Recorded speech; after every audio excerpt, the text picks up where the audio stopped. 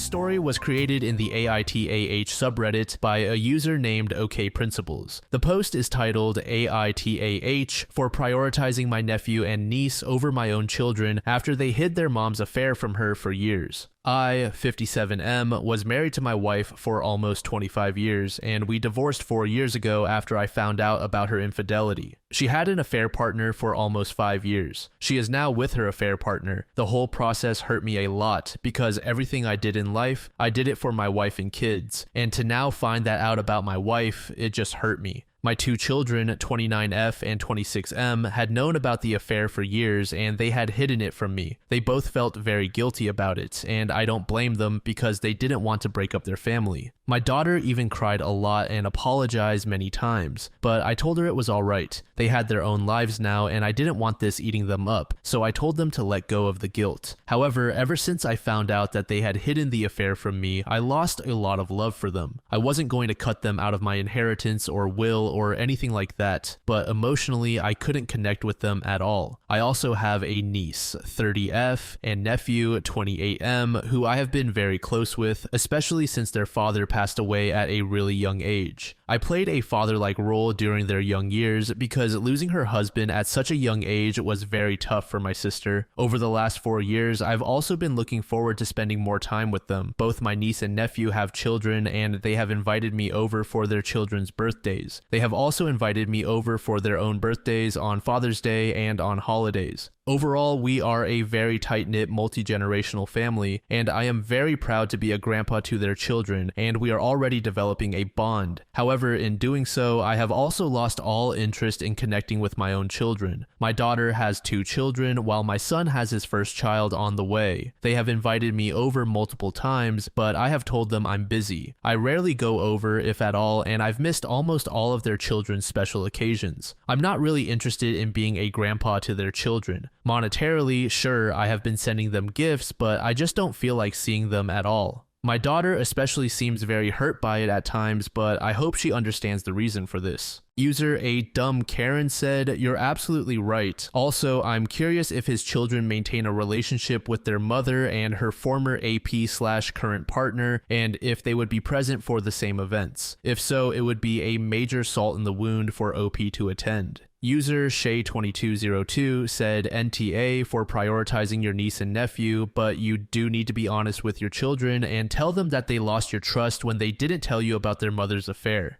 Telling them not to feel guilty about it was obviously a kindness from you to make them feel better, but you should have also told them that even though you don't want them to suffer from guilt, you also don't trust them." User Sarcastic Parent said, "It's more than that though. They caused irreparable damage to their relationship, and he has forgiven, but he can't forget and pretend they are cool. If he tells them he has lost trust, they may try to work on it and increase their contact. If he explains that he understands why they did what they did and that he forgives them, but he is not able to forget, maybe they will see this is a direct consequence of their actions. The shame is, it isn't OP's grandkids' fault, and now his ex-wife has taken away his marriage, kids, and grandkids from him, which is so sad." User OK Leader 7624 said, "This is how damaging affairs can be. You're not just messing up your life or your relationship with your spouse. You hurt everyone in the nuclear family and cause splash damage beyond. OP, this was all your wife's doing. She's the one who cheated. She's the one who put your children in a position to hide what they discovered in the first place. She's the one who continued with her AP instead of stopping right then and there. They knew it was wrong of their mother, but talk about being between a rock and a hard place. Do we tell dad and break his heart? Break up his marriage to our mother, who will be devastated too? Uproot our whole lives because we told? Are we now to blame because we didn't want to ruin a whole marriage and family dynamic? Or do we hope to God this all goes away and this family can get back to normal? Your children are your responsibility to protect, not the other way around. Your wife forced that upon them. Doing so ruined your relationship with her and with them. You would do yourself a great service to go to counseling. It's just too much to bear alone. Good luck, OP. I truly hope you think about and repair your relationship. They're just as much victims as you are." In an update, OP said, "Thank you all for the advice." The one thing I got most from the comments was that my children deserve to know the truth and to not be left in limbo like it was for years. And that's what I just did. I just got off a video call with my daughter and my son. The call was pretty rough and extremely emotional, but I got everything off my chest. I told them that while I had forgiven them, I could never forget it, and that for my mental health, it was better we limit our interactions. I told them not to feel guilty about anything, but that also, after dedicating more than half my life to my wife and children, it was time I put myself first. I told them my heart wasn't in it to be a grandparent to their children. I was also honest with them and told them my heart was only in it for my nephews and nieces' kids. And whenever I did go to their house, I felt joy, while for my own children, I felt nothing. My children probably already knew it, but I wanted them to hear it from me directly. It was really hard to get it off my chest and say it directly to my children's faces. I told them they were still welcome to come to my house anytime and call me anytime they needed help.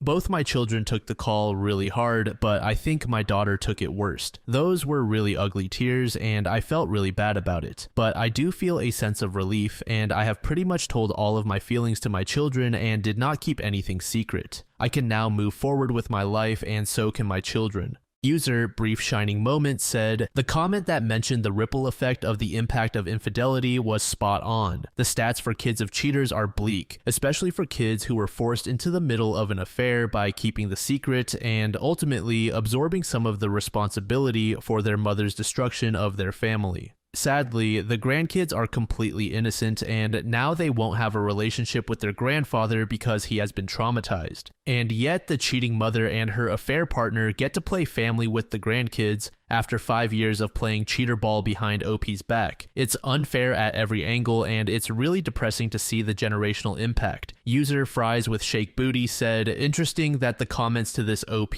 are so much kinder when his kids were younger than the other set that hid things from their dad. It sucks to be the kids, but parents are still people. They don't have to shut off their feelings, not for something of this magnitude. Under this comment, user Addy Murky 1021 said, they were 25 and 21 when OP found out. They knew for years. They did this to themselves. User Beauty Choice said, obviously OP needs to focus on his needs. However, he also needs to keep in mind that his children should and hopefully will be putting their own children's needs and well-being first. So if OP keeps his distance from his children and grandchildren and wants to be in their lives several years later, his children will be considering the effects of welcoming OP into their own children's lives. What I mean by that is his children will need to consider if OP is going to be a stable part of their children's lives. So maybe a slower and more controlled integration of OP into their lives and not a sudden complete integration. That way, if OP decides this is too much for him and or he wants to take a step back and work on himself more, or if he goes back to prioritizing his nibblings children, then there is minimal damage and effects to the grandchildren's lives. User Swimming Company 706 said, I fundamentally don't agree with holding this grudge over the children for the parents' actions. Mom put those kids in the worst position ever. Dad needs therapy because he hasn't forgiven them. Not really. Sure, if he doesn't want to forgive them, he can keep being emotionally constipated, but the shutting down and not feeling thing is a response your body has to not properly dealing with the emotions. Therapy.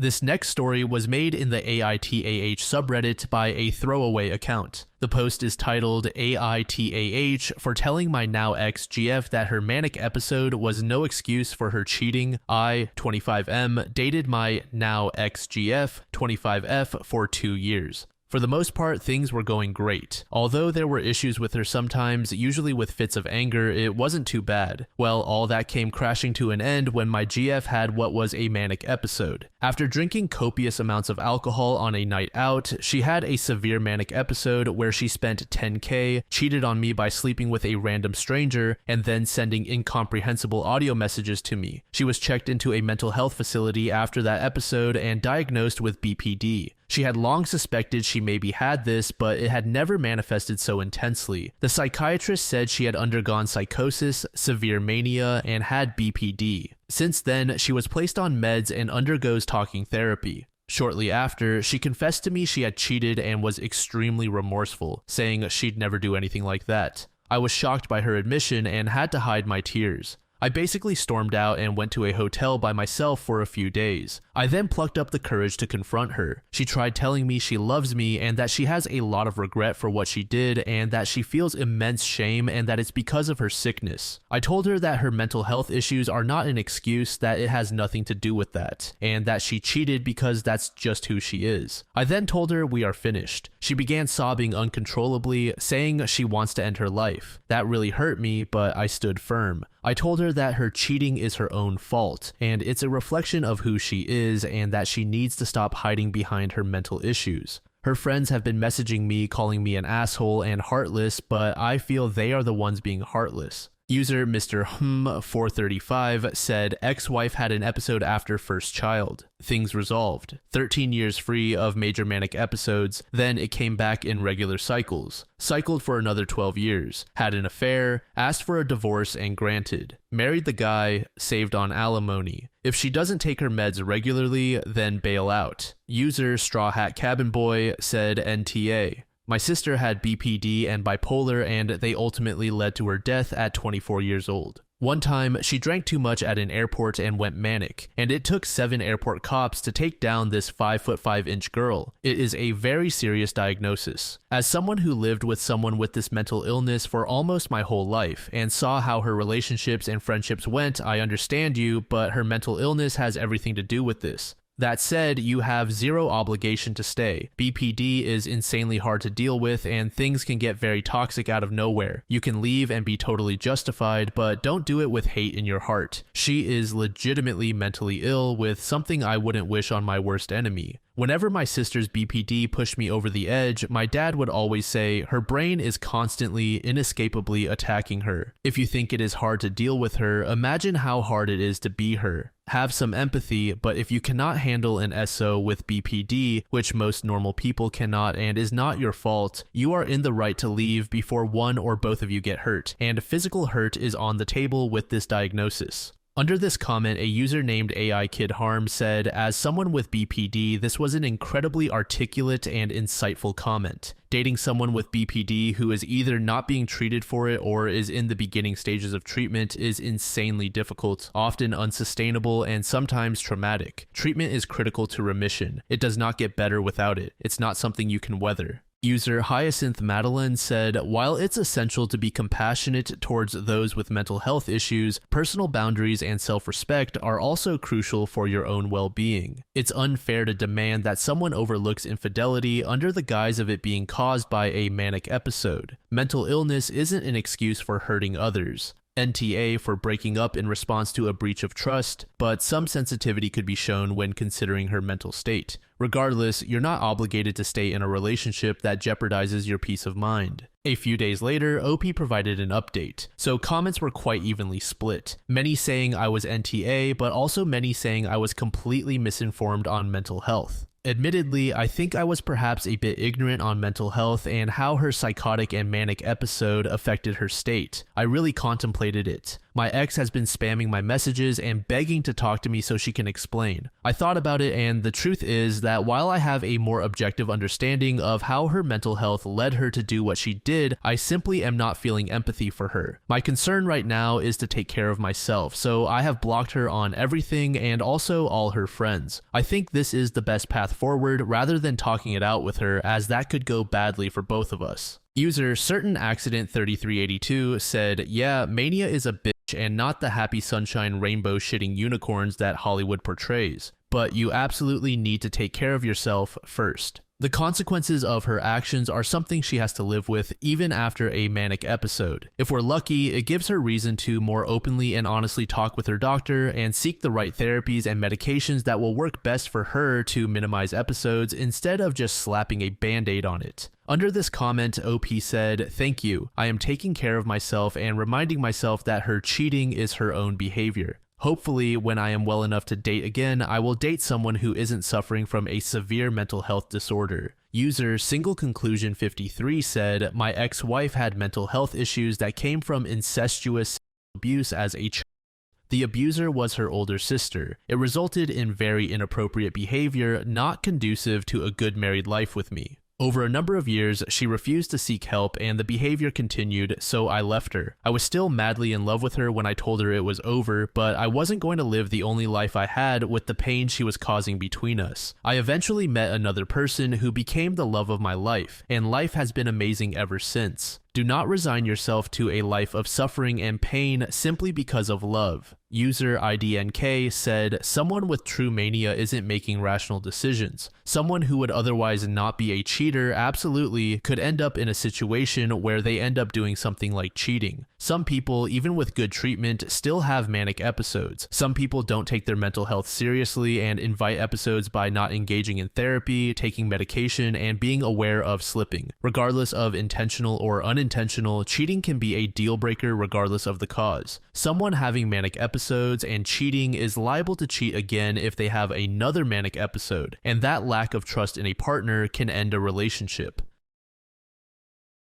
This next story was made in the same subreddit by user TruthInfinite8073. The post is titled AITAH for wanting to leave my fiance due to her abusive family. I've been dating my fiance for 4 years and have been engaged for 7 months. We are trying to plan out a wedding for roughly fall next year. Her childhood was terrible and abusive, to put it mildly. Her parents were raging narcissists and she was the scapegoat for her 2 brothers. She was abused and thrown out the moment she turned 18. She was, however, a great student and hard worker, so with some scholarships and a part-time job, she has a great career and is pretty independent. The problem is, though, that she still has contact with her family. None of them have changed. Well, actually, something has changed. They have become more financially dependent on her. They enjoy slowly creeping back into her life and emotionally blackmailing her for support or whatever she can do. They're not pleasant about it either. They're rude, smug, and generally enjoy being a nuisance. And my fiancé can't say no, no matter the horrible things they say or how they outright try to intimidate her openly. I've always known her family history and have always supported her through the issues with them, but in the last year or so, they've become far more brazen and asinine. They come over to our house more often, they make messes all around the place. Her mother acts like she's the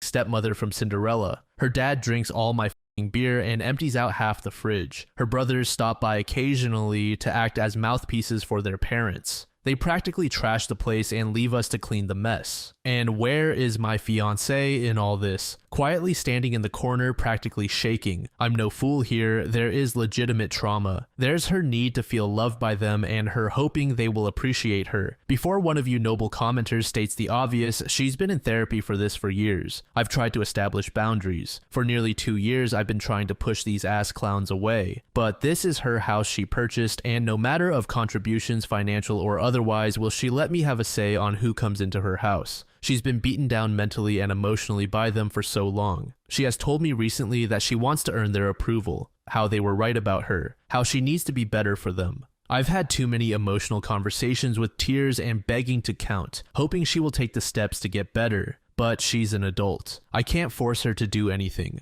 I love her, but I can't help but feel so resentful of what she's doing. It's agonizing watching someone you love, someone who you know deserves so much better, openly destroy themselves for people like her family. It's been painful watching her cry herself to sleep one too many nights because of them. I've tried too many times to help her get out of their clutches, but I have to think of the future. What happens when we have kids? What happens when she is postpartum and invites them over? What happens if there is a medical emergency for either of us? What if our finances get tight and they still demand money? This is the in-law family from hell, and I won't be able to avoid them. Tomorrow I'm going to tell her how I want to delay the wedding until firm boundaries are established. If she resents it, I walk. I can't do it anymore. I refuse to watch a slow death like this any further. Update. Talked to her and it went about as well as one could possibly expect. Currently getting myself set up in a hotel for a few days and working on possible long-term plans for moving out. Still a lot going on right now, but maybe sometime next week I'll be able to put everything together into one update.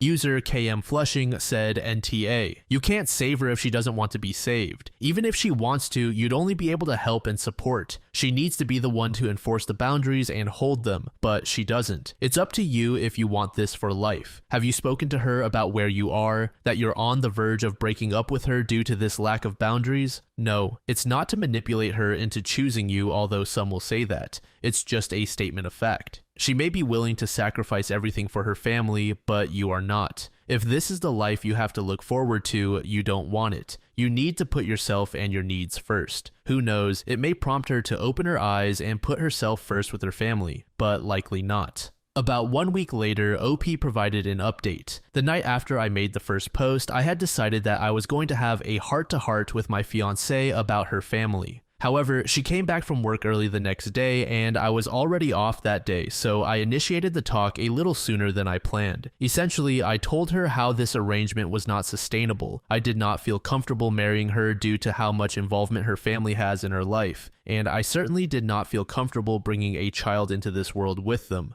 I didn't want to tell her cold turkey, no contact with them, but strict limitations to start with on them coming over and what they can do around the house. I also requested couples therapy before marriage. She wasn't happy. She was just staring angrily at me while I spoke, then started yelling at me when I finished. She told me I don't understand their dynamic and it worked for her. I told her that they're abusive users who will bleed her dry and I have never seen them show any decency to her. She told me she just had to work harder for them to appreciate her. I basically yelled at her that a parent's child shouldn't have to beg and plead and work for them to be loved. I finally told her that she sets limits with them or I walk. She was livid, and since I was living in her house, I was kicked out. So the past few days, I have been staying in a hotel and have had my stuff taken out and put into storage. And frankly, it's been great. I am going to stay with family for a few weeks around mid-July, and after that I am going to go house searching for myself. I have spent the last couple of days relaxing, catching up on movies and video games I haven't had time for, and could go back from work to a quiet room without her family tearing the place apart.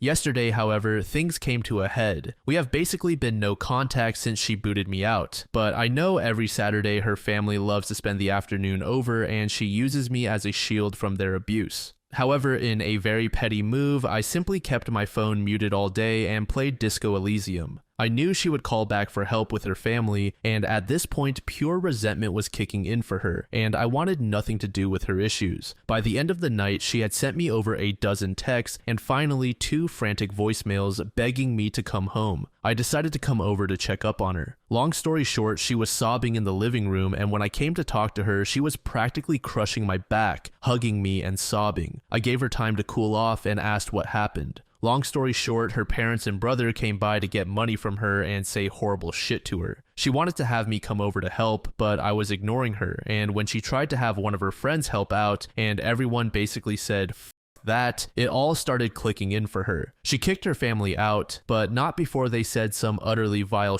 shit to her I won't repeat. She kept apologizing to me and told me over and over to come home. I told her plainly that I had started to build up heavy resentment towards her for some time, and while I loved her and understand it was trauma and not her being outright abusive, there were major issues that would need to be addressed if we were to move forward. She sells the house and moves. We make roughly the same amount of money and we will buy a house together. I am a grown-ass man and I will not live in a house I have no equal agency over. Her family will never step foot in it. They will never come over. They will be treated by me in a very threatening manner if they try and come in. She gets a new therapist and we start premarital counseling. She never makes me interact with her family. We will go LC with her family right now, but make no mistake, we are working towards full NC on her end. I told her I love her, we have been together for a while now and have beautiful memories together, and I know she is suffering from abuse, but these are non-negotiable, and if she has a problem with any of them, then we have to go our separate ways. She told me she's realized for a while now that her family is toxic and unhealthy and she wants to make changes. She has accepted, but some of these will take a while to see through.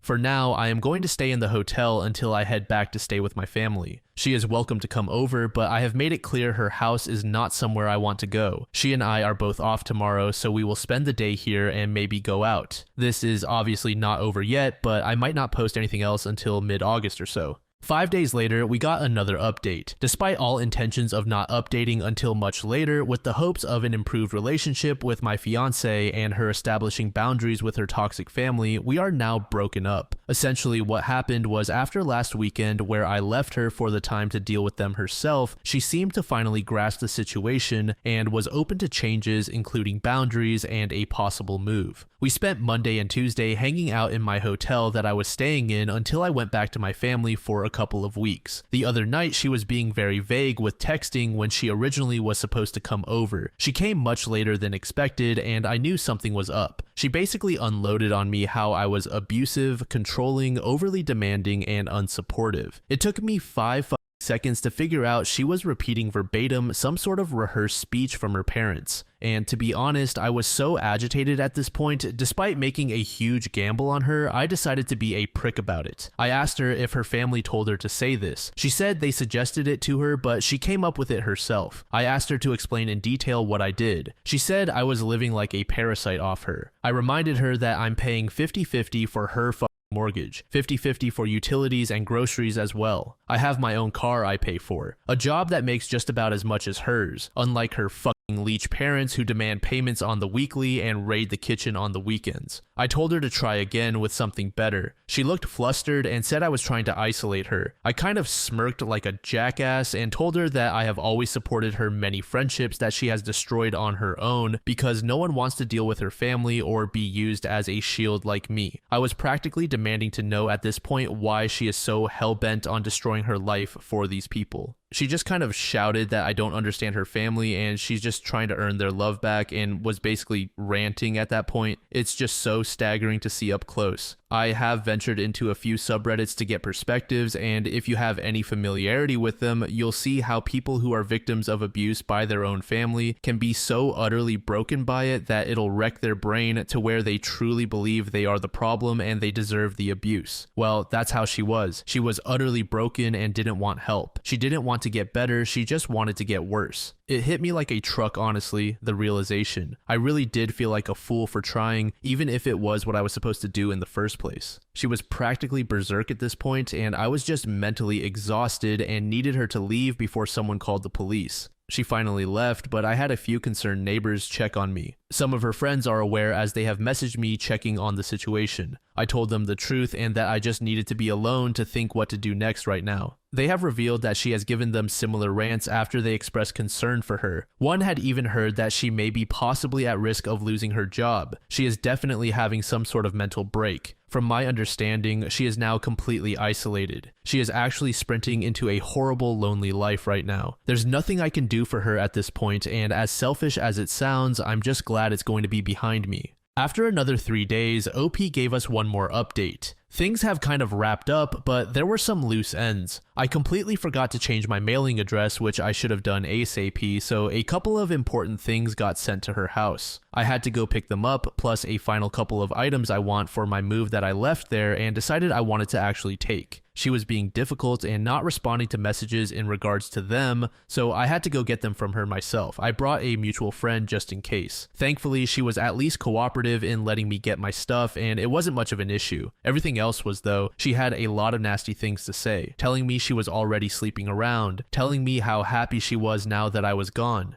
telling me she's finally free of me, how she's going to be so much better off without me. A lot of generic insults and horrible things you would commonly expect from a nasty breakup. And you know what? It was so fucking obvious it was a rehearsed script from her family, and you could easily see how miserable she was. She looked like a mess, like she hasn't slept in days. The house was a mess. She wasn't even yelling it. She sounded so exhausted and broken when she said it. She didn't even smile when she said anything. Just a face contorted in hate and anger. She was not the woman I knew anymore. That person was gone. When I was getting ready to leave, she was still going on. I was fed up and told her something along the lines of, "Congratulations, your friends are gone. Your human shields are gone. Your engagement is over. Your support is gone. Anyone who ever treated you like a decent human being is gone. It's just you and your family. I hope you're happy while they bleed you dry." It probably didn't go like that, but something like it. She just stood there, literally just stood there and looked at me with indifference and walked away as I walked out the door.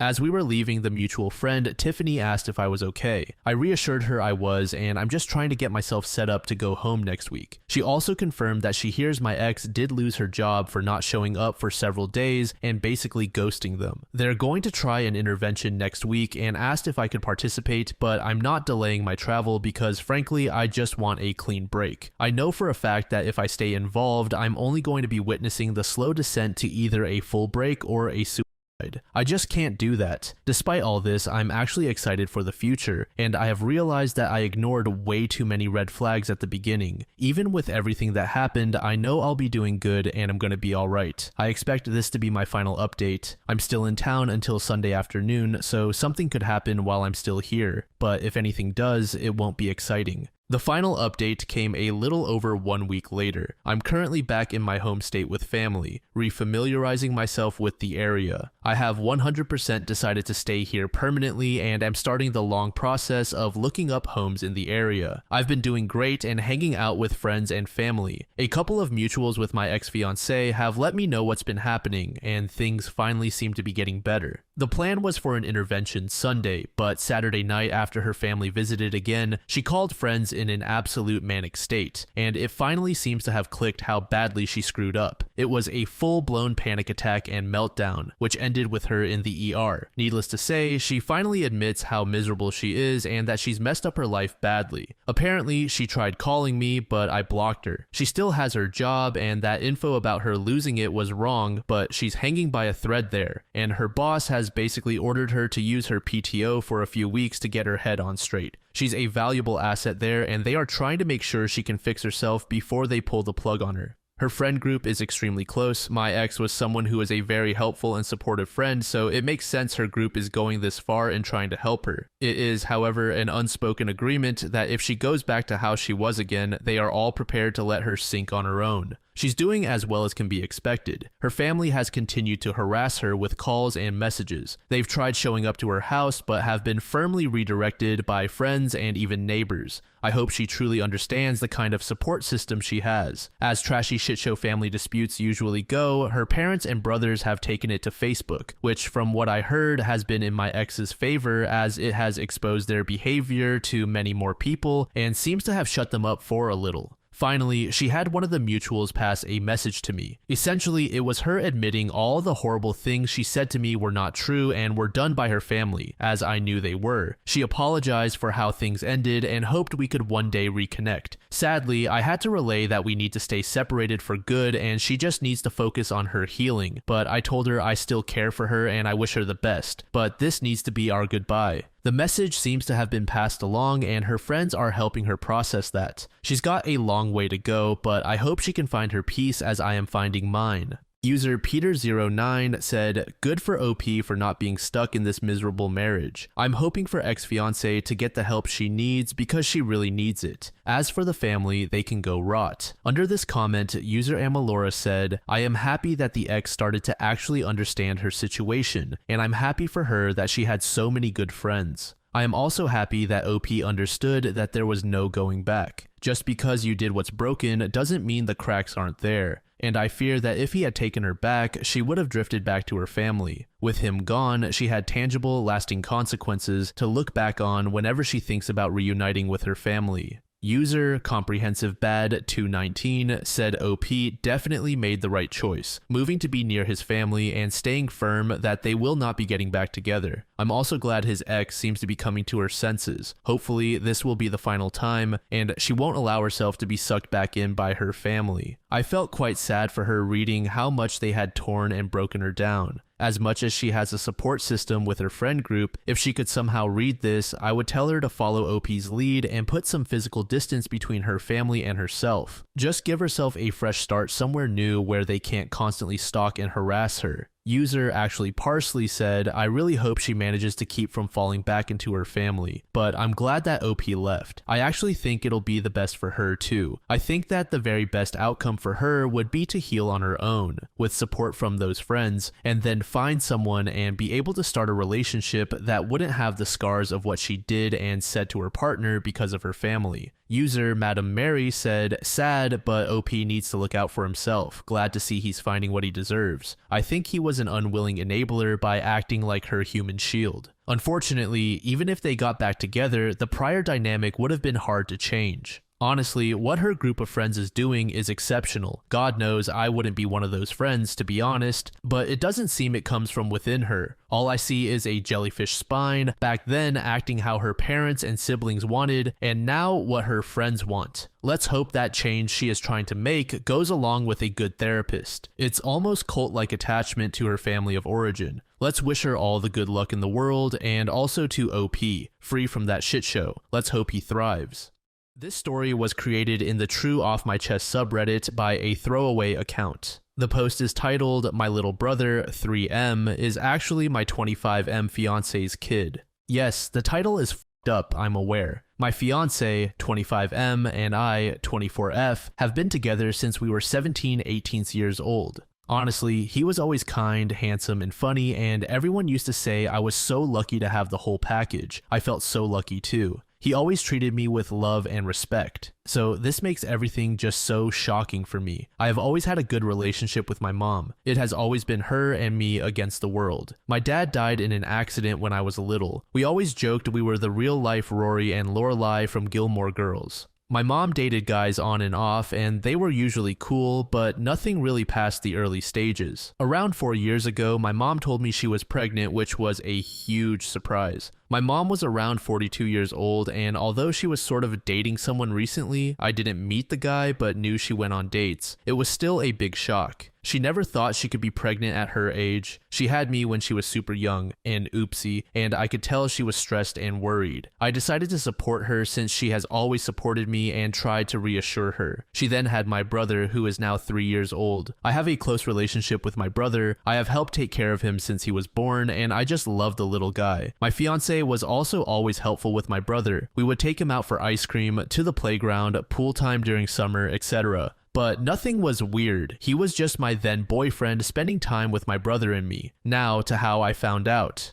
My fiance and I have lived together since we finished college. My fiance was not at home since he was hanging out with friends, but I was home because I didn't feel like going out and just wanted to chill on my sofa. At some point during binge watching a series on Netflix, my laptop died and I was too lazy to go get my charger, so I just took my fiance's iPad. I know the password, but honestly never used it before. The iPad logged in and I got a bunch of messages pinging. I guess he hasn't used it in a while too. Anyways, this got my attention and I went to check it out, and of course I found everything. My mom's number wasn't under her name, but I recognized the number and verified it with my phone. She was telling him she felt guilty and that I should know. He said he also felt guilty but couldn't lose me, and they fucked it up. She said that it was unfair for my brother to never know his dad and asked if he could live having his son around, not behaving like a dad but a brother-in-law. I broke down. There weren't a lot of older messages, just some photos stored of my brother as a newborn, my mom pregnant, and more photos of my brother growing up in an album. I couldn't anymore. I cried for what seemed like ages, and I waited for my fiance to come back home. I wish I was one of those women that can pretend and get things together before confronting the cheater, but I can't. He came back later that night, around 11:30 p.m., and I just gave him the iPad with the conversation opened and saw his face completely go pale. I asked for an explanation.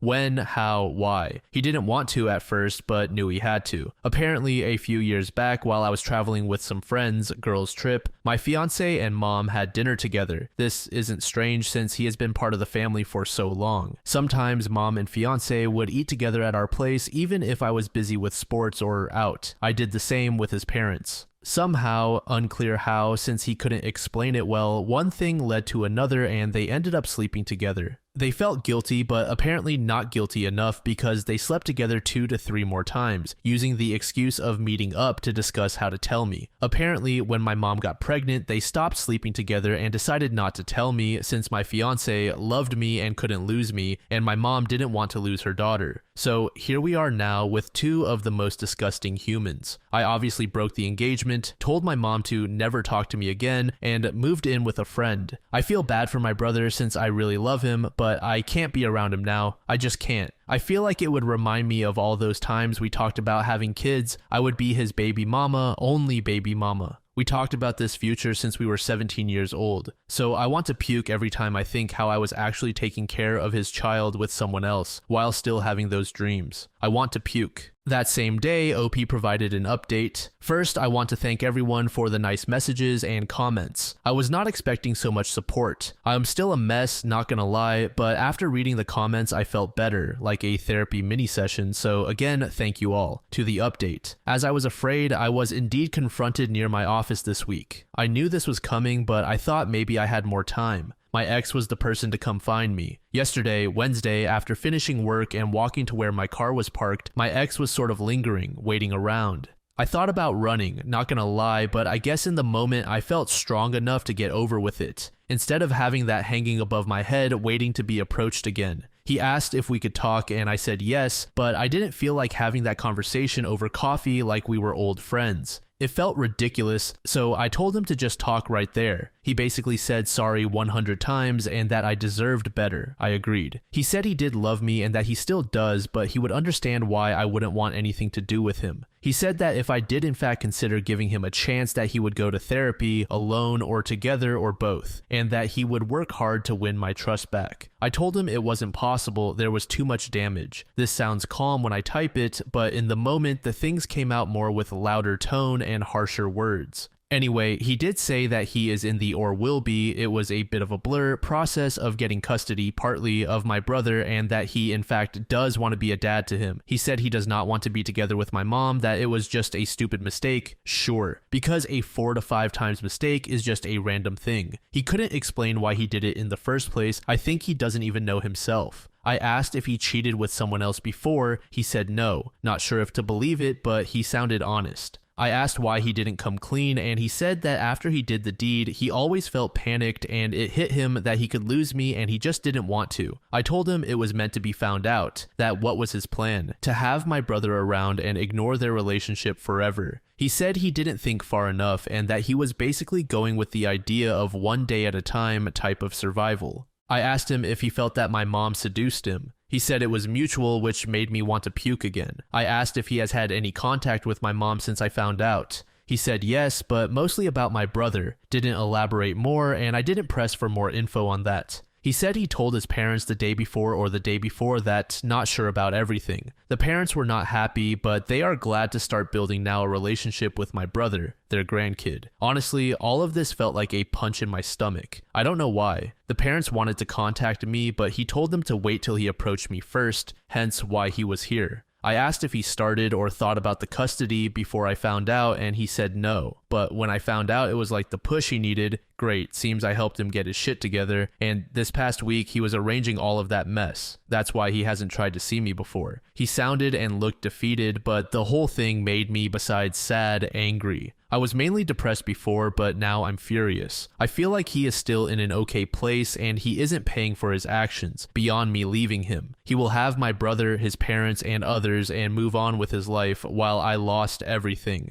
I hate him. We parted ways not on a happy note, and I told him to never get near me again. I was done. He asked me to see my brother still, that I was important to him, and tried to guilt trip me, and it worked, but I still think I can't. I don't know much about my mom and really hope she doesn't come find me anytime soon because I'm fuming right now and won't be able to handle it. I will be contacting my family and friends and finally doing the blasting today. I think it's about time, and after my talk with him, I got the extra push I needed.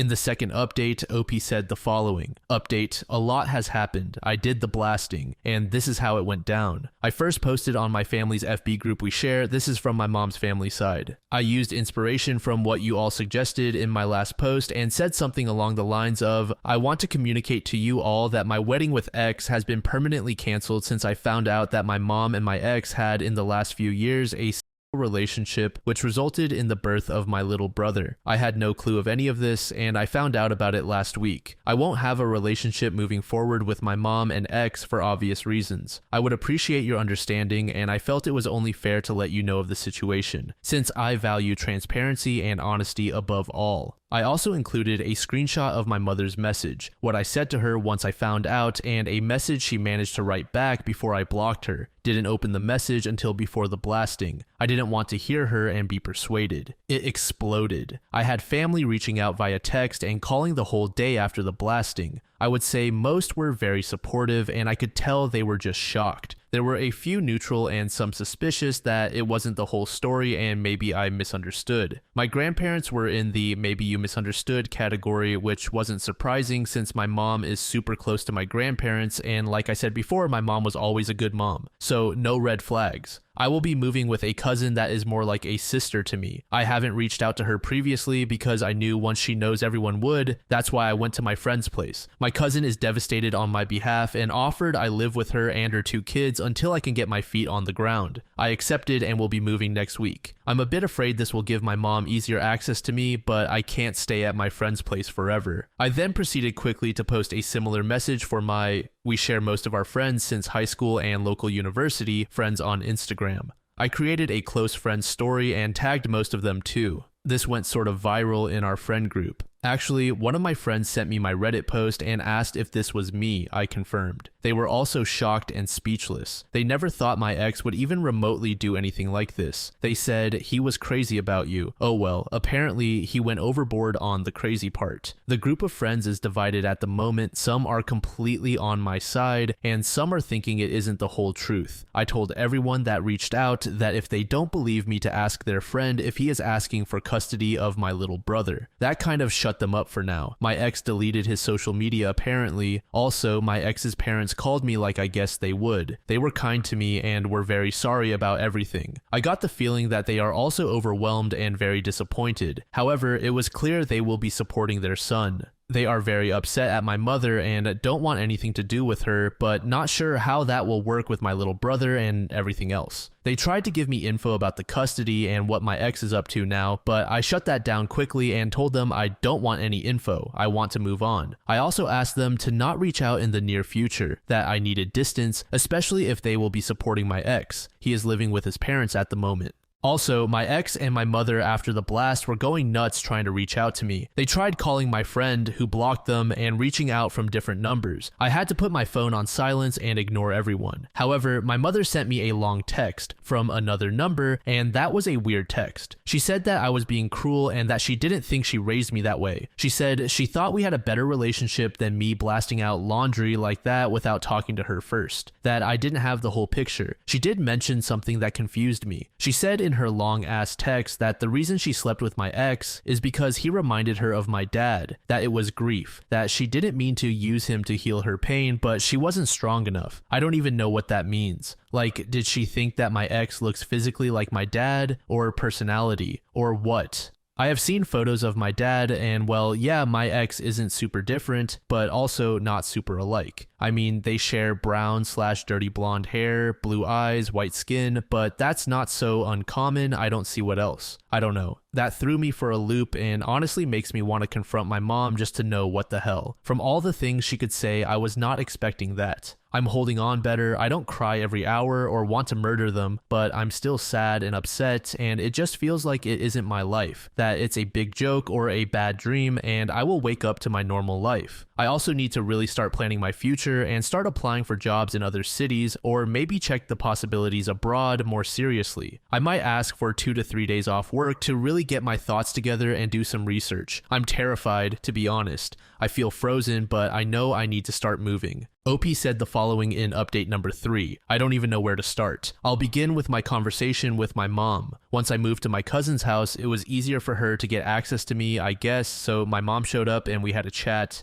It didn't go well. She was asking for forgiveness, but also giving herself 1,000 excuses. Her story is the following. My ex-fiance, who I'm going to call Max now, reminded her of my dad. She said the way he talked, his personality, his caring and loving self, and how polite and good he is, was, in my opinion. She couldn't stop her feelings for him, and she tried. She dated around and thought of herself as a sick woman. What was shocking is that apparently my mom and Max kissed before he and I were official. He was 18, so no criminality there, but WTF. Also, it seems like Max initiated it, my mom stopped him, and that was it. He and I started dating a month or 2 after that, if the timeline is correct. I'm still unclear who initiated it when they started sleeping together. It seems mutual. I asked her why she kept my brother if the whole situation was so bad. She said that she never thought she could have another baby so late in life, and when she found out she was pregnant, she felt it was a blessing and I was so nice about it. I again want to puke. Also, it would be like the kid my dad and she had planned all along, second kid. She knew it wasn't my dad's. It makes me sick. She wanted to tell me, but she thought it was better not to because she loves me. However, recently she felt bad for my little brother that his dad was alive and not with him, so both of her kids would grow up without a dad. She felt it wasn't fair to anyone anymore. I told her that I listened to her and that I still want nothing to do with her ever. She said that when I grow up, I will understand. I said that I will never understand because I'm not a sick, selfish, nasty person. I'd rather die than understand. Regarding my family, I have cut my grandparents off. They support my mom. They told me what she did was wrong, but that she was my mom and I needed to learn forgiveness. I posted my mom's message on the FB group again and I had mixed reactions. Some people in my family were completely on my side, like my cousin and an aunt, but some others thought I was being too dramatic and that this needed to be discussed in private, not on an FB group. So I got kicked out. I'm hurt. I grew up with these people, Christmas holidays, birthdays, I don't get it. A lot of people wondered in my last update if my mom was hot or what. Thanks for those questions, by the way. They really made me feel better. Not. But to clarify, and just because my friend said this last time and thought it was accurate in a very morbid way. So, have you guys seen the Maroon 5 music video, She Will Be Loved? Well, that is a very good representation. I almost laughed. Almost. On the Max topic, a lot has happened there too. We also had another chat since he decided again to ambush me on my way back from work. I hate this. It feels so vulnerable that people can just reach me like that. Anyway, I tried to avoid him and walk around, but it was impossible. He is double my size in height and weight. I then exploded and told him what my mom said, and he went pale about the part of them kissing before we dated. After some talking around, he admitted it. Apparently, he had a massive crush on my mom as a teenager. We ran in the same group of friends since before we dated, and I have hosted some get-togethers before. But apparently, after he knew me better and we started dating, he realized, "You are your mom's better version." Literally, his words. I felt like it was a slap in my face, and also, what the actual is my life more of a lie than I thought? Is someone recording this because WTF? Finally, I got more info on why he slept with her, and what I understood is I'm the love of his life. But he needed to take my mom off his system and have closure to that teenage crush so he and I could continue our happy life without regrets. He just didn't count on my little brother and that up situation. I was honestly shocked and didn't say much after that. I just wanted to get the hell away and hide. The day was a blur and I have called in sick the next few days. I felt like everything crashed. I have been sad and angry, but then I just felt devastated. Why did they put so much effort into destroying me? They supposedly love me, so why? I have honestly been recovering from everything, and that's why I haven't really been on Reddit. On the future plans topic, I might be able to get a position as an au pair in Spain. I applied with guidance from some friends and I had a few interviews with some families. One seems like it will be possible. I will know in the next week or two, I have been told. The position is only to start at the end of September, but I'm ready to leave. This will be a setback in my sort of career, but I need to get out. I can't continue looking over my shoulder and I absolutely can't forgive them. Oh, I also saw my little brother. It was his birthday last weekend, and although I didn't go to the party, my cousin helped me set up a short meeting. It was bittersweet. He told me he missed me, and I did too. He told me that he was happy that Max was his daddy because he was so much fun and they are spending a lot of time together, and mom seems happy. That's the translation from toddler talk to adult talk. Not gonna lie, that hurt a lot. I tried to put on a brave face, but it was hard. It was very short, and I told him I would be traveling for a long time and that I would try to send him cards. I can't stomach calls and updates from Max and mom. In the future, through my cousin. He was confused, but he accepted it. I'm not sure how much he understands from everything. User NolaLove1616 said, "Here's a glimpse into your messy, narcissistic mom's future. As she ages, her obsession, Max, will eventually settle with a young woman who will hate your mom, drag her to court over all the men she exposes your brother to, fight for custody, and tell the court she groomed her daughter's boyfriend, etc. I believe your boyfriend was equally to blame, but she will spin it for court. She will be that wife/stepmom who makes your mom's life hell forever. It's part of why your mom wanted you to be with him. First, to keep her close to him and to have a built-in babysitter in you she could control, unlike his next partner. One reason you know he stayed with you was to avoid child support, which your mom used as an enticement for him to keep her happy. Since it's gone public, he'll have child support when he stops putting out and hooks up with a girl. You watch how fast she has him in court. By the way, was there ever a paternity test? Sorry, but your mom seems quite the character. And did he sign the birth certificate at any point? User more comment 4690 said, OP, you are better than me. I would have slapped your ex, and your mother is sick, as are your grandparents. You sound like a beautiful soul, and I just know you are going to meet the man of your dreams and never look back. You will be happy, and what will they have? Nothing but a sick relationship to look back on and not have you in their lives. Go and do what you need to do. I love that you have your aunt, cousin, and some really amazing friends. That relationship is sick and will never work out. I hope you know that your mother's sick fantasies about your father and your ex's sick crush on your mother won't last. She's in her 40s and he's 25. It will get old. As for him, you will move on and he is left with losing you over a dumb crush. I want to hear that you have a new man. Please go to therapy and do some yoga for the stress and anxiety. It will help you heal and move on. You lost so much in a short time, but their horrible mistakes will bite them in the rear one day. They will regret everything they have done when you are gone and they hear about all the amazing things you're doing. Don't give up, and I want to hear you're giving someone else a chance. User C-Worthiness Fun 3703 said, Mom knew your ex when he was what, 15, 16? You had him at the house for get-togethers when you all were just friends. I think she singled him out because he reminded her of your dad. Something happened for X to initiate a kiss when he was 18. I truly doubt that he was 18, but even if it was, she went after him and sought him out as a barely legal adult. Either she subtly suggested it, or he wanted access to her and started dating you as a means to get close and use you as a cover. I'd want to know more about this massive crush. How did that develop and progress? If they kissed when he was 18, I don't believe for 1 second they didn't have sex until he was 20 to 21. He was with you both those first couple of years for sure. Along the way, his feelings for you overwhelmed his feelings for your mom. Maybe the baby was a wake-up call. I bet he begged for her to have an abortion, but she was happy to have a baby with her dead husband's look-alike. She may or may not still want him, even with a boyfriend or her next victim.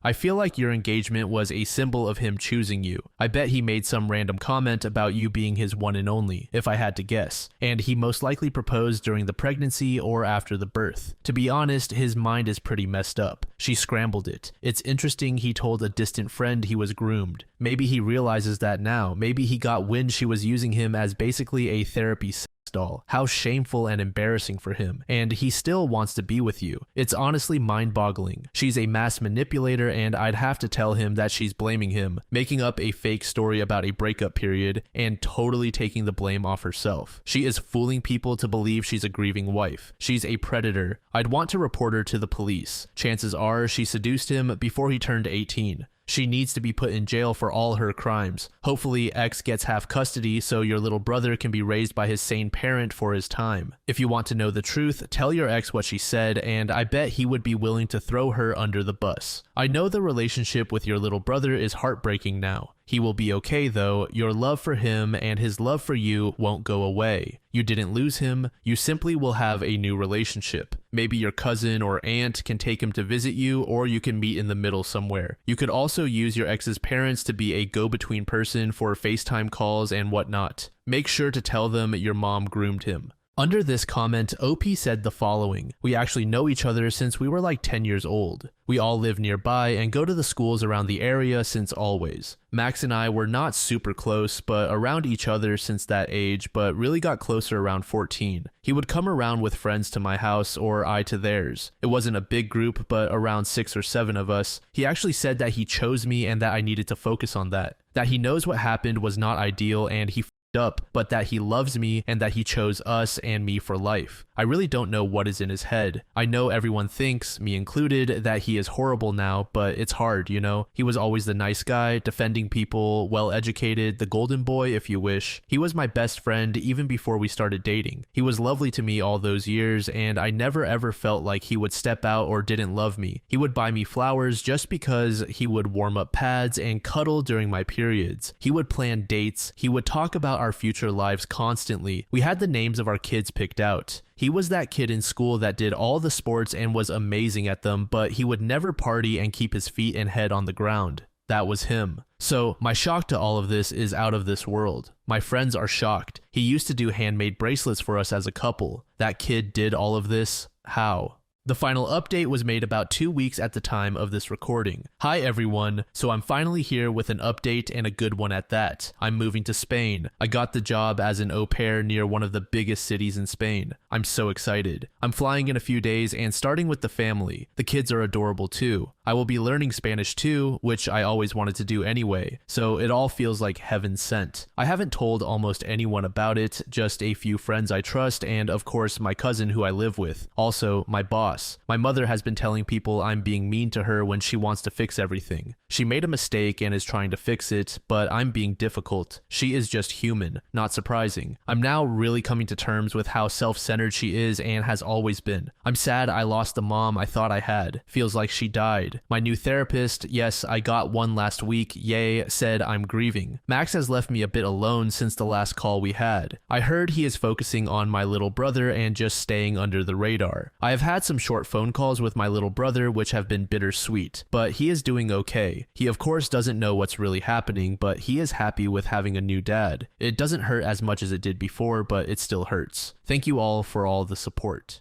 This story was created in the Support for Wayward subreddit by a throwaway account. The post is titled, How Do I Fix Things with My Husband? Hi, I recently posted my story somewhere else, but I was directed here because some people said that I might get some better help here. Feel free to read the whole story in my other post, but basically I cheated on my husband 3 years ago, and I'm trying to figure out how to get things back to normal. He used to be very affectionate and loving, but now he isn't at all. He doesn't even get upset with me. He's just completely ambivalent about everything. Like he doesn't even care. I just want to know how to make our relationship go back to what it was like before. I don't want to get divorced and it sounds like he doesn't either. What do I do? Edit, I wanted to put this update here, but it's nothing super major. I wanted to thank everyone who's commented and sent me messages, both ones that were kind and the ones that were more harsh. Some of them were still extremely vulgar, but most were fairly reasonable. I've been directed to a lot of resources that will definitely be very helpful for me. Thank you so much for that. A lot of people have made the same arguments that he's only still here for 2 reasons, which are money and custody. I don't think that's the case, and I'll tell you why. For one thing, we have a prenup in place. My family is very wealthy, and my dad demanded we get a prenup before we got married. So I really don't think money is what's keeping him in this marriage. I also don't think he's staying for our daughter, although he definitely loves her to an extreme degree and she's definitely the most important thing in the world to him. I firmly believe this. My husband never really had interest in having kids. When we discussed kids, he told me he was ambivalent to the idea. He'd have kids if I wanted them, pretty much. I've always wanted at least 2, but preferably 3, so that's how our daughter was born.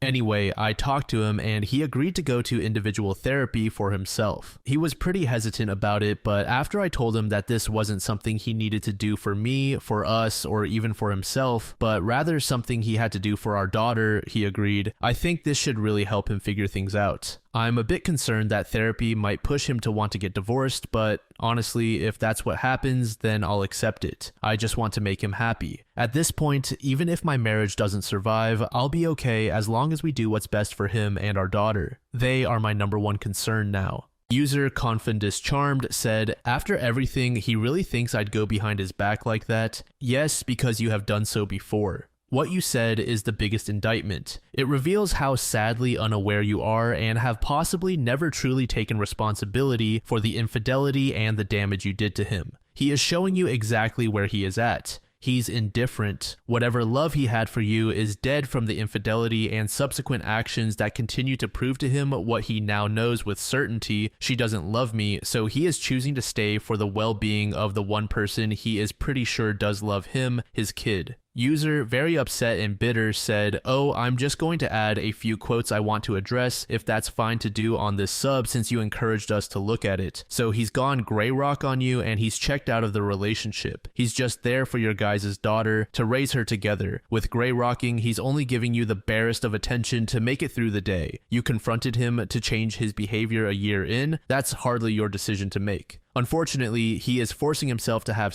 and be in this relationship. Referring to my previous point, he is checked out. I'm also slightly concerned you're forcing him to have with you when he has no interest in doing so. Yes, he'd think that because that's exactly what you did. How can he trust you? He brings up a very valid point, and you're harming your relationship for something that you did to it. Turn that anger elsewhere besides him. You were the one who did this, not him. I'm going to dive a little bit into and be honest about what I read, and it's not meant to be an attack on you. Your title shouldn't be, "How do I fix my husband?" It should be, "How do I fix me?" You have not been reconciling. You've pulled a Trade Federation forced agreement on the people of Naboo. This is not reconciliation. It's in the guise of it, but this really shouldn't be considered it. You've forced reconciliation on your terms, not his. You're operating with only your interests in mind, not his. Reconciliation is a two-way pact, and this is not it. You are forcing him into this, not encouraging, not soothing him into it. You are trying to achieve this by force. This will fail. All I hear when I read this is, why did he go on long trips? Why doesn't he pay enough attention? Why doesn't he get over the affair? Why doesn't he love me? What's wrong with him? Why doesn't he want to make love to me? Why doesn't he trust me? Turn that analytical eye on yourself and do some deep digging into the why of you. Stop thinking of what he's doing and not doing and really figure out what you've done. I don't think you actually understand just how hurtful of a thing you've done to him.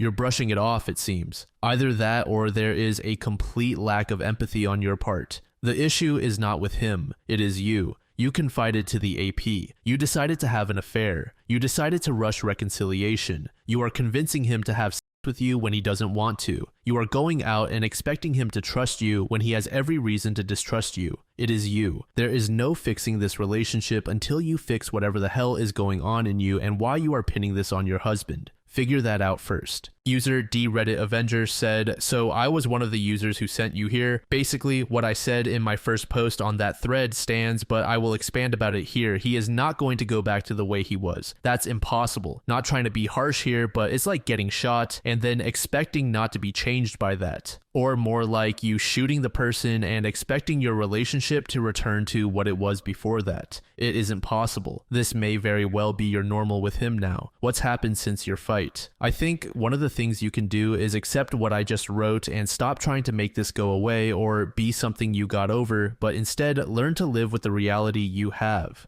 Accept it. It's clear he doesn't trust you. He isn't in a place where he is willing to be emotionally vulnerable with you. Basically, he will live with you and cordially interact with you, but that's really it. Probably because his motivation is to be with his kid now. Are you prepared to stay like this? It may never change. If it does, then you will have to earn his trust again, and maybe he will fall in love with you again. I suspect last time he pursued you. Now you will have to pursue him. But he may not, and it's obviously going to take a long time. Start with that reality. Live in that reality and quit trying to make him be what he won't ever be again. The man who just innocently loved you is gone. Those are your consequences, and honestly, you deserve them. They are also consequences for him too. I am sure he doesn't want to live like this, but he probably sees it as a means to an end to see his daughter. This isn't a man who is getting even with you. It's a man who is still suffering. This is why posting about how hard it is for you just proves you don't really get it. The general tone of your post doesn't seem from the place of, my husband is suffering and it kills me, but mostly, I am unhappy and I need him to get better so I can be happy again. It's mostly, how can I get what I want when I want it, which is now. Which is also the attitude that led to your affair. From your post, you say you met when you were 20 and 21 respectively. Let me ask, were you each other's first and only until your affair? Since your affair partner was a woman, did you know you were into women? Did he know? The thing with that is, the affair also changes your sexuality in a sense that this is something new that has been introduced into you and your husband's sexual history now. I am sure that complicates things for him. He may be asking if you are really into him in the first place, or if you were just unsure when you first met him and settled as to avoid social pressure. Maybe you're gay and he was your beard. I am sure he is also asking, how did you allow yourself to cheat? What are your thoughts on love and loyalty? What is it in you that allowed this to happen? Everything I wrote here are all things you will have to deal with and address. Doing so will make you a safer choice for him, though ultimately that choice is up to him.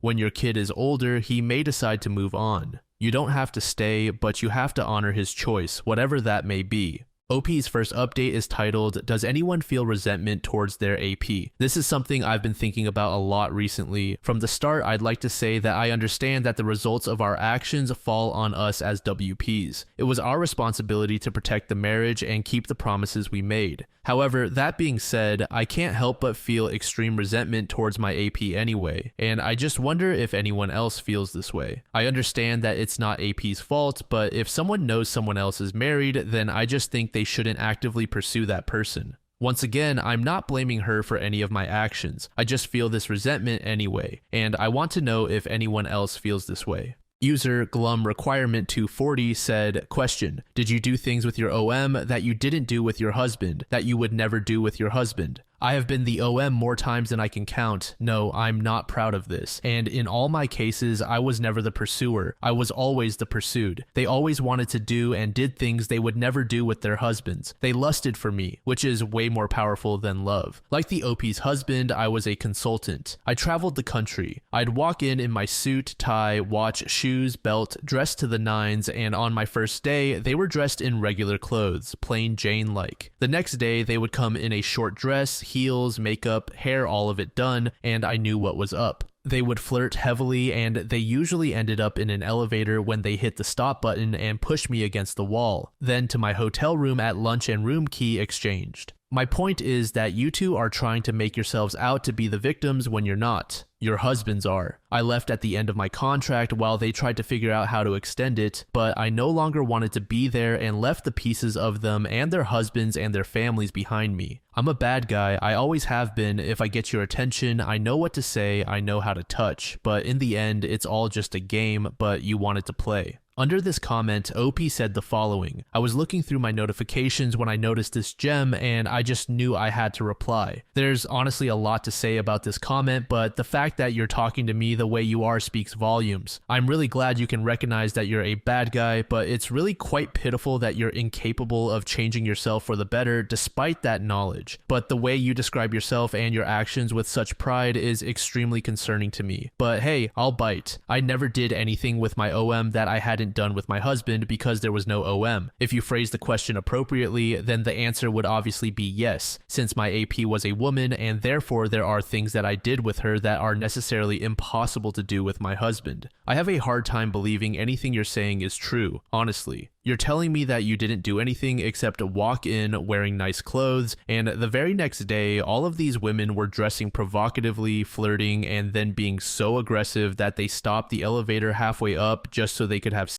with you. And you really expect me to believe that you're talking about this in a way where not only did this happen, but it happened more than once. That it in fact happened so many times that you're describing it as some sort of trend, and that these women were willing to do things that they'd never done before, like threesomes and various other sexual acts. You actually typed out that entire comment thinking that sounded plausible in any way, but hey, let's pretend that that really was the life you lived. Who am I to say what really happened and what didn't? I mean, I can, since you write the women in your story like characters in porn. You described the lust they had for you as more powerful than love. Maybe that was true in their case. Generally, I would say that lust is, in fact, not more powerful than love. Lust is not something you can build a lasting relationship on. Even still, in that case, I hate to break it to you, but you weren't special. The women didn't cheat on their husbands because they wanted to have sex with you. It was the other way around. They had sex with you because they wanted to cheat on their husbands. You walked away from that thinking you'd use them, but in truth, they were the ones that used you. I really don't think you should be as proud of this as you are, but keep going if it makes you feel better. No harm in lampooning yourself on the internet, I suppose.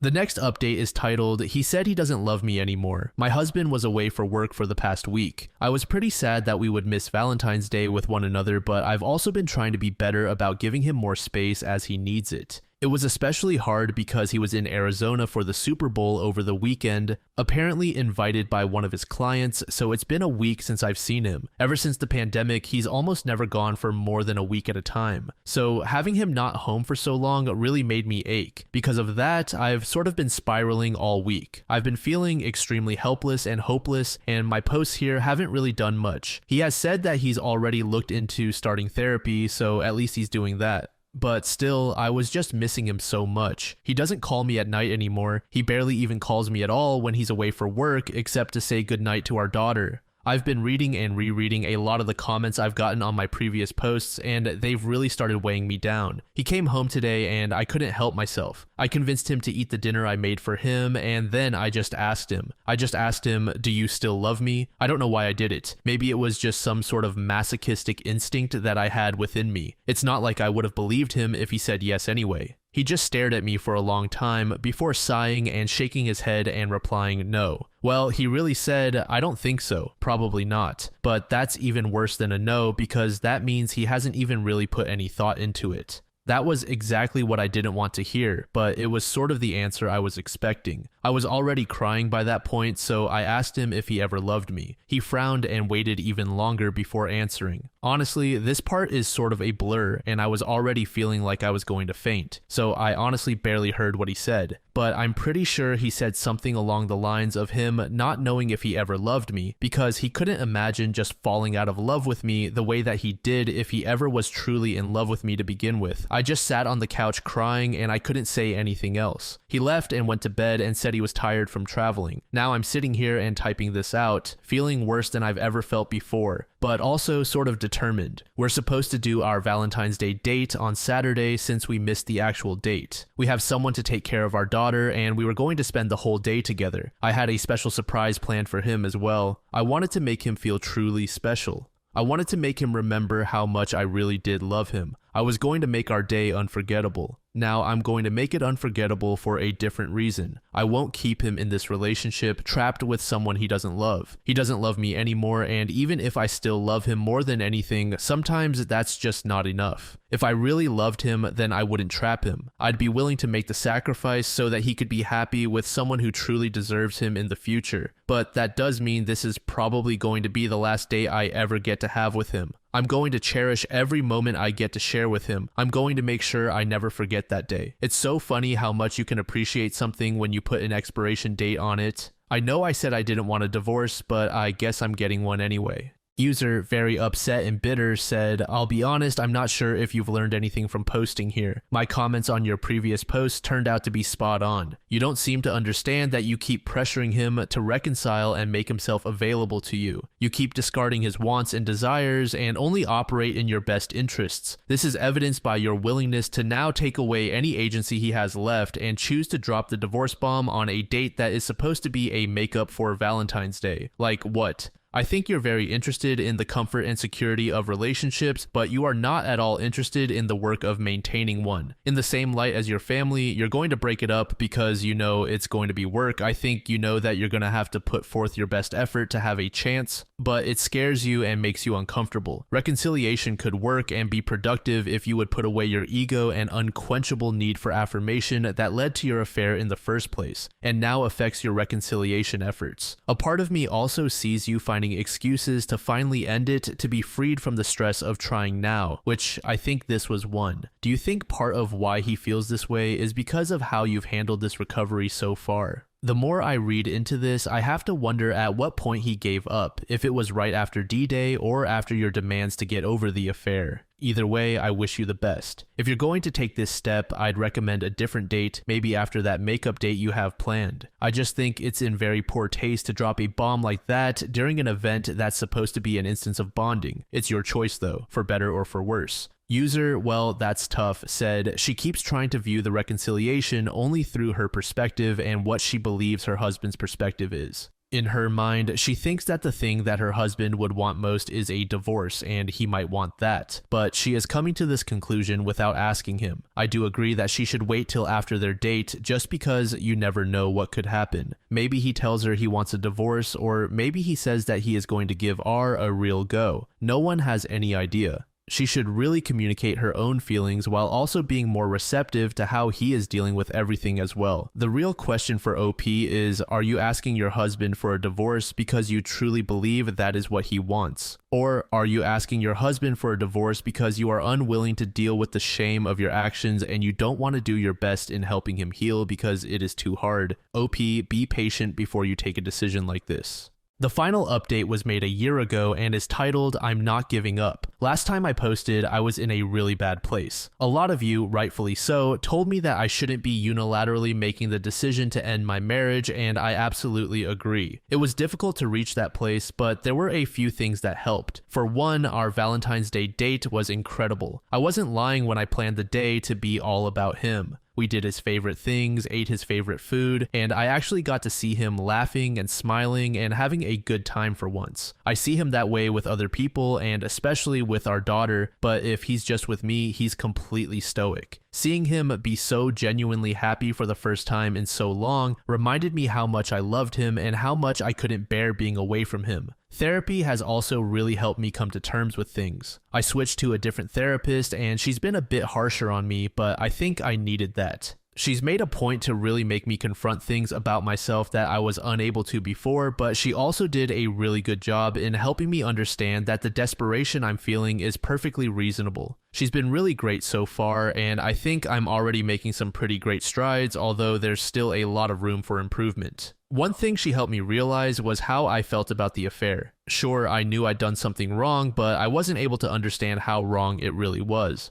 Part of me truly believed that it wasn't that bad since it was with another woman instead of a man. I think that's probably because my husband and I had discussed having a threesome with another woman before, but I ended up not wanting to go through with it because the thought of seeing him with another woman made me nauseous. I recognize now that it was a betrayal and a deception either way. The threesome would have been okay because he would have had the ability to consent and he could stop at any time. But I took that away from him by doing it behind his back. I also recognized that in the case of a threesome, it would have been just sex, but with my affair partner, there was an emotional component as well. While I was never in love with her, I was friends with her and I did genuinely care about her. On top of that, I recognized how it might have been even worse that it was with a woman. I can honestly say that I've never been attracted to a man besides my husband to the point where I've even told him before that I'd consider myself a lesbian if it wasn't for him. At the time, this seemed like something harmless, but I now realize that my husband likely had thoughts about whether or not I'd be happier with a woman, and my affair just affirmed that for him. He's always struggled with his self-esteem, always thinking that he wasn't good enough for me or that I was out of his league. He was bullied a lot as a kid for being chubby and as an Asian immigrant growing up in a mostly white town, and I know it left some lasting scars.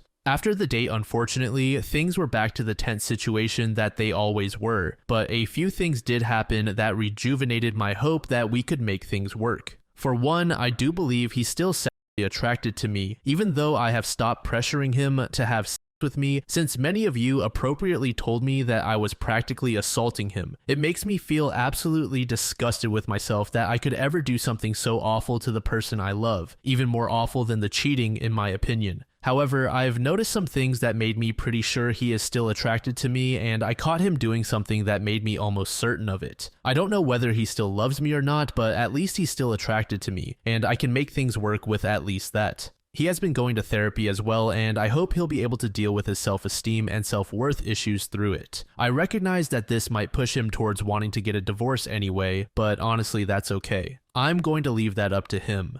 If therapy helps him realize that he can't stay anymore, then I'll be happy to do whatever he needs me to do. I really just want what's best for him, whether that's with me or not, but I realize that I have no right to make that decision for him. Until then, I'm working hard to reaffirm my desire to be with him and to show him how much I love him. A deleted user said, something to keep in mind, before the cheating he probably felt special and extraordinary. After all, you were primarily attracted to women and he was so special that you chose him exclusively. He is probably reflecting on himself very differently now. I know you know him best and probably already took this into consideration. Your choices as of late are awesome. This post is so encouraging. I sometimes dislike the saying, what doesn't kill you makes you stronger, but it kind of has its place here. Under this comment, OP said, I think he is as well, although I haven't talked to him about it yet. I'm giving him the time to work through his issues on his own, and once he's been in therapy for a bit, I'm going to let him know that he can talk to me about his feelings as well. He's always been sort of guarded with his feelings because of his upbringing, but I was always the exception to that rule until now. I've already told myself that I can't pressure him to share with me, which is going to be hard, but I think I can do it. I'm just going to leave the door open for him and let him come to me if and when he's ready. He is special and extraordinary. He's probably one of the smartest people I've ever known.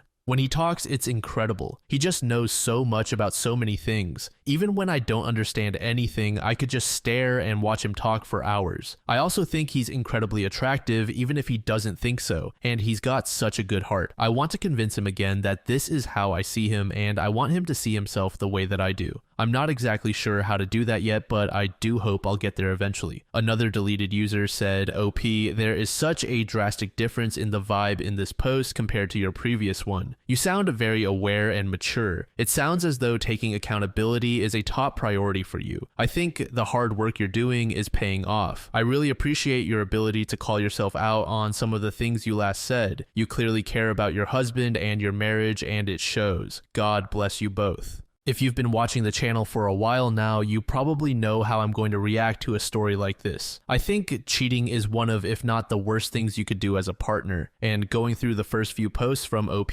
really irked me. OP seemed to not understand what she had done. My honest opinion is just leave the guy alone. This story was created in the True Off My Chest subreddit by a user named FreeRiver3388. The post is titled, I had a baby as a result of an affair, and now his wife is reaching out to me. I, F26, had an affair with a married man, M42, a few years ago. I had no clue he was married when we first met and hooked up. I obviously looked him up on social media, and while he did have photos of his kids on there, there was absolutely no mention or photos of a wife at all. I found out that he was married about a month after we first got together, but he told me it was just a marriage on paper and that they basically lived separate lives and agreed to remain married for practical purposes until the kids were older. They owned a business which she really ran and he was just financially involved in. I knew at the time that I probably shouldn't believe him, but I convinced myself it was true. I was in my early 20s and so attracted to him and I guess almost infatuated with him. He made me feel so good. I know now that I should have ended it immediately, but I didn't realize what I was getting myself into. I was addicted to all of the attention he gave me, the great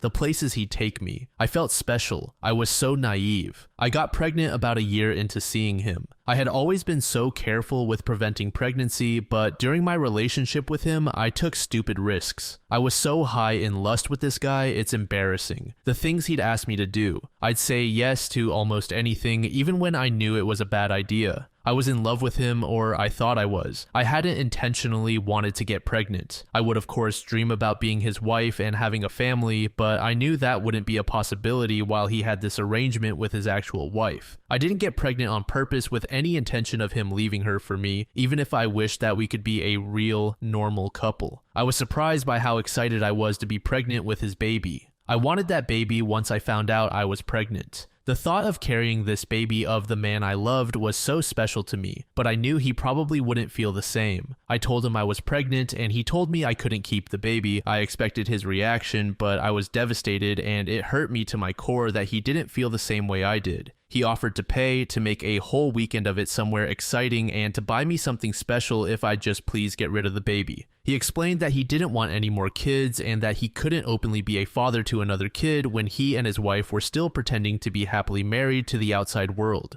I agreed to do what he wanted, and we made plans for him to pick me up and find somewhere out of town to go get it done. I was all packed the night he was going to pick me up, but I started to feel really scared and really unsafe about the whole thing. I took my bag and checked myself into a hotel to hide because I couldn't go with him. I texted him to say I promised to never contact him again and to never name him as the father or go after child support if he'd promised to leave me alone. At first, he tried to sweet talk me into doing what he wanted. When I didn't cave in, he said some very nasty things to me and that I essentially better never contact him again or show up at his door. I have a 2-year-old now. At times it's been difficult, but overall we are thriving as best we can. I have kept my word about not naming him as the father or requesting child support. His wife contacted me on social media. Well, she's his ex-wife now. She wants to talk to me. She found out about me and told me that she divorced him 6 months ago. She wants her children to know their sibling and for my child to know his siblings. That's weird to me. I haven't responded back to her yet. I am unsure about how to approach this. How do I respond to this? I wonder if I'm being selfish by not exploring an option for my child to know his siblings, if she's being genuine about that. If I was married and my husband fathered a child outside of our marriage, I don't think I'd feel the same that she does.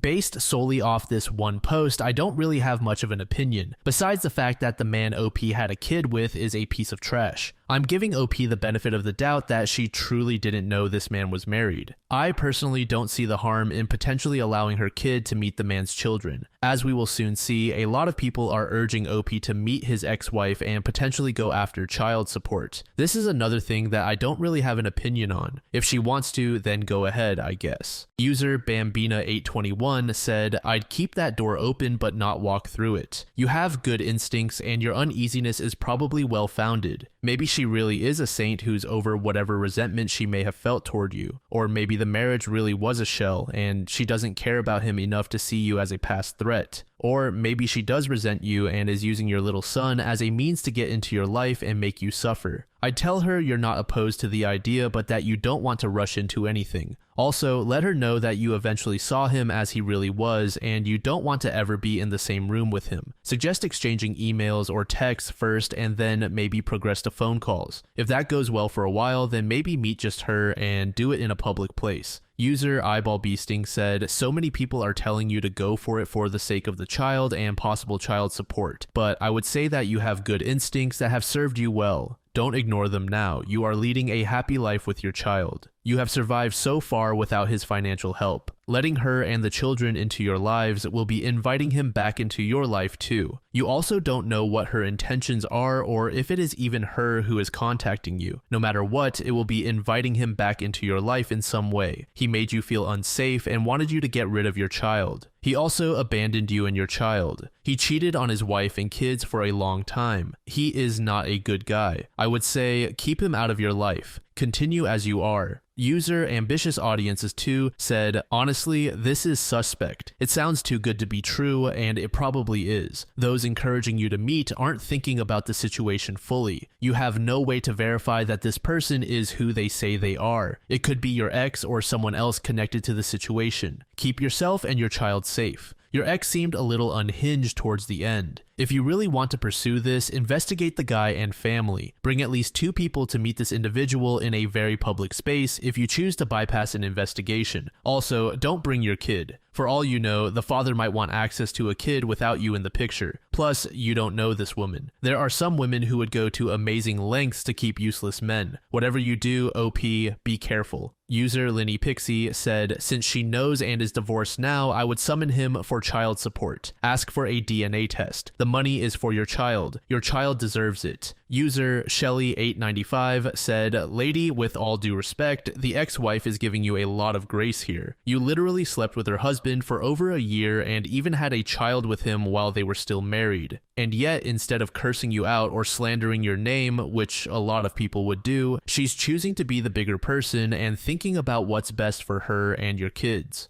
She wants to give your child the opportunity to have a relationship with his biological siblings, and you don't want to do it because what? You're scared you're going to hear some harsh words. How about you do what she's trying to do and put your kid first? I don't have to tell you how selfish it was to have an affair with a married man, so please don't extend this selfishness to your child and deprive him of having more family and people who love him. A few weeks later, OP provided an update. I made a post 3 weeks ago and things have only gotten stranger. I had an affair with a married man a few years ago. I regret it and I will never do anything like that ever again. I knew it was wrong from the very beginning, but he captivated me. I was naive. I allowed myself to believe him when he told me they were pretty much just married on paper for the sake of their kids. I got pregnant and while he tried to talk me into getting an abortion, I ultimately decided to keep the baby. I have a 2-year-old little boy now. I promised this man that I wouldn't expose our affair and I wouldn't formally identify him as the father or request child support. I did that because he was becoming very nasty about the whole thing, and I felt like due to the mess that I had created and the way I felt by the end of it, a clean break with no involvement with him would be the best thing for everyone. I moved back to where my family is, hundreds of miles from where he and his family live. About a month ago, his ex-wife reached out to me via social media claiming they had been divorced for 6 months and that she wanted our children to be able to know each other. Now, their kids are teenagers, so I didn't really think they'd want anything to do with the toddler and the woman their father was having an affair with. It seemed odd to me. After posting here, I sort of decided that I wouldn't respond to her. I'd just ignore it. She just sent me the one message, so it wasn't as if she was badgering me about talking to me or meeting me. On Friday night, I decided to message her. I don't really know why. I think it was really just for my sake, so I could have the chance to apologize to her. I told her that I would be more comfortable speaking with her face to face since I couldn't trust that it was really her. She said she understood. I was too nervous to meet her in person, but we did a video chat. I didn't know what to expect, if this was all a ploy just to unleash her fury on me or what. I mean, I deserve that. She wouldn't be wrong to feel that way. It was really her. She told me she discovered our affair when she found communications between the two of us after our relationship had ended. She told me I'm one of many women he had affairs with over the years, and she knew about somebody even before he met me, but she didn't divorce him at the time. Finding out about my child was the final straw for her. I told her I was sorry for my relationship with her husband and admitted that I knew he was married. She graciously told me she forgives me and that while she harbored a lot of anger towards me initially, she ultimately blames her husband. I'm not blameless, but she chooses not to hate me, essentially. She said she couldn't have said this 6 months ago or a year ago when she first found out about me, but she has moved past that. She still has anger toward him in addition to many other emotions surrounding him. She started pouring out her heart to me about their 20+ year marriage and life together, and it was very awkward because what do I even say?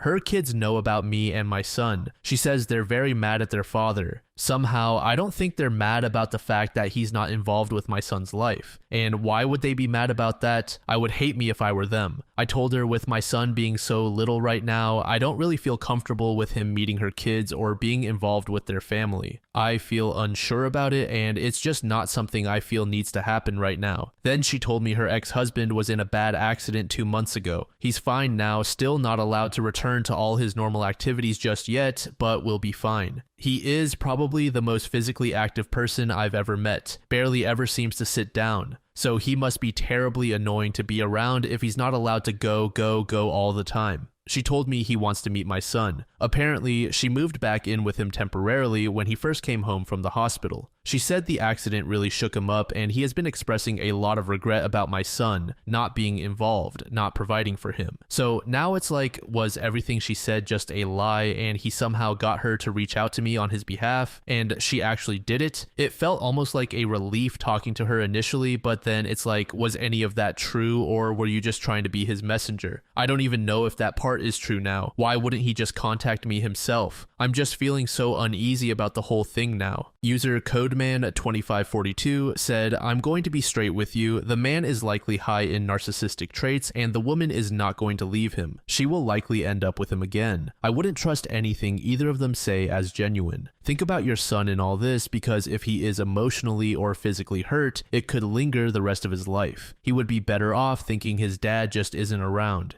A deleted user said, you have every right to be suspicious of their motives. I think you should end the conversation/interaction with them at this point. I think it was good you got to meet his wife and hear her side of things, but I don't think it's a good idea to do anything else. You can certainly acknowledge it to them and thank them for the offer to meet or whatever, but you both need to move on. He sounds like a real piece of garbage, by the way, and I wouldn't put it past him that this is just another manipulation. Who knows if he even was in an accident. Please spare me the sob story. Just end it here and focus on raising a good son who won't do this kind of thing to someone else. User Jamiroquai said, what a manipulative man. I can't imagine being this woman. He had a free pass to clean his hands of you, but that wasn't what he wanted, and he made it his doormat wife's business to lure you back into his orbit, so ultimately he can try to win you over again because for whatever reason, she lets him cheat in peace.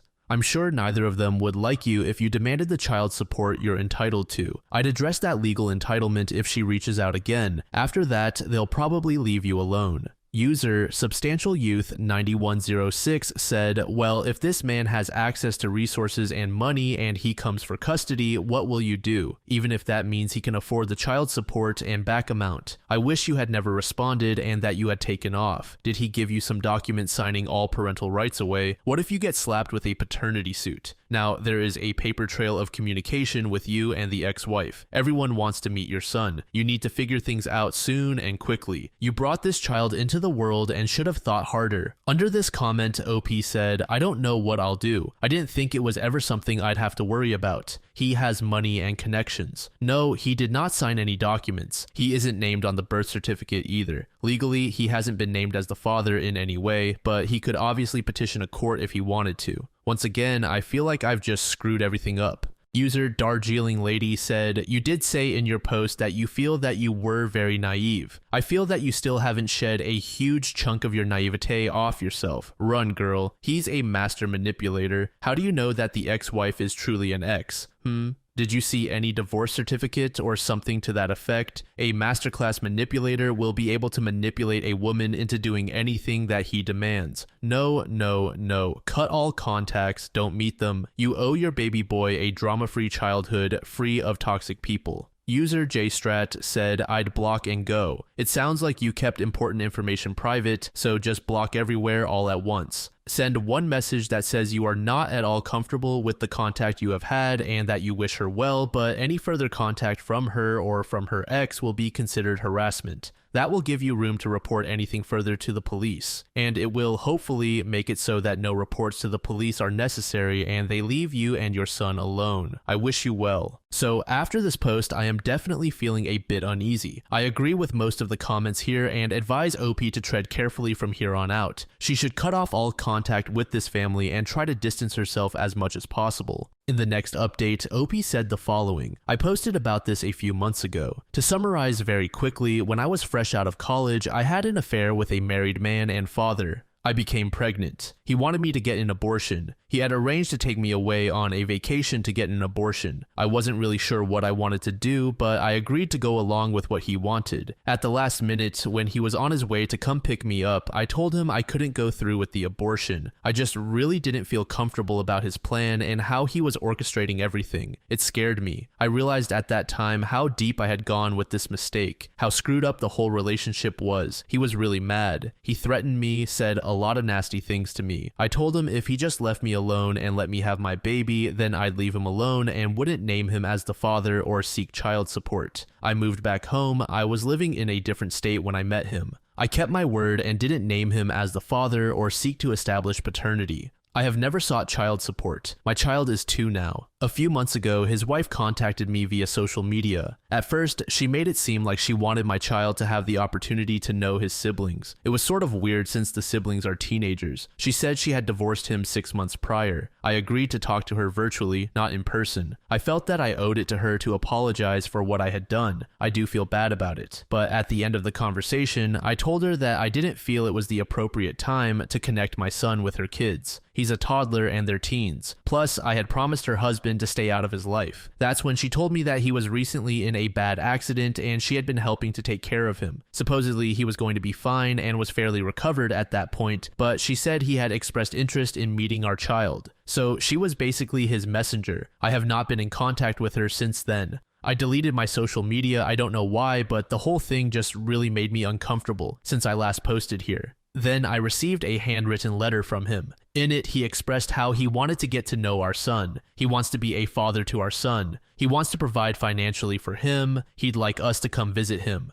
He asked me to sign a paternity affidavit. I refused to do so. I know he is my son's father, but I'm not going to make this that easy for him. After the things he said to me and threatened me with, he at least has to work for this. At that point, my parents felt that we needed to meet with a lawyer. All communication from me has gone through a lawyer. I have never responded to him personally or directly. Now, I have a court order for paternity. I have to present my son to have a specimen taken tomorrow. I already know what it's going to say. It's not that I don't want my son to have a dad in his life. It's just the whole situation is a mess, and he lives a few states away from me. I don't know what to do. I can't really do anything. He's doing things legally. Next, I'm sure he'll petition for some form of custody or visitation. He's not married anymore, supposedly, but he's a lot more established than I am. He has considerably more financial resources. I also know he has all sorts of connections where he lives. Luckily, they don't hold as much weight here in my state, but it's still so scary to me. I'm a bad mom. I brought my son into this world knowing it was a messy situation. I just got so comfortable with it just being the two of us, and now I don't want to give that up.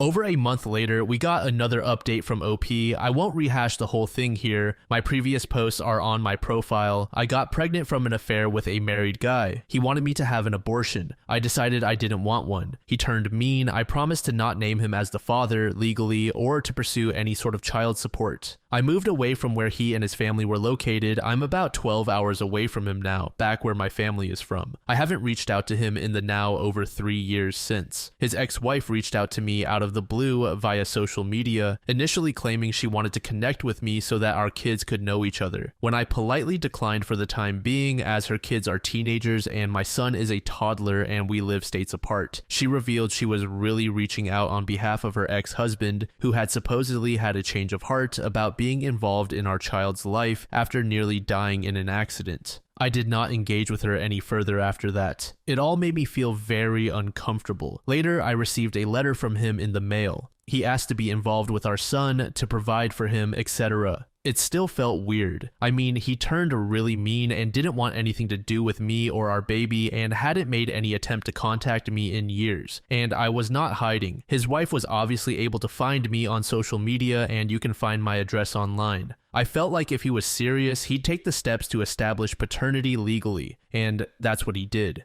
Around 1.5 months ago, we were ordered to submit DNA samples for a paternity test. It took around 5 weeks to find out what I already knew it'd say, but now things are stalled for another several weeks for the next step in the court process. I haven't talked to him at all during this whole thing. I didn't respond directly to his letter. I do have a lawyer, and everything is basically going through him now. Then, without any warning, he just showed up at my home last weekend. Just knocked on the door like it was nothing.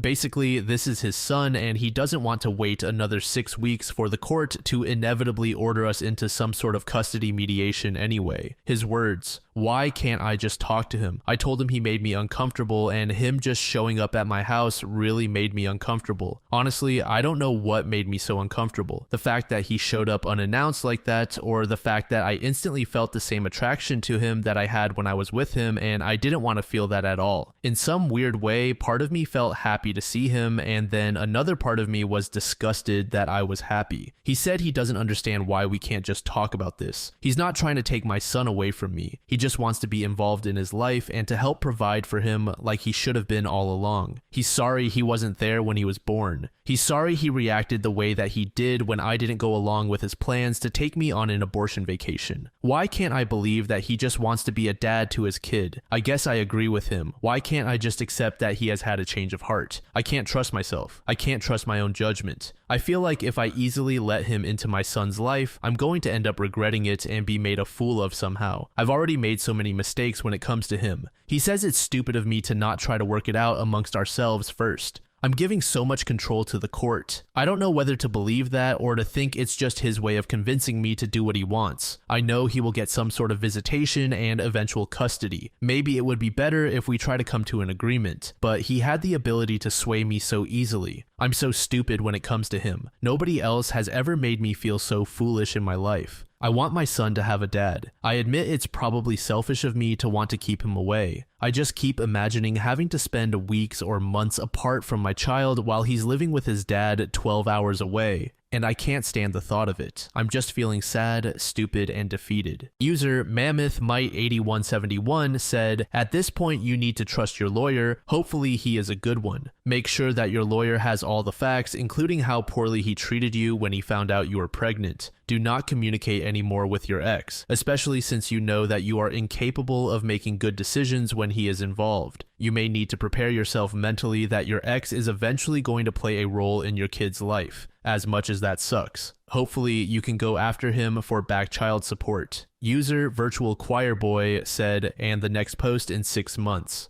My child's father, who abandoned me when the child was born, has now petitioned for full custody because he has a wife and I don't have a husband. Be afraid. Be very afraid. I get that you want the Hollywood movie ideal, but sometimes that push for the ideal will make you ignore the sea of red flags. If nothing else, document all of this. If you have any receipts from the affair, add those to the documents too. If I had to guess, the wife is experiencing a bit of empty nest adjacent emotions but doesn't want to go through childbirth on her own, so she is pressuring you to try to get yet another stab at early motherhood. User Heart-Shaped C said, so I was in your exact same position 13 years ago. The guy I got pregnant by turned out to be married, threatened me over not having an abortion. In my case, I got him legally on abandonment and my husband adopted him. If he had come back before then, I would have made him take every step required by law. It's been 3 years. He doesn't just get to show up one day and expect you to believe that he's a different person now. He still has to prove himself, even if he doesn't want to wait. He ditched the kid for 3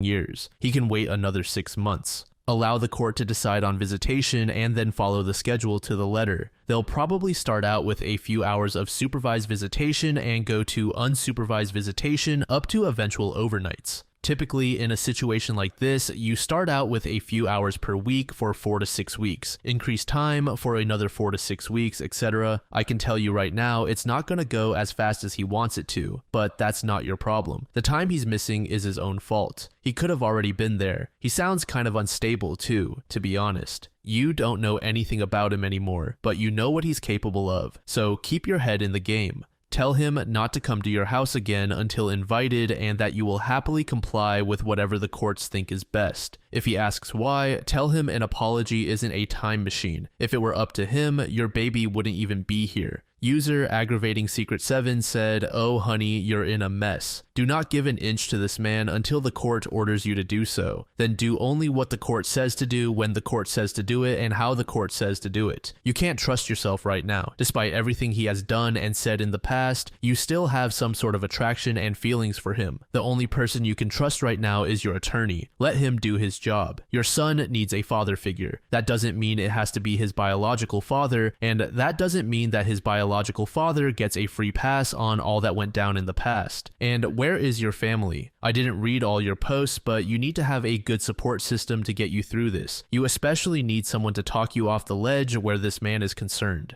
In the next update, OP said, since the last time I posted, we've recently had a mediation session and he's met our son twice. At this time, he will have supervised visitation with me present. Because he lives states away, he is required to come here to see our son. It will not be on a weekly basis due to the travel. He will see him during 2 weeks of the month, 2 times each week, for a total of 4 visits a month plus 2 video calls a month. This will last for 6 months. The next step will be for him to continue that schedule, but to have unsupervised visitation, during which he cannot remove him from the area for another 6 months. After a year, we agree to have another mediation session to determine the next steps, with the goal, his goal, of being able to have my son at his home for short overnights. I'm not even ready to discuss that. He's already suggesting I can come for the first few times. I don't like the sound of it at all. We also have the option to request another mediation before 1 year, and something tells me he's going to pull that. I also have an order for child support. While he is in agreement with paying child support, it will have to work through the court system before becoming official, and for me to start getting the regular payment. He wrote me a large check in the meantime. I was hesitant to accept it. Not that I don't think my son deserves it, but now I'm just always worried I'll say or do the wrong thing legally, completely unknowingly, and shoot myself in the foot. Like, am I obligating myself and my son to anything by accepting this check? Can he somehow spin this against me? Of course, he was not in favor of the 6-month split plan, and while he does understand that my son should not just go off with a stranger upon first meeting him, he wishes we could speed it along a little more, but 6 months was what we were able to agree on. He wanted to fly us both to where he lived so he could spend a week or 2 getting to know our son, but I don't feel that's appropriate at this time. Perhaps in a few months or around the holidays, depending on how things are going. It would be too much too soon. The initial 2 meetings went pretty much just as I thought they would. My son is extremely shy. He wanted to hide behind me most of the time. Then when he would venture out from behind me, as soon as his dad would say anything to him, he would scurry back behind me and just stare at his dad blankly without saying anything. He came out of his shell a little bit. However, he has still not said a single word to his dad. He just pretends like his dad isn't there and only talks to me. I will say that his dad is being patient and understanding as far as that goes. If he's frustrated, he's not showing it. He did suggest that maybe our son needs to get out more, go to daycare more, or even preschool, instead of spending so much time with me and my parents. He's very delighted with how much our son looks like him and how much he favors him over me. The one thing that did bother me is that I already told him I wanted to be very careful and mindful of how we informed our son, this little barely 3-year-old boy, that this man/complete stranger is his dad. He said, "Sure, yeah." Then at the first meeting, he introduced himself as Dad. Since then, I've been trying to help my son understand. Like, you know how your grandpa is my daddy? This guy is your daddy. It's so surreal to me that any of this is happening. I feel like I'm waiting for the other shoe to drop. I'm waiting for something to blow up in my face. Now, it's just working on accepting our new reality. All of this change is hard and confusing for my son, and it's hard for me. Unless he really messes up, I'm looking at eventually shared times with my son spending school breaks and holidays at his dad's house, hours and hours away in another state. It won't happen tomorrow, but it will happen in the most likely reality. I just hope he stays committed. If he can be a good dad to my child, then my child deserves that, no matter how sad sharing him makes me. If he breaks my son's heart, that'll be another story, and I won't accept that so readily.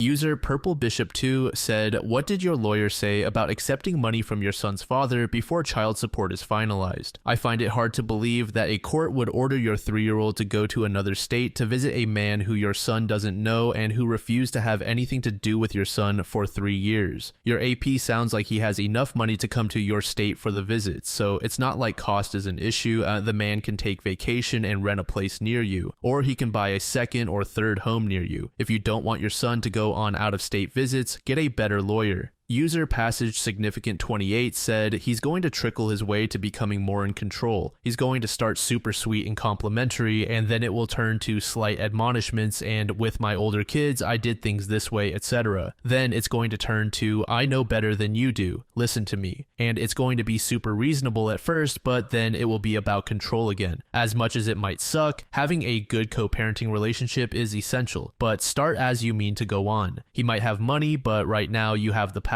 He took years to want to be in the child's life, not to mention his behavior before. I would be civil and impersonal with him. Use those state CPS apps to communicate about your kid. Stay away from personal communication and reminiscing about the past. Keep it courteous, but not how you would behave with a friend. You have to be vigilant and remember who he really is. He is more than the man who seduced you into an affair and acted lovingly. He's the man that wanted to force an abortion. He's the man who cheated on his wife, the mother of his children. He's the one that stalked and harassed you. It's not about forgive and forget. He doesn't appear to be a changed man either. He's opportunistic and you need to be careful. The most recent update was made about 2 weeks from the time of this recording. It's been 3 weeks since I last posted and just over a month since our new visitation arrangement started. I've seen plenty of people here talking about how dumb I am. I don't really understand. What am I doing that's so dumb? I know it was dumb to have an ongoing year-long affair with a married man. It was stupid to put myself in a position where I could likely end up pregnant. That was in the past. What am I doing now that's so stupid? I have a lawyer. Yes, I agreed to talk to his wife one time. How was I to know she was just doing his bidding? Who would have thought that was the case? It's not even like I went to meet her in person somewhere. It was just a video call. I figured I at least owed that to her, just one time and a chance to tell her I was sorry for what I did. But ultimately, it felt off and I protected my son by telling her I didn't think it was appropriate at this time for me and my 2-year-old to travel to another state to meet her teenage kids. It's not as if talking to her opened the door for him to reach out to me. I was careful with what info I shared with her. It's not as if I told her my address. He didn't need her to gather that info from me. Me talking to her isn't what prompted him to contact me directly and establish paternity. When he reached out to me directly about wanting to be involved with our son, I didn't reach out to him and decide to discuss things directly with him. I got a lawyer. When he showed up at my house, I didn't let him inside. I put my son in his room so he didn't eventually see our son or have access to him. I'm listening to my lawyer. I met with him in a mediation and I am trying to make careful decisions for my son.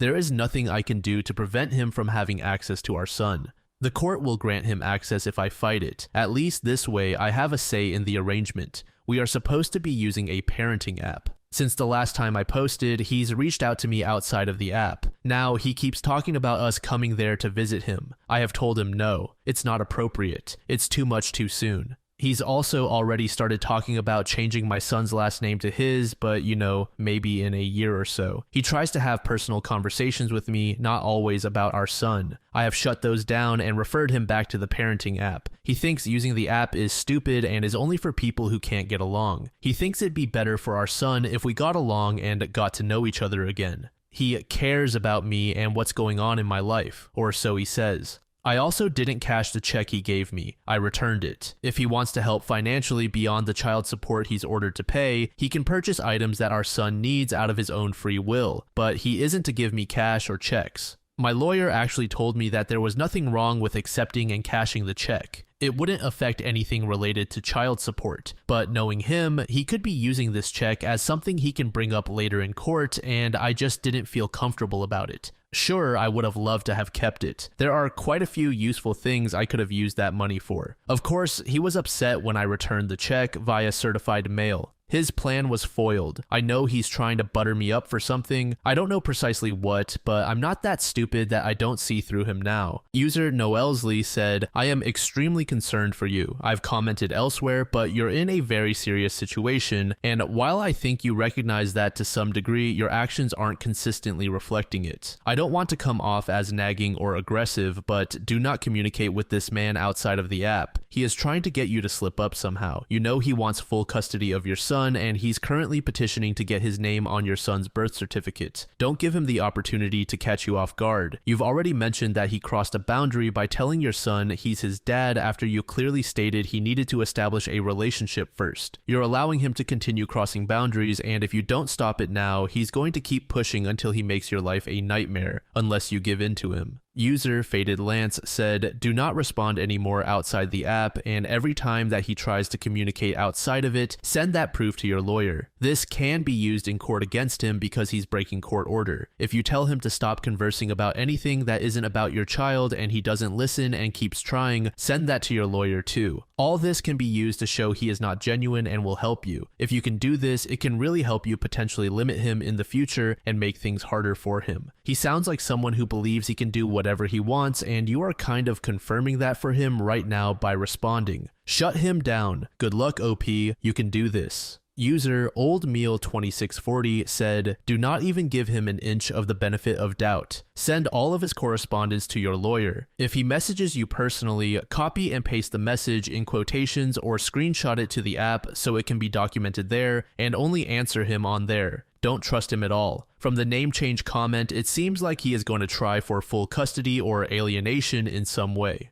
User Eli Siav Knox said, listen, unlike many people here who are probably giving you a lot of grief for having a kid with a married man, I'll say this. This isn't why you're currently being called dumb. It's because you underestimate the severity of having your kid taken from you by allowing him to talk to you outside of the agreed format. He's going to get you to say something stupid and then use that to paint you as an unfit mother. The fact that you're not grasping this is why they're calling you dumb. This story was created in the True Off My Chest subreddit by a user named Expensive Concept 152. The post is titled, My ex-husband who cheated on me with my sister emailed me after 6 years. My ex-husband who cheated on me with my sister emailed me after 6 years. I, 33F, met my ex-husband, Dan, 40M, almost 15 years ago at a restaurant when I was celebrating my 18th birthday. He was really nice, charming, and mature. He made me feel loved and special. For some context, I grew up in a dysfunctional family. My mom and dad used to always fight. My dad would sometimes go out and not come back for months. He died when my sister Abby, 25F, was born. My mom was way too fond of Abby since her birth rather than me.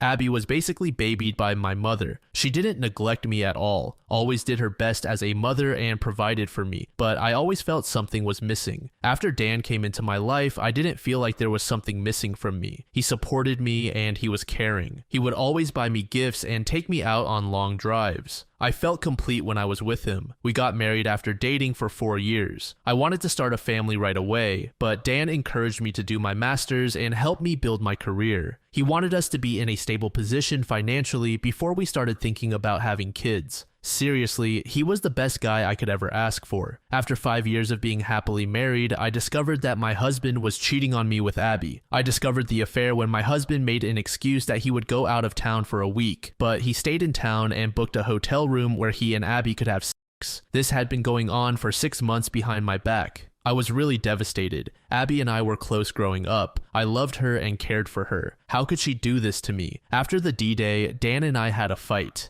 I asked how he could do this to me, that too with my sister who just turned 19. He said he didn't love me anymore, that I didn't give him enough attention, that I am not the same girl he fell in love with. Amidst this mess, I discovered that I was pregnant, but due to the stress, I lost the baby. He didn't even care enough to visit me at the hospital when I lost our child. He was having a weekend getaway with my sister. I should have seen the signs. Abby would always be touchy with Dan. Dan would sometimes stare at her, but it is still very disturbing for me. My mother, as usual, took Abby's side and told me to just make peace with it. I wanted to kill myself because I had no one left. I lost my child and my husband, my whole family. Then my best friend Tina, my savior, came to my rescue. She was moving to another state and asked me to come with her. I said yes. I was already divorced at that point and we lived in a small town, so I would obviously run into my ex and my sister. It took me a while to settle into my new life in a different state, but I met some kind people there. It helped me heal some trauma. I still have trust issues. I met my now husband Tony, 32M, after 1 year of moving to the new place. I was really hesitant and kept my guard up, but he showed me that he is trustworthy and loves me a lot. I was so happy with him that I almost forgot about the life I had back in my hometown. His parents were really welcoming and generous people. We got married a year ago. I am now pregnant with our first child. Yesterday, I got an email from my ex, Dan. It just brought back all the bad memories. I am just paraphrasing his email. He mentioned that he misses me. He tried to find me, but couldn't. He is very miserable with my sister. She is very dumb and doesn't care about him like I do. I used to bake him a cake and throw birthdays for him, but Abby only texted him happy birthday and didn't even bother to buy him a cake. Plus, she is very rude, she doesn't respect him, and she is always at the bar with her friends. He also mentioned that she has cheated on him 5 times already. The last affair was with his cousin. Our mother also doesn't stop her. He will soon file for a divorce, but lately, he has been missing me a lot. He wants us to try again as a couple. He wants us to become a family just like before. Since I do not have social media except for Instagram, which is private, he probably doesn't know that I am married and I have a baby on the way. I don't know if I should feel pity for him or just laugh because the grass on his side is very brown rather than green. Update. I just wanted to say thanks to all of you who messaged and showed me support. I have decided to send him an email and be done with it. It goes like this. Dan, I am sorry to hear that you are suffering, but there is no way I would be with you. Yes, there was a time when I used to be that girl who would have taken you in a heartbeat, but that girl is not there anymore. That girl died the day I had a miscarriage and you were somewhere shacking up with my sister. I called you, but you never picked up. I am married to a wonderful man who loves me and cherishes me. I am also pregnant with our first child. I am beginning this new chapter of my life with someone I love and care deeply about. So please do not contact me ever again. You made your choice. You chose my barely legal sister over me. I do not care if she cheats on you or doesn't respect you. Someone like you doesn't deserve loyalty and respect anyway. I have left my old life in my old town. It will be best for you to move on and have some self-reflection. You are just a deeply insecure man who is getting old and thought having a young woman would be good by your side. Goodbye. Update 2, a lot of you have been asking me what he replied. Well, he replied within an hour of me emailing him. He said that he was stupid enough to believe that I would still wait for him. And he said he would always wait for me because no matter what, I will always be his baby doll. I cringed hard. He used to call me that, but now it feels repulsive. I also got an email from my mom and my sister. My mom just congratulated me and was excited that she is going to be a grandmother. And my sister also did the same and said she will be the cool aunt. I cannot believe believe these people. They forgot how they treated me when I needed them and, moreover, betrayed me. I cried for a long time because I've been reading your comments, and it seems like my sister and I were groomed by that man. I feel so stupid. I know I shouldn't be mad at my sister, but she was old enough to know it's bad to have an affair with a married man, especially someone who is your sister's husband. I blocked all of them. I am 5 months pregnant already. I don't need more stress. God bless my husband. He comforted me when I cried and later took me out for ice cream. I hope I can move past this. After a little while, OP provided an update post. It said, I am cooled down now. I think I can make a more elaborate update. Thanks to everyone who has shown me support. I needed it. The email from him, my ex, just struck me like a train. I had flashbacks of everything he has done to me. I think you guys deserve a detailed update. After I sent him the reply mail, he emailed me within an hour with the thing I said in my update 2-part. A few hours later, I got 2 other emails from my mom and sister. They sent them to my old email address that I hardly use now. I don't know how they knew about my pregnancy. I try to keep a low profile. I still haven't posted my baby bump pics on social media or made any announcements. I only have Instagram to follow my friends, but it just scared me. I broke down crying on the spot. Luckily, my husband Tony was around. He held me and put me on the couch. He knows everything about me. I never hid anything from him. I was a little bit scared that my mom and sister would find me. He reassured me that I am hundreds of miles away from them. I mean, we are on the opposite part of our country. He took me out for ice cream to comfort me. It took 2 ice cream cones to finally calm me down, lol. I told him about my concerns and that my mom and sister might demand to see my baby. It's a girl. He told me he would talk to his uncle, who is a police officer, to be on the lookout for them. Even if they come here and force themselves on us, he would fight for it. He is going to consult his lawyer friend about this matter, and he told me not to worry about my ex. He cannot harm me anymore. My husband even made a joke that he would move countries if he had to. Lastly, someone in my post commented that I should alert the daycare about my mom and sister in case they try to steal my baby. Well, we aren't planning to put her in daycare. Even though I am currently working, I decided I would quit my job and look after my baby and focus on healing from giving birth. I do have a good amount of savings in my personal bank, and this is my own decision. I will go back to work when our little princess is a little bit older. My in-laws are amazing. My Mill and Phil live nearby. They are both good people and offered to help with my child. Also, don't worry, apart from my in-laws, I have a good support system too. Tina and her wife Jenny basically adopted me, ALOL. They are really good people and always help me. I don't know what will happen in the future, but at least I am surrounded by some good people that I never had growing up. Now, I will take my leave and enjoy my husband pampering me. If something big happens, I will keep you guys updated, and my ex, sister, and mother are all blocked. User Bicycling Babe said he thought she would wait. He thought she would wait for his stupid ass to stop fucking her sister and come back.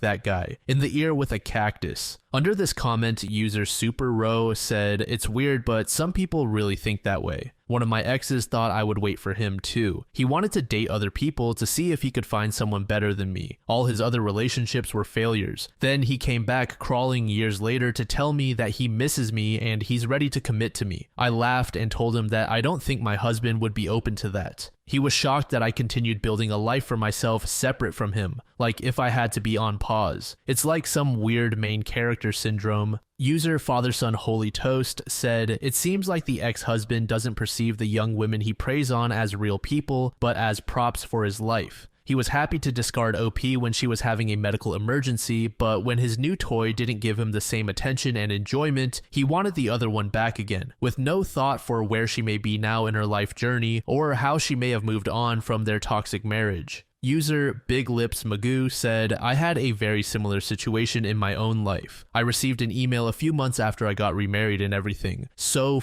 similar, except I didn't lose my baby. We moved about 600 miles away too. I just didn't respond to the email. I didn't say a word back. It's been about 8 years since that email, and the sheer joy I get whenever I think about it floats my petty balloon until I think about it again. It was 100% the right move not to even respond. It's the gift that keeps on giving. I'm still married and very happy. He adopted my kids, including the baby I didn't lose. We had 2 more and adopted 1. Now we have 6 kids and a crazy but extremely fulfilling and loving life. He can't find us, even if he wanted to. I don't even check that email address anymore, so if he sent anything else, it also went unanswered. And that baby he abandoned will be 14 next month. She's so incredibly beautiful. She's funny, smart, plays the drums, and skateboards. She has the most beautiful thick ringlet curls in her hair and eyes so dark they verge on black. She has the most perfect dimples in each cheek. She's truly a beauty, but her personality shines even brighter. She calls me her best friend and looks so much like my husband that people think she's biologically his, except her stank face. Then she looks just like me. I definitely won in my situation. I hope OP ends up winning in hers too.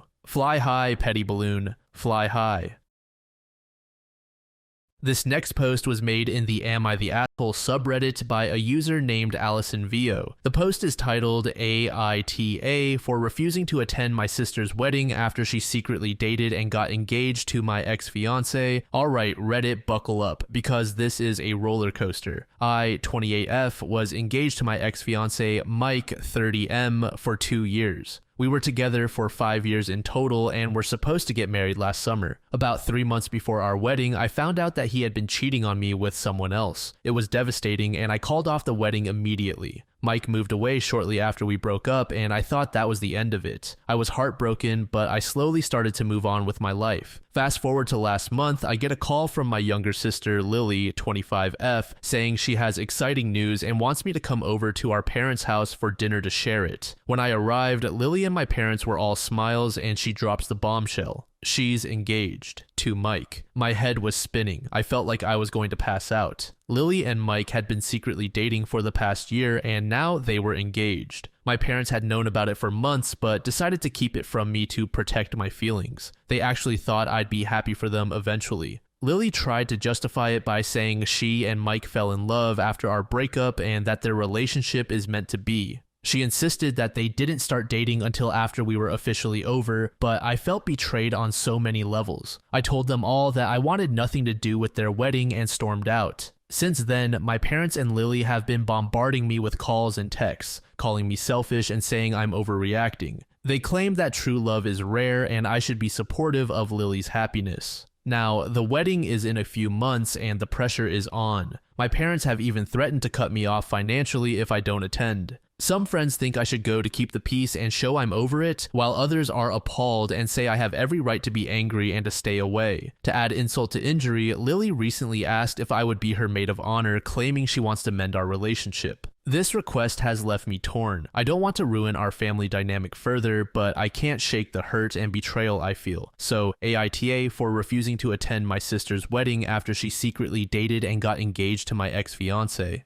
User Owls and Cardinals said NTA. The timeline here seems somewhat questionable. You were supposed to get married like 12 months ago, but broke up 15 months ago and they have magically been together for 12 months. I don't know, maybe, but have you considered the possibility that she is the one he cheated with? It's bewildering to me that all the adults in this situation accept all this without question and are putting the pressure on you to do the same. That's wild. It sucks to face the prospect of losing financial support, but you might be better off without the lot of them having much of a role in your life. They do not have your best interests at heart. I don't know if this is a new dynamic, if she's always been the golden child, or what. Even if I were to stretch my imagination and see this as a genuinely loving and healthy committed relationship between the two of them, you have not been treated with respect as their relationship developed. Your sister and parents really let you down, and they are digging themselves further into the hole by demanding you respond a certain way and by threatening and coercing you to comply.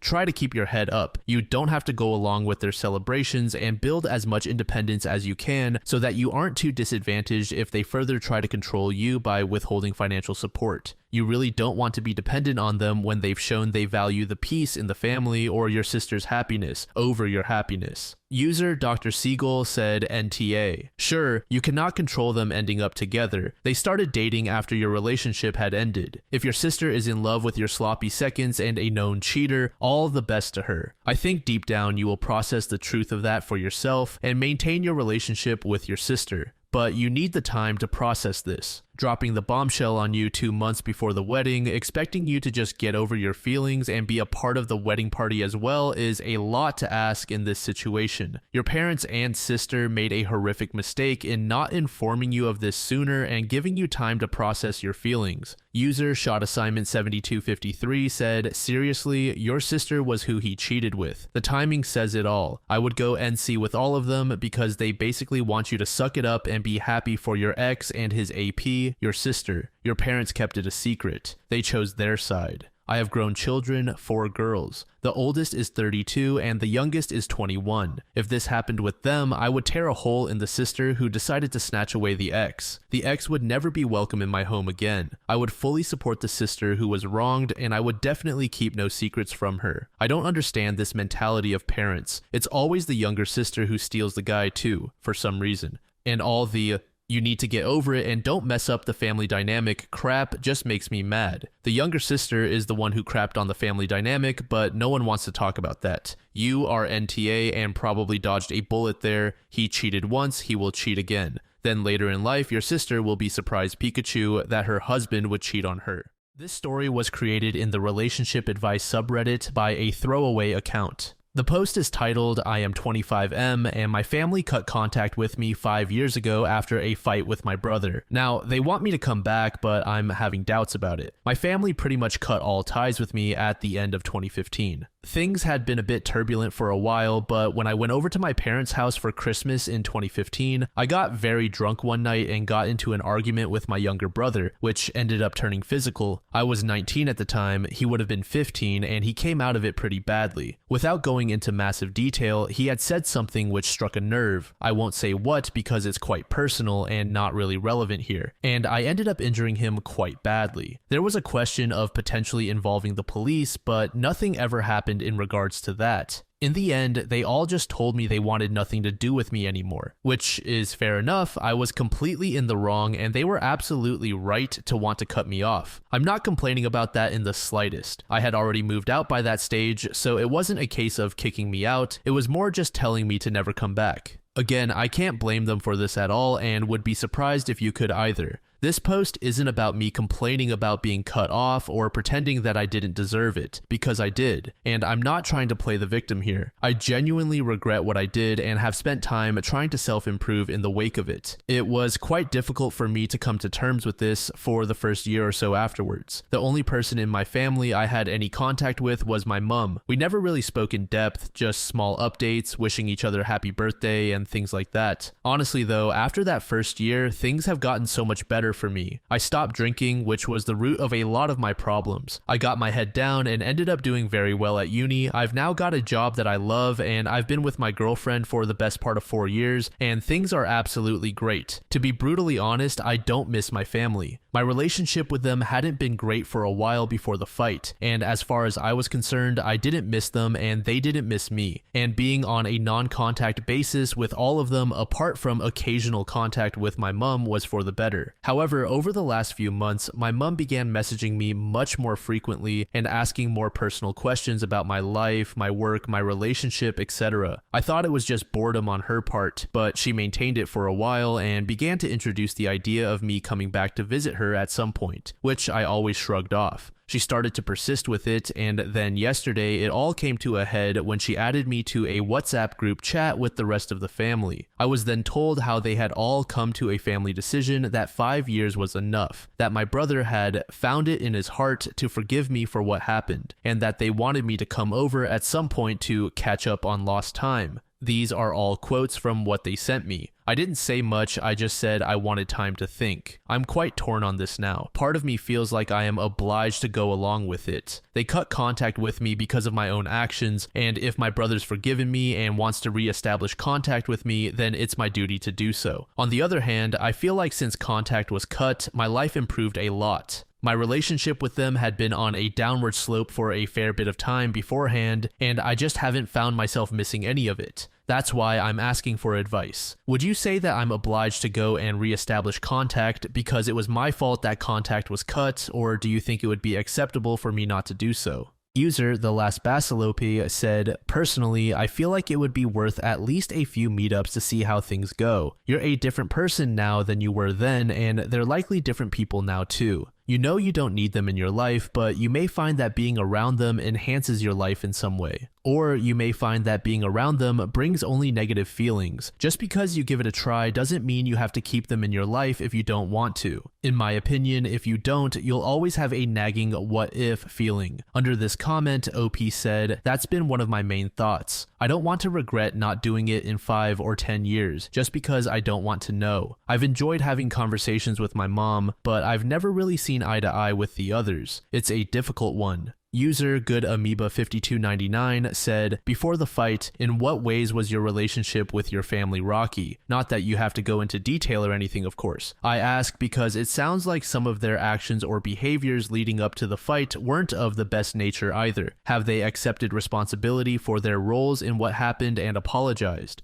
Or from their perspective, is this all 100% on you and you're the villain that they are graciously providing another chance to? Also, kudos for pulling yourself out of a bad situation. I know that that's extremely difficult to do. OP said the following in response to this comment, they were always quite overbearing when I was younger. You could say overprotective or repressive depending on how you looked at it. By the time I was about 15 or 16, they couldn't really stop me from doing things anymore, and I started doing things that went against their values, which caused friction, especially between me and my father. So, for example, they were strong believers in no sex before marriage, then I got caught with a girl when I was 16 and he barely spoke to me for about a month. They do probably see it as a gracious another chance. That's the impression I get from them at least. User RMM035 said, you're not obligated to re-establish contact with them, but also consider the fact that the last time you had anything to do with them, you were still a child.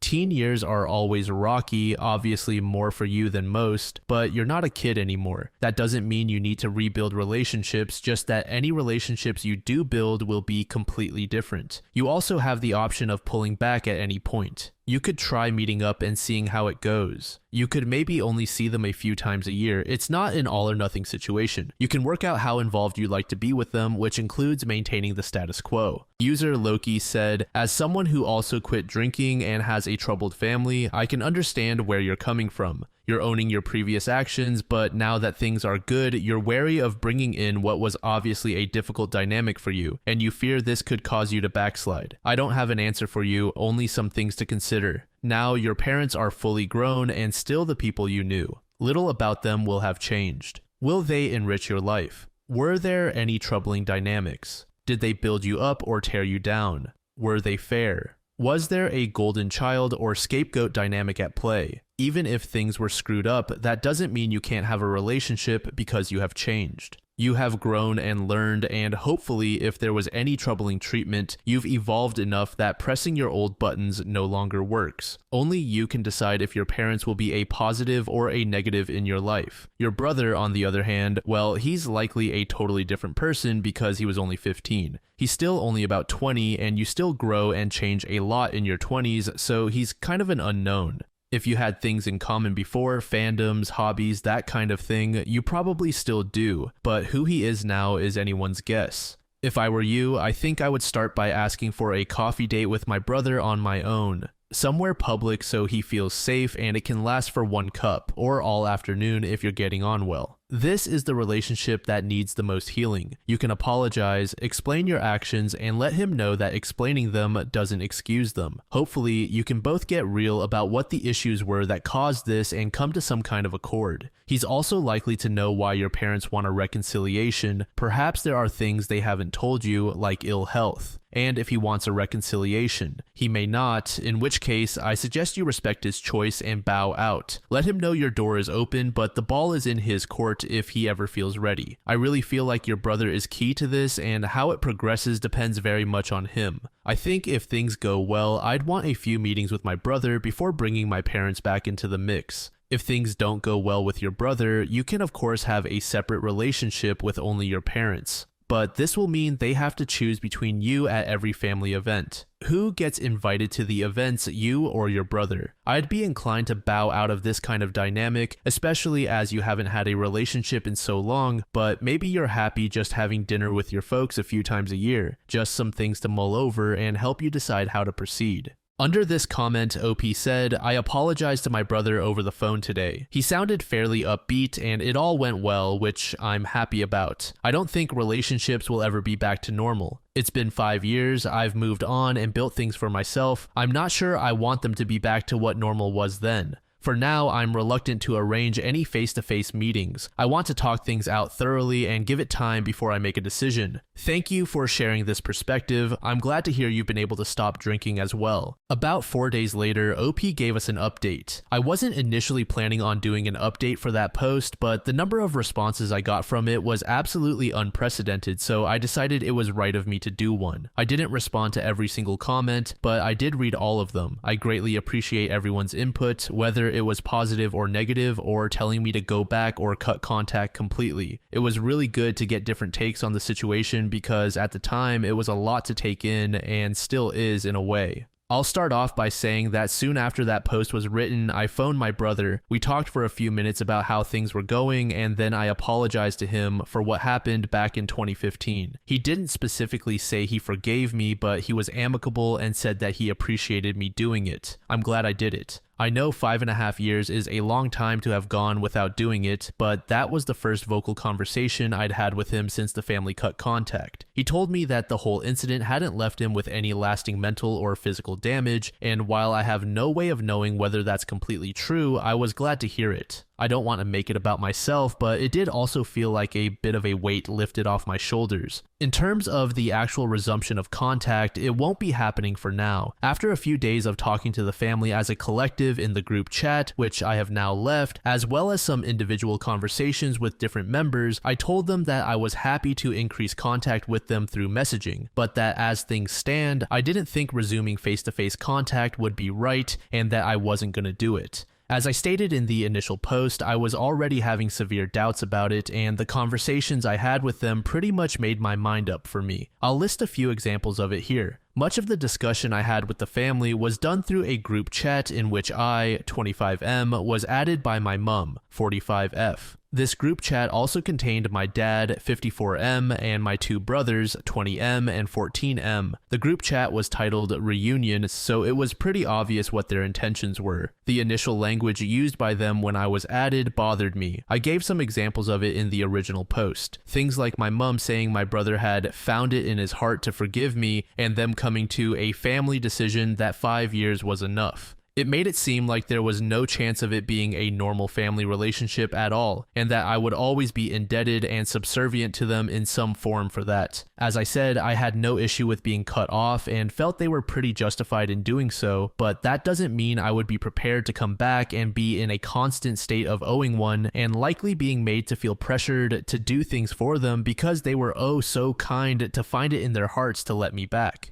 This sort of language continued throughout my being in that group chat. Some more examples were being told that I had lots of work to do if we wanted a normal relationship. Notice that they didn't say we. And I was also compared to the prodigal son multiple times by my very religious parents, which just made me think they were doing it for their own spiritual reasons rather than actually being interested in having me back as part of the family. The final nail in the coffin was that when I specifically expressed doubts about it, my dad said, "After all you did to us as a family, we've decided to let you back in," and then pretty much went on to tell me that I should be biting their hands off for the chance to make amends and that I was ungrateful for not doing so. I told them I was backing out of it pretty soon after that. A few of the replies to my original post asked if any of them needed an organ. I initially brushed this off as a joke, but after some of the conversations I had, I genuinely think it's possible that that's true. My girlfriend, 24F, is also a big reason why I was initially having doubts, and a couple of things that were said by my dad completely reinforced these. I 100% know that he would dislike her. not through any fault of her own, but mainly because he has some very old-fashioned views on women, and he's also quite racist. She is only half white, and when I was younger, my dad made it pretty clear that he didn't want me to date outside of my race. In the group chat, he described her as my exotic girlfriend and made a couple of very stereotypical assumptions about her based on her race, which made it pretty clear to me that he still found it wrong and abnormal of me to be with a girl who isn't completely white. If I resumed a somewhat normal father-son relationship with him, I'm almost certain that he'd try to interfere in some way and would, at the very least, encourage me to end things with her. It's not like I've only been seeing her for a month either. We've been together for almost 4 years and have discussed marriage, so she absolutely takes priority over the family. Those are the main reasons behind me choosing not to go down the route of face-to-face contact with the family. There are a few other things too, such as the fact that they seemed awfully interested in grandchildren who didn't even exist, and also that I suspected that it was all my mom's doing and that the rest of the family wasn't that interested. I'm fairly sure she was feeding the others lines. My 14-year-old brother was typing an awful lot like my 45-year-old mom, let's put it that way. With all these factors combined with my initial doubts about it, I made up my mind that I wasn't going to resume face-to-face contact. I messaged them telling them that while I did appreciate them trying to get me to do so, I just had too many doubts about it to go and start meeting with them face-to-face or going to their house. I did say that they all had my number now and were free to text me at any point if they wanted to talk, and then left the group chat. I know they've all read it because they've all been online since I sent it, but I haven't had a single message from any of them. To be honest, I'm not entirely sure if I ever will. And yet I can't really say I feel that sad about it. I'm glad I've apologized to my brother, and if that's the end of all contact with them, then so be it. It is what it is. My mom was contacting me every day in the months leading up to her deciding I should start seeing the family again. Now it's beginning to seem to me that she was doing so because she wanted me to return to them on my hands and knees, groveling and begging for forgiveness. Things certainly began to turn a bit sour when it became clear that I wasn't going to do that. Perhaps she sees it as the final betrayal and wants nothing more to do with me now. At the end of the day, I'm never going to pretend that they were for a second wrong for cutting contact with me. They did it to protect their 15-year-old son, and I completely understand it.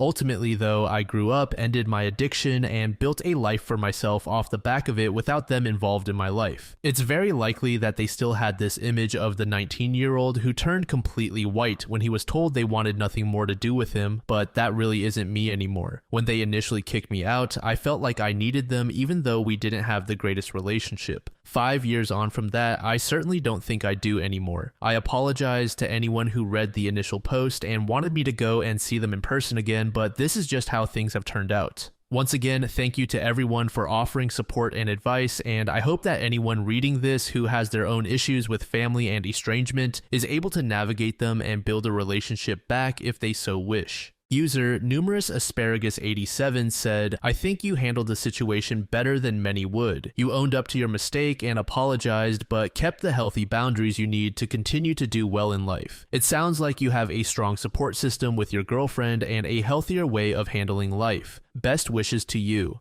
Under this comment, OP said, yeah, I'm honestly pretty happy with how things have panned out. Some people might think that's weird, but I like the way my life is right now, and I didn't want to risk bringing that down. Best wishes to you as well, my friend. User star 1014 flight said, I don't condone what you did to your brother, but honestly, it's good that you're away from your family right now. They're clearly not reconciling out of genuine want, but to probably save face or try and save you from yourself. They probably harbor some degree of guilt over cutting off their 19-year-old son. But with how your life is going and your relationship with your girlfriend and their racist views, it's best you stay away and just continue your life separately. You made the right choice. OP said, thank you. Yeah, I'll never condone it either. It was completely out of order. There are a lot of reasons why I think they might have tried to resume contact with me. It could be spiritual, it could be that their friends told them to, but whatever it is, I don't think it's that they want to have a relationship with me. I think it was the right choice in the end as well. User Mayreem said, in your first post, I got the impression that not only was your family severely toxic, but your drinking problem was partly fueled by them. I'm not surprised you didn't go to see them if I could pick that up out of a few paragraphs. Also, as a biracial woman, it wouldn't be fair to subject your girlfriend to your very racist, sexist dad when she is so deep in your relationship with no prior understanding that she would have to interact with him. I'm happy to hear you thinking of her in all of this mess too. One more thing, good for you on getting your closure, but ultimately this situation seems just as toxic as before.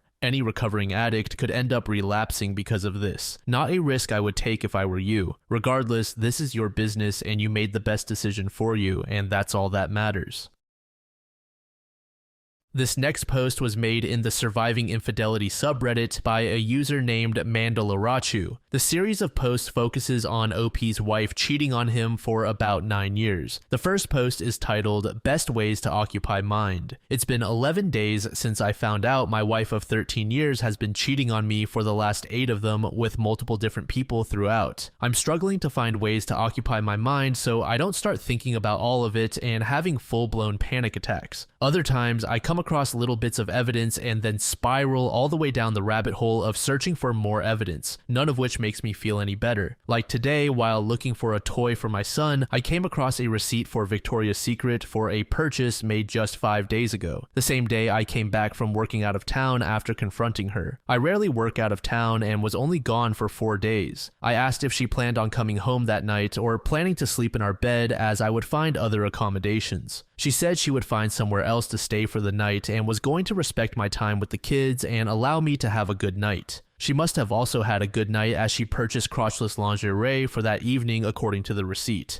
Then I begin to spiral down again, seeing if I can discover who she was with, where did she go, etc. Does it ever end? Will I ever stop trying to find answers? I want to stop. It never makes me feel better, but I keep looking. How can I get myself to stop? User Full Cull said, I'm sorry OP, I know your pain well. Are you reconciling? If not, you don't need any more evidence. You have enough. Just lawyer up for assets and child custody and start detaching from your wife. Look up the 180 and gray rocking so you don't get dragged into any pointless emotional discussions where she will likely blame you for everything, and you'll end up feeling worse. To be honest, serial cheaters rarely change. They are broken monsters. You will probably be better off moving straight to divorce to avoid more lies and pain. That's a bitter pill, I know. User Rivers11 said, I'm so sorry you were abused like this. It's friggin' hell. One way that helped keep my mind occupied and helped with the intrusive thoughts was to listen to audiobooks or podcasts while playing mindless games on my iPad. I totally recommend Chump Lady's book, Leave a Cheater, Gain a Life. The audiobook saved my life. Listen to it over and over again. She also has an online blog and a podcast. Fuckface is an evil sociopath. I found lovefraud.com really helpful when I was trying to understand what the hell he did to me. She has a lot of excellent information about cluster B personality disorders on her website, including some great videos. Seeing a therapist also helped me immensely to process the betrayal trauma I had. I had to do EMDR because it was so bad. It helped a lot. Going for walks, especially in nature, was so helpful. Going to the gym or doing any physical exercise will have a positive impact on your healing. Do fun stuff with the kids. Go out with friends and family. Make new memories to push out the old horrible ones. Hopefully these help you, sending you peace and joy. The second post is titled, Having a Bad Day Today. It's been 3 weeks since D-Day and I'm struggling today. I can't stop thinking about it all. I can't stop thinking about how to find more evidence to understand my betrayal. I just can't let it go today. Yesterday was fine. I have just been angry at my STBX, so it's been easy to handle it. But today, my blood pressure has spiked, my pulse hasn't come down from 110 for hours, and I am so full of anxiety. I've tried playing dumb, mind-consuming games. I've tried doing chores. I pressure washed my entire back patio. I've cleaned my house. I've tried reading. Nothing seems to work today. Guess it's just going to be one of those days. Edited to add, I've used this shitty feeling to finally push me over the edge and pay the lawyer. The STBX has now been informed by my lawyer. I still don't feel any better, but I want these bad days to start getting behind me. The third post is titled, Wife of 13 Years Was Cheating for 9 of Them. So I just recently discovered that my wife of 13 years has really never been loyal. I really found this out 2 years ago, but never knew the full extent. The first time I discovered her cheating, I was checking an old cell phone of my wife's to get it ready to give to my oldest kid. There was an email and password saved in the notes, so I logged in out of curiosity. It was a fake persona my wife created for herself to post ads on Craigslist selling her body for money. She was 3 months pregnant with my second child at this time. She has numerous chats with at least 15 to 20 guys looking to hook up with her. Nudes sent back and forth, pictures of things my wife would never send me. And it went on for 3 months. I confronted her and she claimed she didn't remember any of it as she had a pregnancy brain. Since it had all happened 7 years before I discovered it, like an idiot, I tried to let it go. We tried a counseling appointment but only did one. Our relationship was rocky at this point. Just 3 weeks ago, I learned all the rest of it. An ex-friend of hers reached out to me to confess everything. My wife has had numerous affairs behind my back. The ex-friend stopped being friends because she didn't want to cover for my wife anymore. So far, I learned that around 2019, she had met a guy at a weed dispensary and became infatuated with him. She was seeing him for months before he finally told her no because he found out about me. Apparently, they physically got together once after this. I confirmed all of this upon finding my wife's journal. She wrote all about him in it. I have his full name. Then I also learned that she was having an affair with an ex-coworker of hers. Somewhere around 6 to 8 months that one lasted. Finally, she has been seeing this guy she met on Bumble for 2 years, has gone on overnight camping and hiking trips with him and used the cover of her now ex-friend. I confronted her on all of this and she denied everything. When shown the evidence, she claims it was forged evidence. Then after a while admits to half of it, then denies it all again. I handed her divorce papers this past Monday.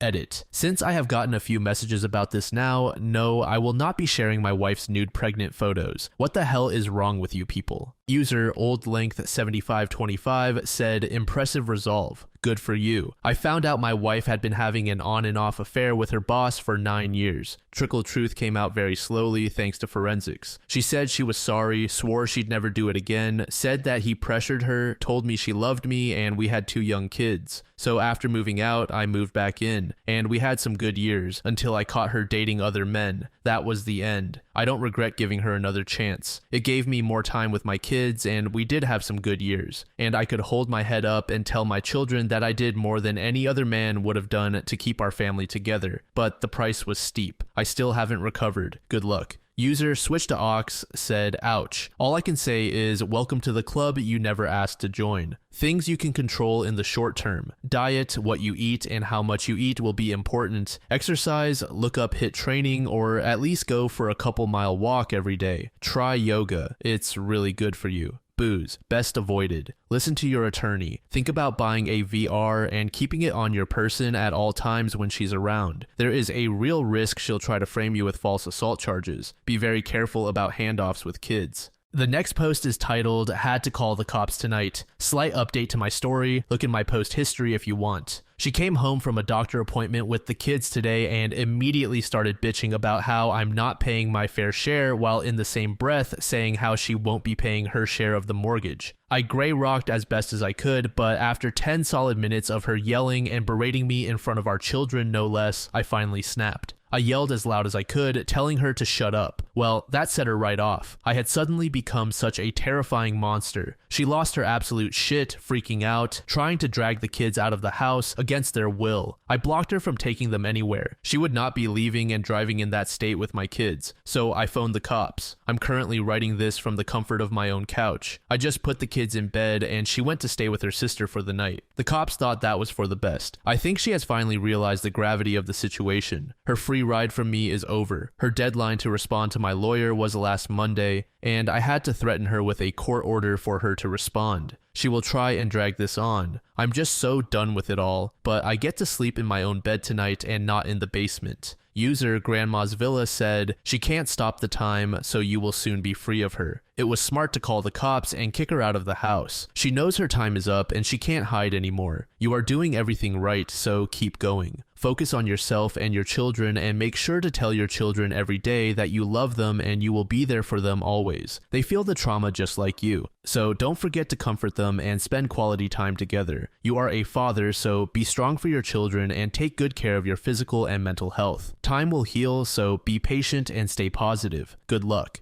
User Christ of Cage said, I feel like we were married to the same woman. BPD is a nightmare, especially when they start using it as an excuse to act how they want. Hang in there, it gets better. And I promise when she's gone, it feels like life has given you a second chance to be a better person. Don't let her back. She will confess, she will expect you to rush to her side when she's sick, but don't. The good news is they never wait long to rush into a new relationship, so you won't have to tolerate it for very long. The next post is titled, "It affects so much of my life." I know it's way too early for me to start dating again, but I've just been thinking about looking to see what is out there. It's only been over a month since D-Day. The separation has only just begun. But my body has been craving attention lately, not just physical attention, but emotional as well. Just someone to talk to who isn't a family member or friend. I am honestly not even looking for so I thought about opening an account on Tinder or something, then it dawns on me that I might see my STBX on there. I do know she used one site before. Then the anxiety kicked in, then the start of a panic attack, then me just wanting to curl into a ball in the corner, and it just all went downhill from there. I never even looked at any apps, just thought about it, and that was enough. It's annoying how much of my life has been messed up by her, or just the thought of running into her on a dating app. How far into the future will I be able to use one without worry? I know one day I will be so much better. For now, it just sucks.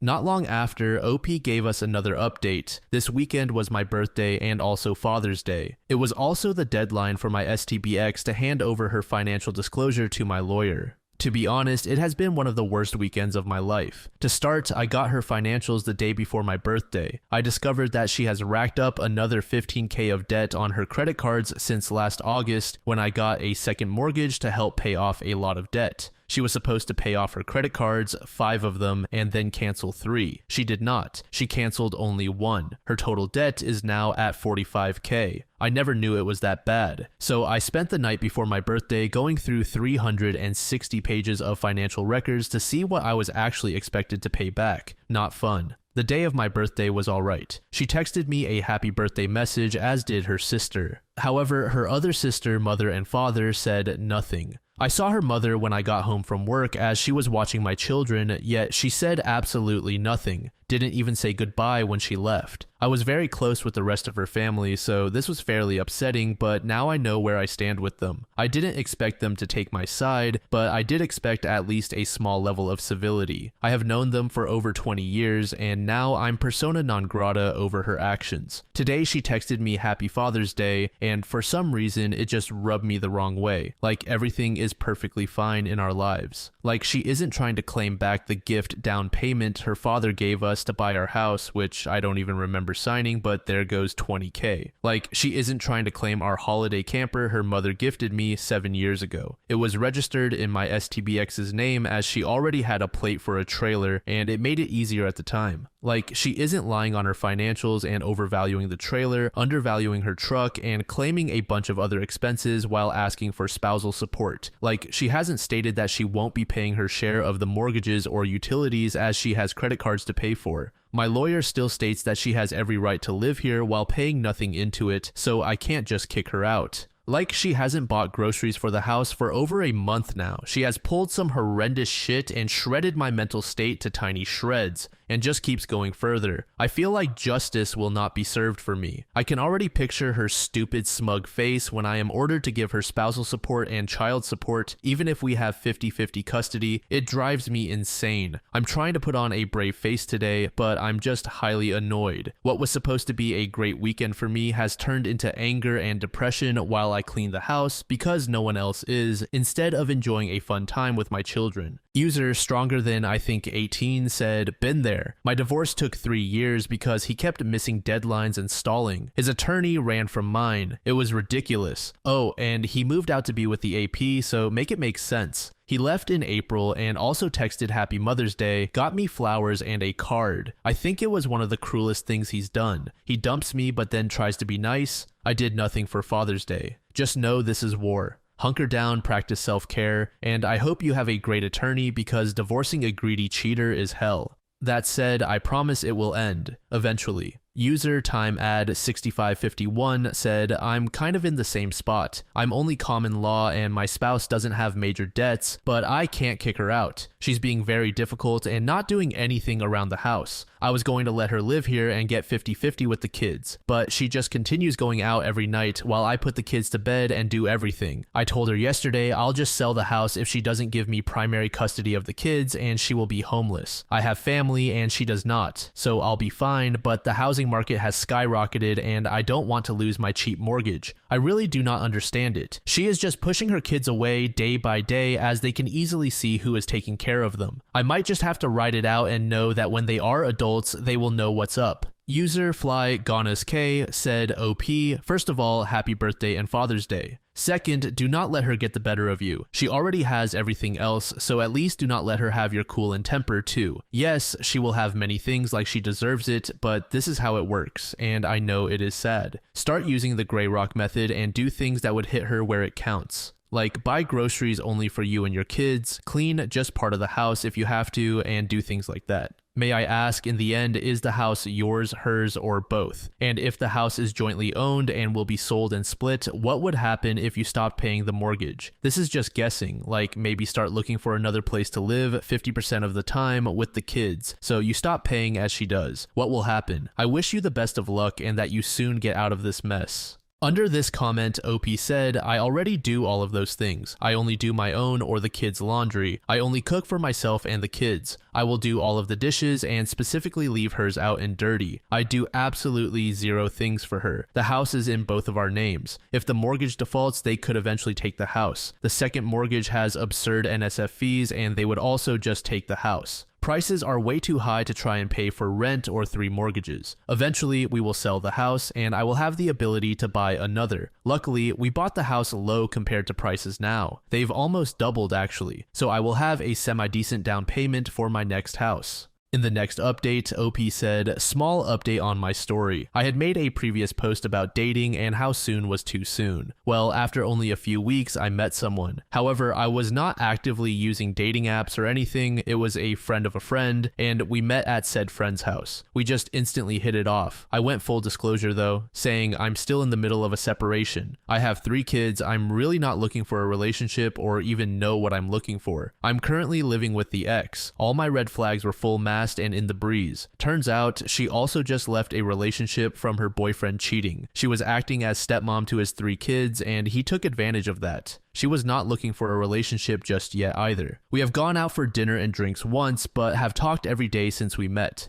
She has currently left for a short vacation to see her parents back home, but we have plans to meet up again once she is back. We have talked about hypothetical relationships and the boundaries we would set in them. She wouldn't want to become a stepmom again anytime soon, and I wouldn't expect anyone to jump into that role for a while either. There were other healthy boundaries talked about as well. It all seemed too perfect, and that's what kind of frightens me. I am 2 months from D-Day, but I realized that I checked out of that relationship a long time ago, which is maybe why I've moved on so easily. However, am I already smitten with this woman because of the new attention, which is really normal attention with some serious flirtation? Or is it because I have actually found someone I truly am interested in and they in me? She knows my limited free schedule right now and has suggested she can change her schedule to give us more free time on the one real free day I have. Small things like this lead me to believe she might also have some feelings for me, or at least something worth exploring. Now, the STBX can tell that I am much happier lately. She hears the notifications going off on my phone. All those little things I used to notice when she was cheating. For some reason, she seems to be upset by this. Isn't that weird? I guess I'm not allowed to be happy. Either way, I will be taking it very slow with this woman. If this is just me receiving normal attention, I don't want to ruin the friendship from it, so I will keep it in my pants and just see what progresses. As far as my separation is going, the STBX is currently not paying for anything except her credit cards. She is also taking her sweet time sending in documents and just delaying everything for as long as possible. I don't think she realizes that I will be taking back all of her share of the bills that I have been paying for. I think she just sees dollar signs. Soon enough, she will be out of my house. Maybe I don't even keep the house, but I will get to sleep in my own room on a real bed wherever that may be.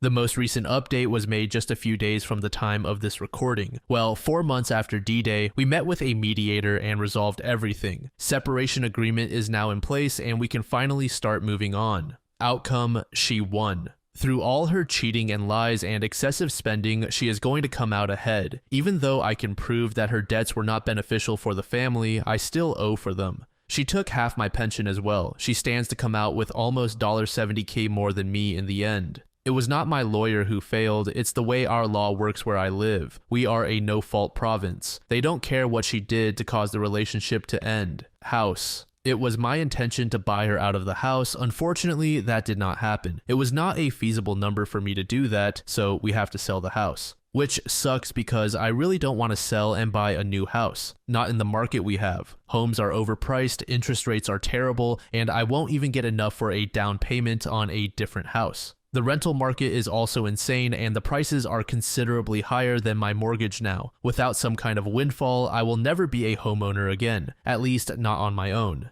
Kids. I at least did get shared custody of 50-50. She did not contest that at all, so there is at least a small win here. As for child support, that is to be determined once we are officially living in separate places. Aftermath. The outcome sucks, but it could have been much, much worse. I went into mediation with a very hopeful attitude and left feeling broken. I had put in extra work going through the financials, all 360 pages, doing proper budgets, correcting her lies, all for nothing. She left the mediation with a big grin on her face, but it's done. I can now really start to move on with my life, however, that will look. I know it won't take very long at all for our house to sell, so I won't have to live in the same house as her anymore, and I am greatly looking forward to that. This isn't the update I wanted to post. I wanted a better one, but sometimes the cheaters win. User NoUse1529 said, "Sorry, my ex-wife did the exact same thing. She made out like a bandit during and after the divorce. I hate our court system. She stole my life savings, was going to get 65% of my pension for a 5-year marriage, and got almost my entire paycheck during the divorce and for 2 years of alimony. I know what being hungry feels like now, unfortunately. I wouldn't wish it on anyone."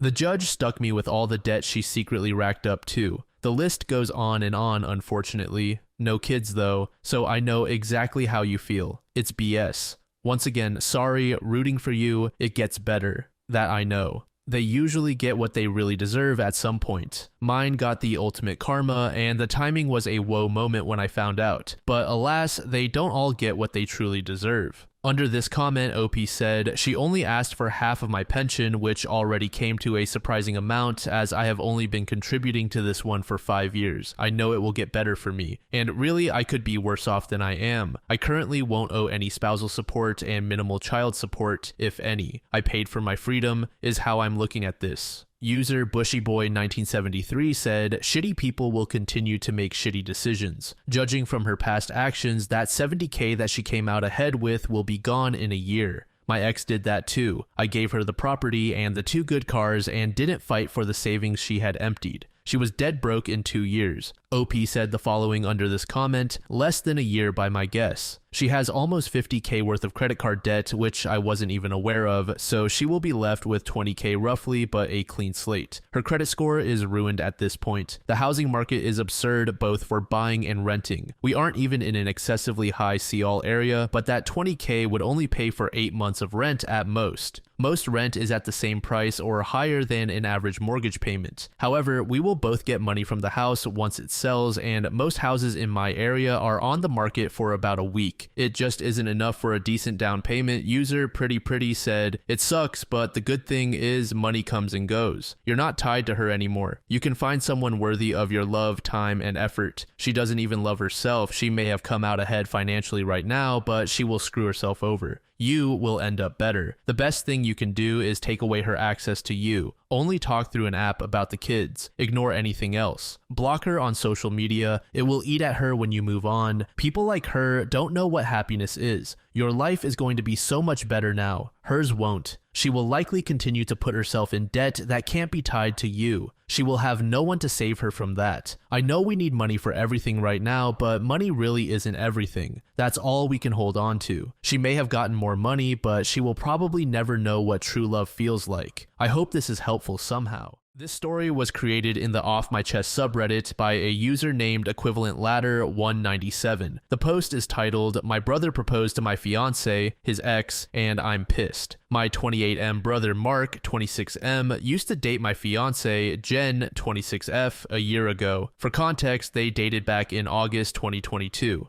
They were only together for a month before he broke things off with her because he was bored of being in a relationship and never really wanted to settle down anyway. At the time they were dating, I was in a different state, so I had no idea he even had a girlfriend, and I had no idea who Jen was until I met her. Jen and I met at a bar when I moved back in October and hit it off really well. She was easily the most beautiful and intelligent woman I had ever met, and we met up a few times more before we made it official. Fast forward to December, and I finally brought her up to my family and proposed them meeting her at Christmas. They knew I was in a relationship, but I'm not the most open about my personal life, so I kept details about her to a minimum until I knew how serious we really were. My parents asked to see pictures, and they started passing my phone around the dinner table. Mark saw it and blew up, calling me a shit brother for dating his ex-girlfriend, and he demanded I break it off with her. I refused. When I asked Jen about it, she confirmed they dated and gave me the details about their breakup. It took a few weeks, but eventually Mark stopped bringing up me dating his ex, and I thought he was over it.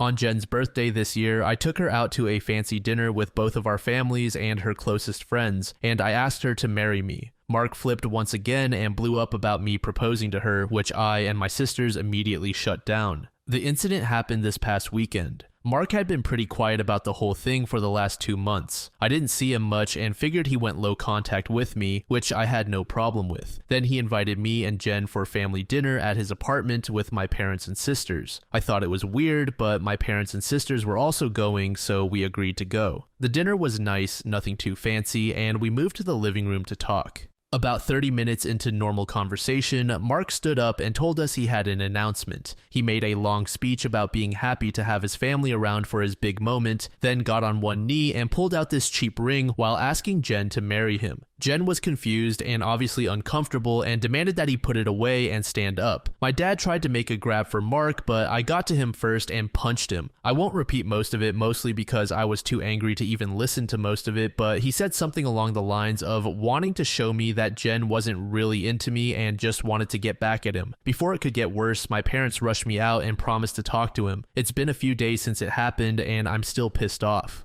I don't know what to do at this point. I'm scared Jen might have second thoughts about marrying me because of this. Any advice? Edit. First, thanks for reading and responding. I've been reading the comments between last night and this morning, and valid points were made. There isn't an update since the only people I've spoken to since that dinner are Jen and my little sister. I want to clarify a few things that I saw in the comments. Jen and I are newly engaged. It was one of those feelings where we both knew we were in it for the long run. As fast as it is, I'm sure about her. When we met, I was the one who approached her, not the other way around. Whether she knew or had suspicions of us being related, I don't know. I asked after finding out they dated, and she says she had no idea. I didn't have a reason to doubt that, but I can admit this seemingly overreaction on Mark's part does raise red flags. I had no idea she and Mark dated when I met her. Mark and I aren't close at all. We used to be, but as we grew up, we drifted and talked less and less. Before I moved back, we didn't really speak much aside from special days like his or my birthday. Jen knew of my family, but not much until I decided I was ready to introduce them to her. When she and Mark met again, I didn't get a sense of any residual feelings on either part. She didn't treat him like a stranger, but she also wasn't overly affectionate with him either. I was told this was a relationship that lasted a month. I didn't think I needed permission from Mark to ask her to marry me, but maybe that was wrong of me. I'm not sure. That being said, I plan to talk to Mark this weekend to lay everything out on the table and figure out what's up. I never asked for his side of their relationship, which is my fault for not doing my due diligence. If anything major or enlightening happens, I'll update, but for now, that's all I have. User Rosen Waver said, I think it's clear that your brother doesn't even like or want Jen. He doesn't even see her as human. He sees her as an object, a toy that he didn't want, but seeing someone else with it makes him go, no, mine, like a child. So he's acting out and trying to drive a wedge between you all in order to get his way. If he liked her, he would care about how she feels. If he liked her, he'd want her to be happy. He doesn't like her. So forget the tantrum he's trying to pull and block him. There's no need to entertain that shit. User Lone Wolf said, block your brother out of your life for good. That's the only way you and your fiance will be able to live peacefully. Don't listen to the he's family BS if anyone tries to give it to you.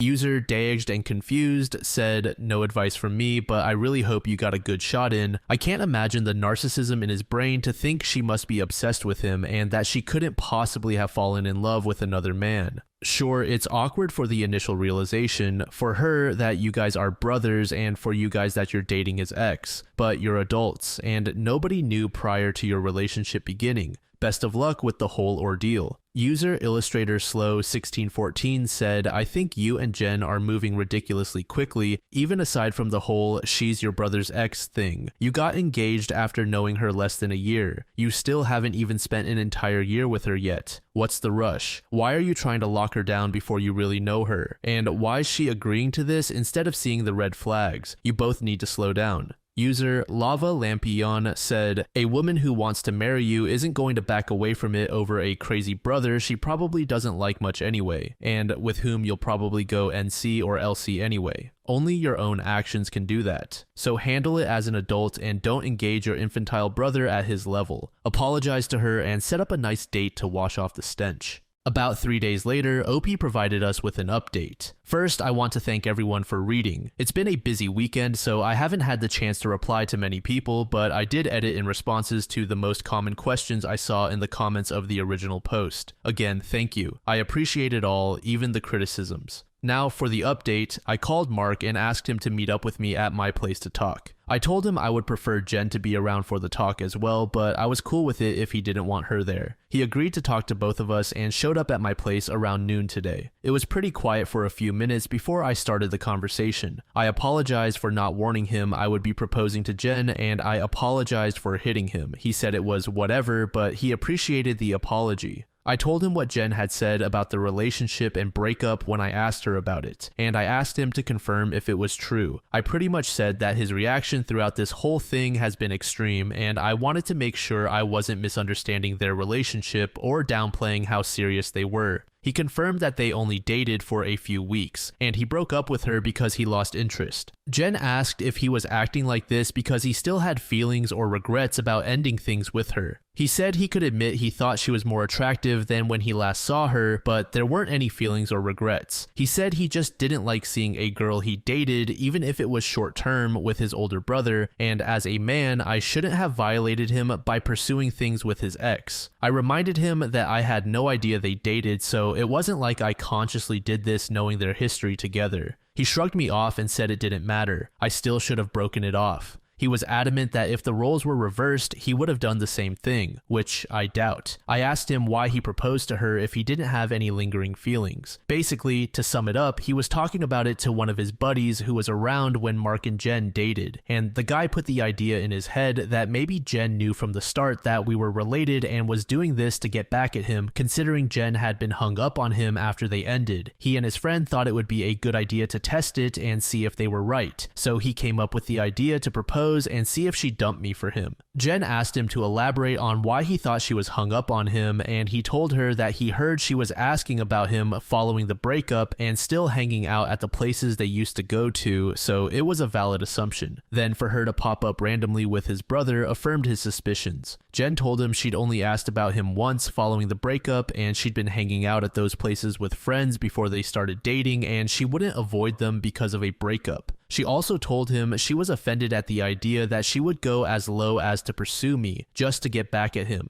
He shrugged and gave her a half-assed apology, but said she had to see it from his point of view. He asked her if she really didn't know, and she told him that she didn't see the resemblance in us until we were in the same room and we act nothing alike, so it never crossed her mind, and he said okay. That pretty much wrapped up the conversation. He did tell me before he left that I could take back his invite to the wedding because he can't bring himself to support our relationship, knowing he used to date her. I told him he didn't have to worry about that as he was most likely going to be uninvited anyway. It's been a few hours since our talk, and I do feel better. My parents aren't too too happy about him being uninvited, but they understood that it was a mutual decision and probably for the best. My sisters told me they knew he didn't have a good reason for being an asshole, and they don't blame me for not wanting him at the wedding. As of now, I'm going to limit contact with Mark, and I doubt he'll reach out to me anytime soon either. Once again, I want to thank everyone for reading and commenting, and if anything significant happens, I'll update again. User Fluffy Vacation 1332 said, I can't get over the fact that he only dated her for a few weeks, doesn't tell you at all, and then still expects you to break up with someone that he apparently was not interested in at all. He has some shitty friends. The fact that he doubled down tells me he's looking at your wife more as property or used goods rather than a human being. Not to mention the disrespect on a personal level to assume that you're not deserving of happiness if he's already been with that person. He has a really shitty mindset. That's likely going to paint a very bad picture of him in the future. Under this comment, another user said, for sure, a long-term friend of mine called Q dated a girl called K in the past. They dated for a few months. The whole thing ended after Q did K dirty just one too many times. I lived in a different city at the time, so it was whatever. When I moved back, I got in touch with K because I quite liked her as a person. We became friends even though I met her through Q, and he knew about it because I never hid it from him.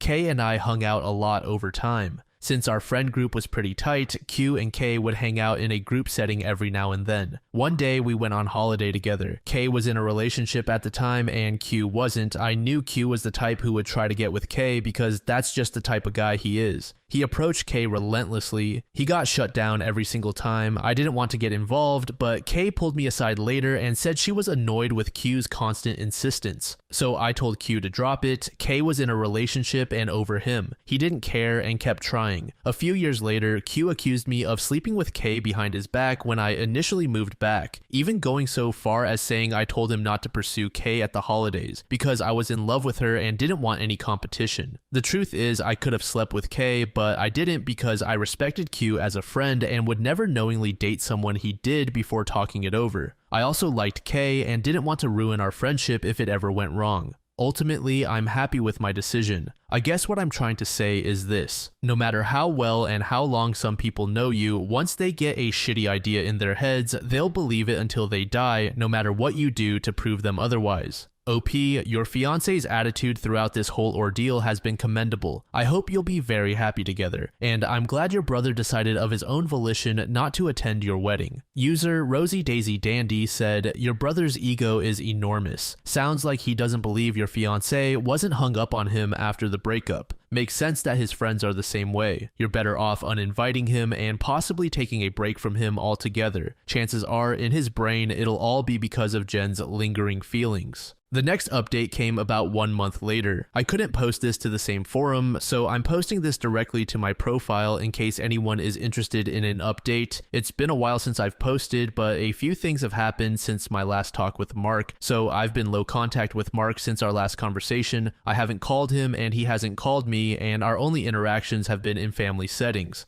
As it stands, my mom is now upset that Mark is still uninvited from my wedding. It started with a comment made during my younger sister Sophie's 22F birthday. Her boyfriend of 4 years proposed to her at the end of the night, and we sat around talking about what she envisioned for her dream wedding. She talked a bit about wanting a destination wedding and her ideas for the cake and dress. Then she said something along the lines of, Teddy, I know Mark's banned from your wedding, but you won't care if he comes to mine, right? I laughed it off and told her I can't get mad about her guest list even if I wanted to. My mom gave me this weird look and asked if Mark was still not invited to my wedding. I told her yes, and she got irritated. She told me she thought I was joking and said I was being unreasonable to go through with banning him from the wedding since he's family. She accused me of holding a grudge just to be petty. I reminded her that he and I agreed on him not coming. I then told her that this wasn't the time to talk about my wedding since the day was about Sophie, and if Mark or she want to talk about my wedding, they can call me another time. Sophie laid into my mom a bit about trying to make her special day about Mark, and my mom dropped the issue. For those of you who might be wondering, Mark wasn't at Sophie's party because he apparently had to work and couldn't make it.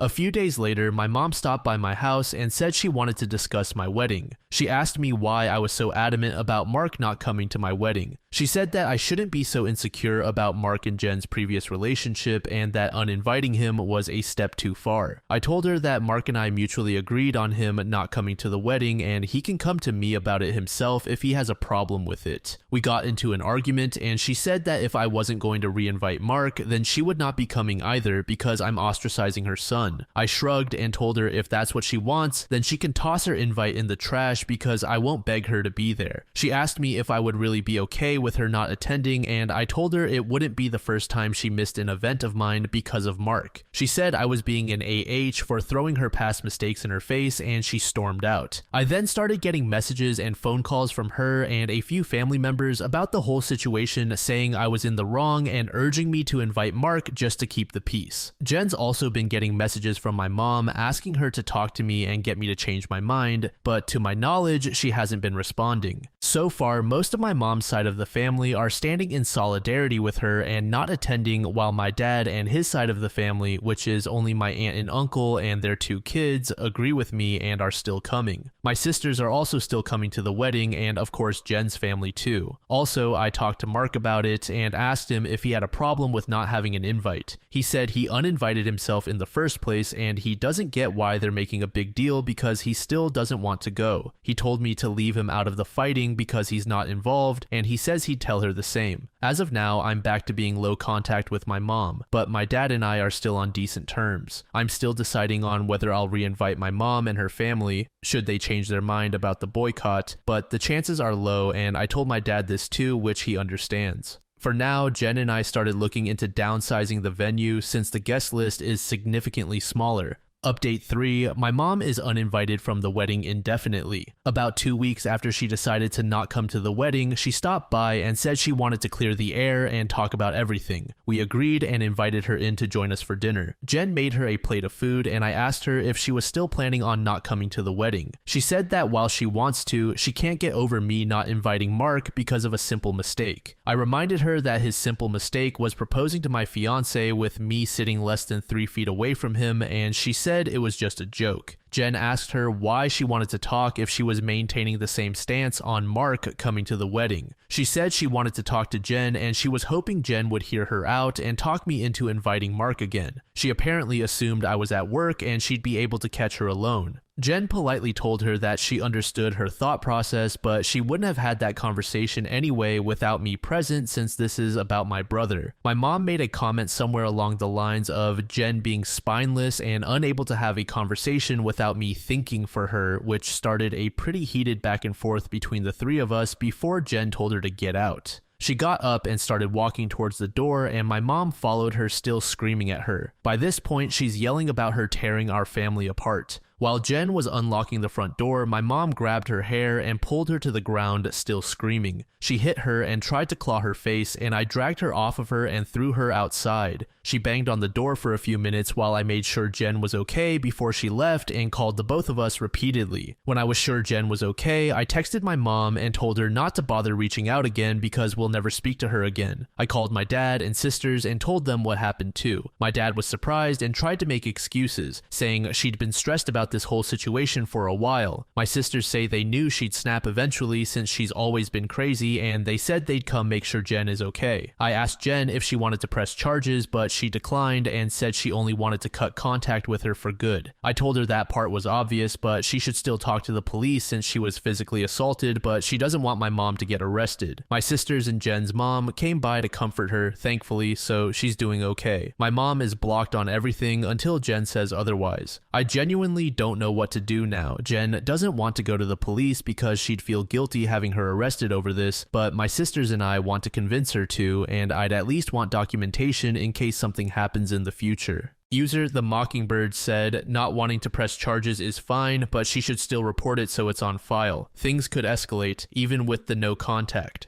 Under this comment, user Apprehensive Hippos said 100% agreed. Also, OP, if there are no consequences this time, it makes it just that much easier for her to do something in the future. I don't care if the offender is related to me. A violent physical attack like that would see me end the relationship. Is Jen's resistance to reporting this assault based on what she feels are OP's desires related to ongoing relationships in his family? If so, that's fucked up, and OP needs to step up and be the partner she needs. Her safety and happiness should be coming before anything or anyone else. And OP's father trying to make excuses for the violent assault is just shameful. Sometimes if there are shitty people in your family, you have to make hard decisions. OP has some decisions to make. User Lady Pundit said, why does your mom get to assault someone and not pay the consequence? Your fiancé is enabling your mother's behavior. If you witness the assault, can't you press charges? Your brother doesn't even want to go to your wedding. Can't your mom get that through her thick skull? Under this comment, OP said the following, I believe I can, but my fear is 1, upsetting Jen for going against her wishes, even if for her own good. And 2, the police not taking it seriously because the one affected isn't even interested in pursuing anything. I'm likely going to just have it documented because unfortunately, my mom is the type of person to get significantly worse before she gets slightly better. User Cadence Quandary said, get security cameras and a Ring doorbell put in ASAP.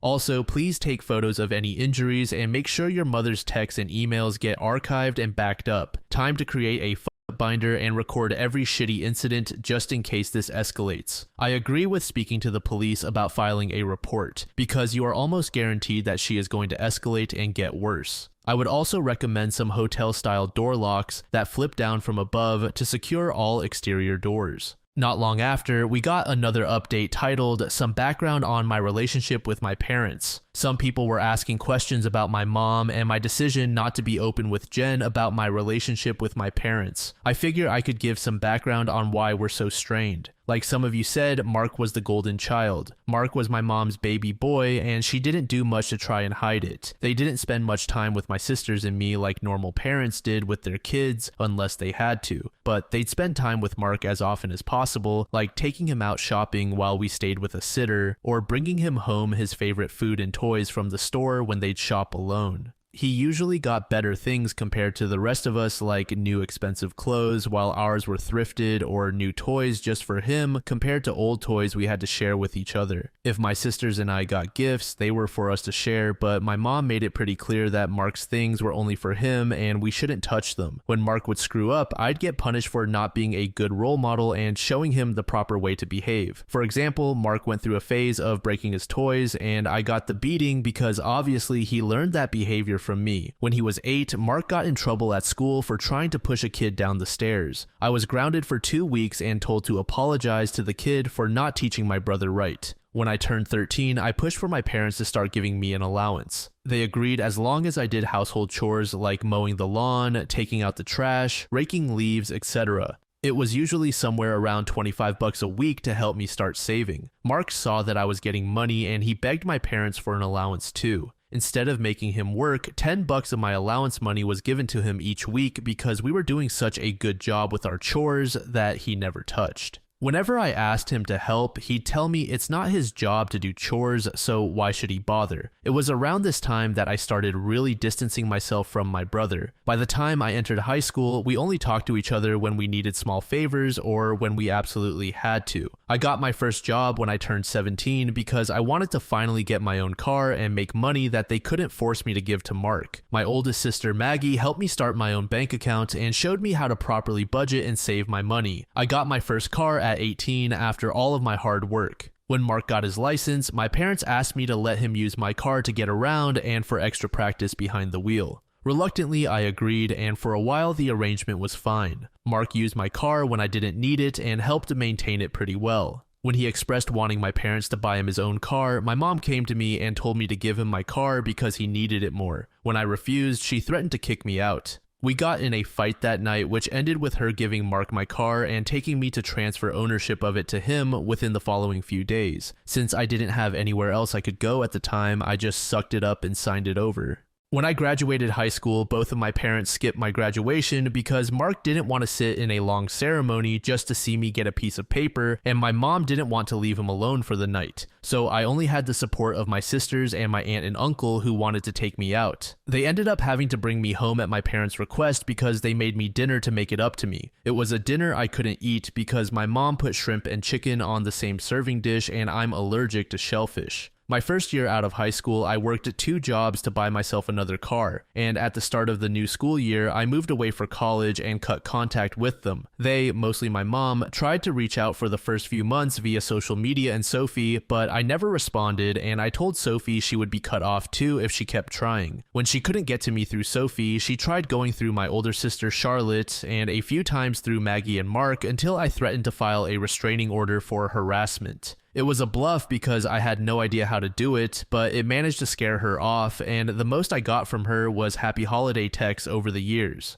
Around the time I moved back, Charlotte told me they had been seeing a family therapist at Charlotte's request, and my parents wanted to apologize for their treatment of us. I was hesitant, but I agreed as long as they would be genuine, and the reconciliation process started when I moved back home. That doesn't even scratch the surface of everything they put me through, and it took a lot for me to even begin to let them back into my life. When I met Jen, I wasn't sure where my relationship with her was going or where my relationship with my parents was going. I didn't want to mention my family at all, mostly because I was ready to cut contact again if I needed to. Jen was understanding of it being a sore subject and didn't press for more. I hope this helps shed some light on some of the questions I'd been seeing pop up. About 2 weeks later, we got OP's final update. I want to thank everyone who's taken the time to give me advice on what to do going forward and all the kind messages and comments I've gotten over the past few days/weeks. Jen and I have read the comments together and everything is appreciated. To answer the most common question about why I chose to reconnect after everything, the short answer is because I would do anything for my sisters. Charlotte wanted the entire family around for the birth of her first child and to help her while she adjusts. She didn't want part-time aunts and uncles who would only visit her kid during birthdays and holidays. She was never the type to ask for much of anything growing up, so when she asked if I would be willing to try for her, I agreed because it would make her happy. I also think part of me hoped that maybe they'd changed. I don't regret trying to reconcile either. My parents are still terrible, but I met the love of my life, so I call it a win. A few people wanted to know if there's an update, so here we go.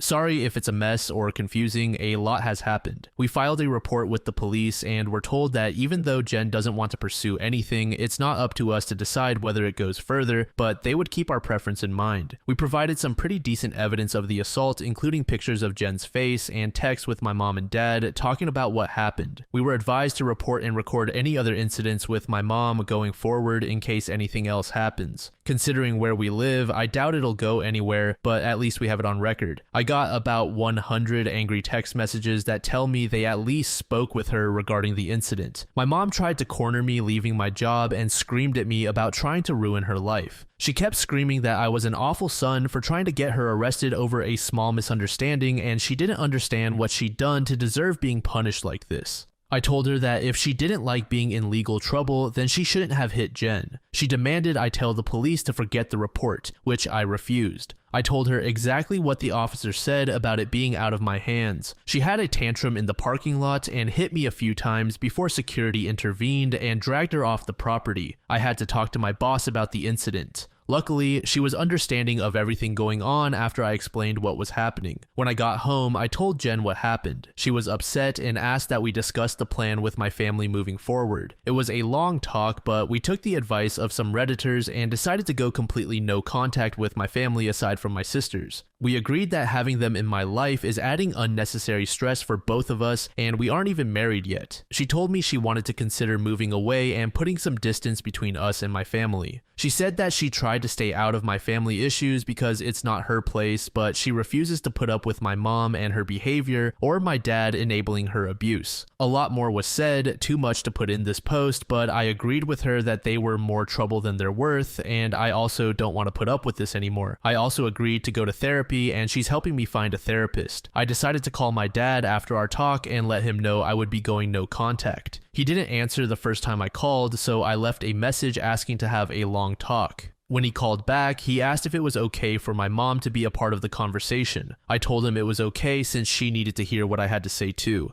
The conversation went about as well as you could expect. I told them both that Jen and I are cutting them out of our lives. My dad demanded to know why I would do something like that after going through all the trouble of repairing our relationship. I told him that this entire thing with Mark has shown me that nothing is actually repaired between us, and as far as they're concerned, the world revolves only around my mom and my little brother. I told them that their continued favoritism of Mark has brought our relationship to a point of no return and that I wasn't interested in holding on to a failing relationship. I told them that I agreed to reconcile for Charlotte's sake, but I don't appreciate all of the disrespect towards me and Jen, and that I wouldn't put up with it anymore for both of our sakes. To my mom specifically, I told her that I was tired of her using me as a scapegoat for her bad parenting and Mark's attitude. I also told her that I would never forgive her for what she did to Jen and what she did to me and my sisters growing up. She started to say how I should move on like my sisters have, but I cut her off and told her that she should take their forgiveness and move on because she would never receive it from me, especially after everything she's done these last few weeks.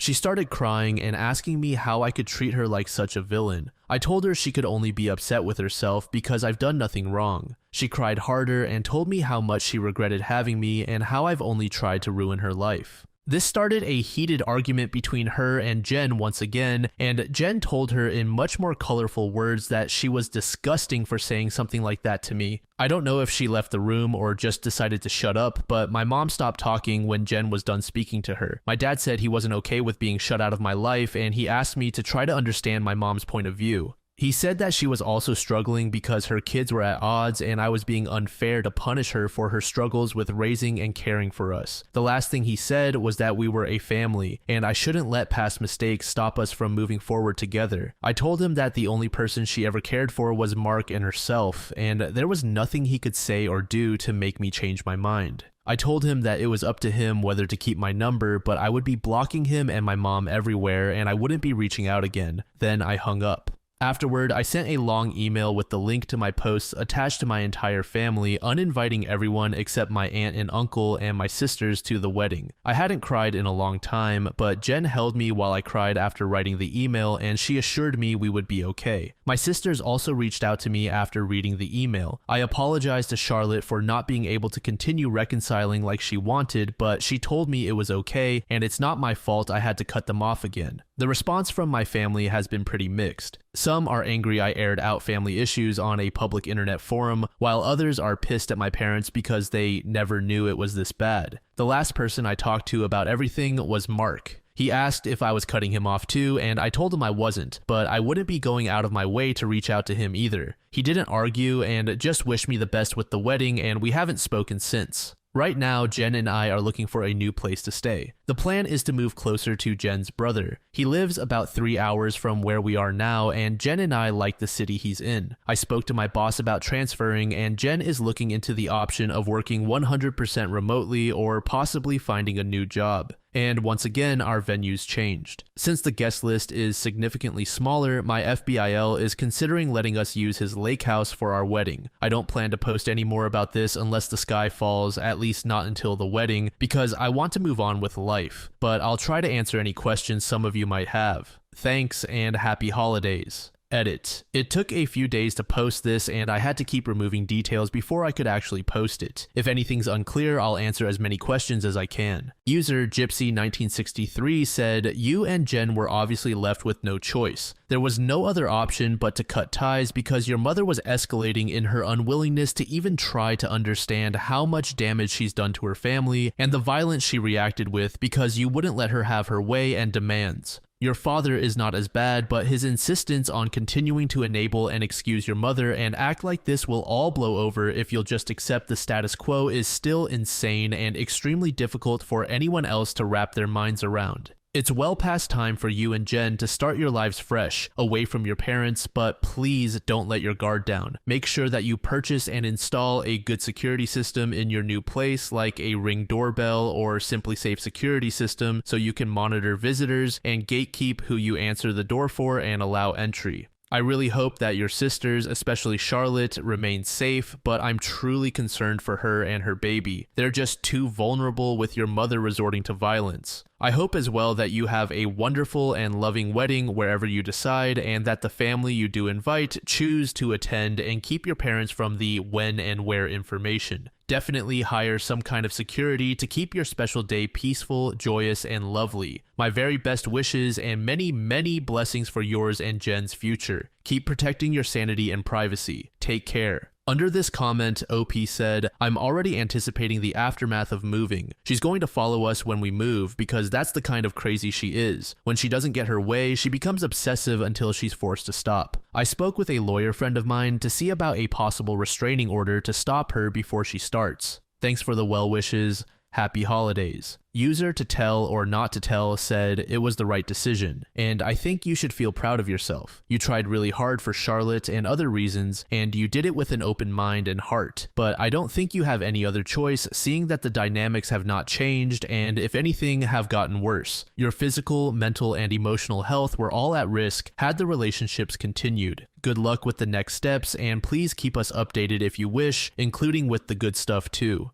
Wishing you and Jen all the best with the move, wedding, and beyond. User I Love Narcoa said, on the bright side, there won't be any possible favoritism between the grandchildren. Imagine Mark having kids. They would probably treat his kids better than the rest of their future grandkids. I'm kind of upset you didn't get the money back for the car they stole though. If they really wanted to reconcile, they would have paid you, but they didn't. This story was created in the Off My Chest subreddit by a throwaway account. The post is titled, My friend's GF is accusing me of having a baby with him. I had this friend who used to have a very strong crush on me but never confessed. It was very obvious to everyone around. We were teenagers, grew apart, dated other people, and made our own lives. He moved to another state and has a long-term girlfriend, and I have been married to my husband for almost 6 years now, with 2 beautiful babies, and I'm currently pregnant. My friend, or former friend I should say, and I barely talk. The last time we had a conversation was when my youngest was born, and he texted me saying, congratulations. I replied with, thanks, and that was literally it. My husband knows about him and the crush he had on me. They've met because we are part of the same group of friends, and we've met his girlfriend too. There's no problem with that. I don't reach out to him. All of our conversations before the last one were initiated by him, and they're always like, hello, how are you?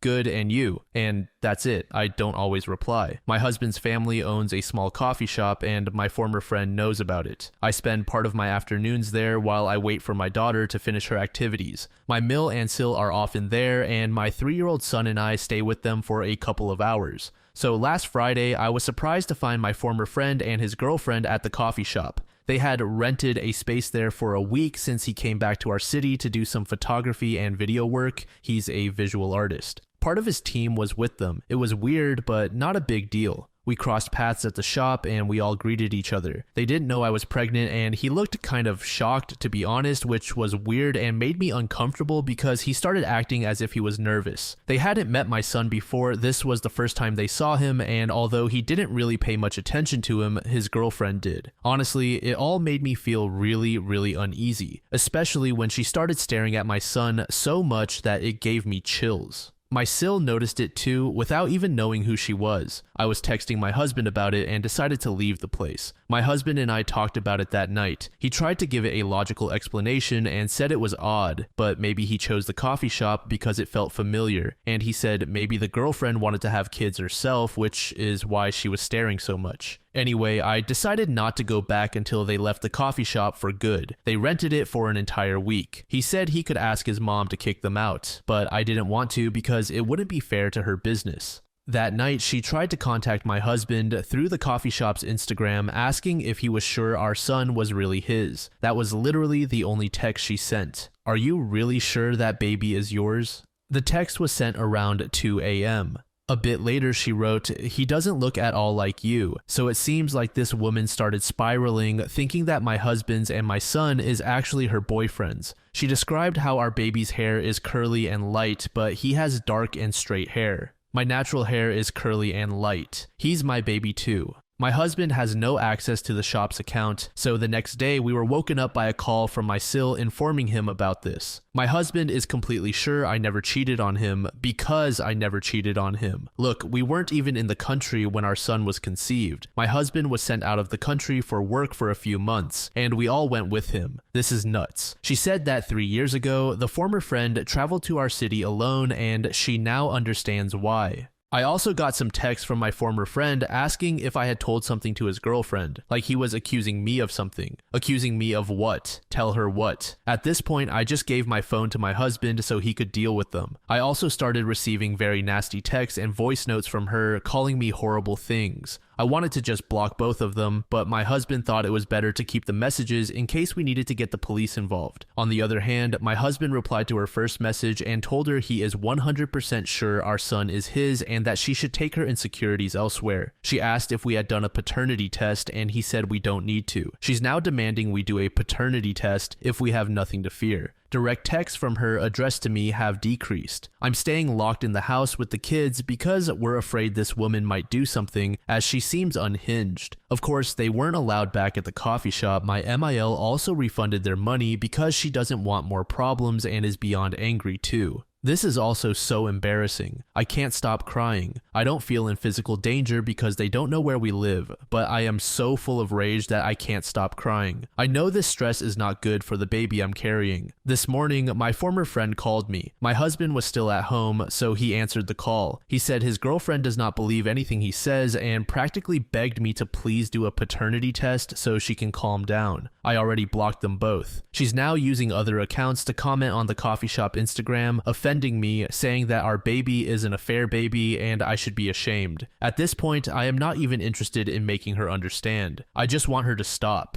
User Adventurous Basis 280 said, she sounds unhinged and you need to put a restraining order on her. She isn't stopping and you need to take care of yourself and your family. You do not want her to escalate if she doesn't get the attention or response that she wants. User Worldly Promise 675 said, I wonder if the friend overly inflated your relationship to make the GF react so viscerally. That over-the-top reaction either means the GF is seriously mentally disturbed or the friend has lied. I would recommend contacting an attorney for cease and desist and contacting the police for harassment. The ex-friend has a lot of nerve asking for a paternity test. What a jerk. He created this mess. Under this comment, OP said, this is not the first comment suggesting that the ex-friend has lied to his girlfriend. I just don't really get what type of lies could have led her to become this crazy, or why he would lie. My husband believes she knows about the crush and is jealous, and she just exploded in her insecurities. I can't rationalize it, it's just so messed up. My husband is talking to an attorney tomorrow to see what we can do. They were staying just for 1 week in the city, but that's a lot of time under the circumstances. User Salient Mind said, it sounds like he came back to town 3 years ago. The girlfriend said, did you meet up with OP? And he was like, no. Then she did the crazy person thing and he did the enabling boyfriend thing. The meeting at the coffee shop was either coincidence or they rented the shop on purpose, but he didn't expect to see OP. He sees the kid. He knows what the crazy GF is going to think instantly, so he's shocked. Then the crazy GF fulfilled the prophecy and he continued to enable. User Peachy Penguin 1 said, it sounds like her boyfriend has led her to believe that you two had a romantic or physical relationship. He may have even played into pretending that your child might be his. I mean, he's even asked you to do a paternity test to keep up the ruse and delusion. Did you ever tell her that you've never had any kind of romantic or physical relationship with him? Not that she'd believe you, but arguing that you were out of the country during conception jumps over the more basic fact that you've never had sex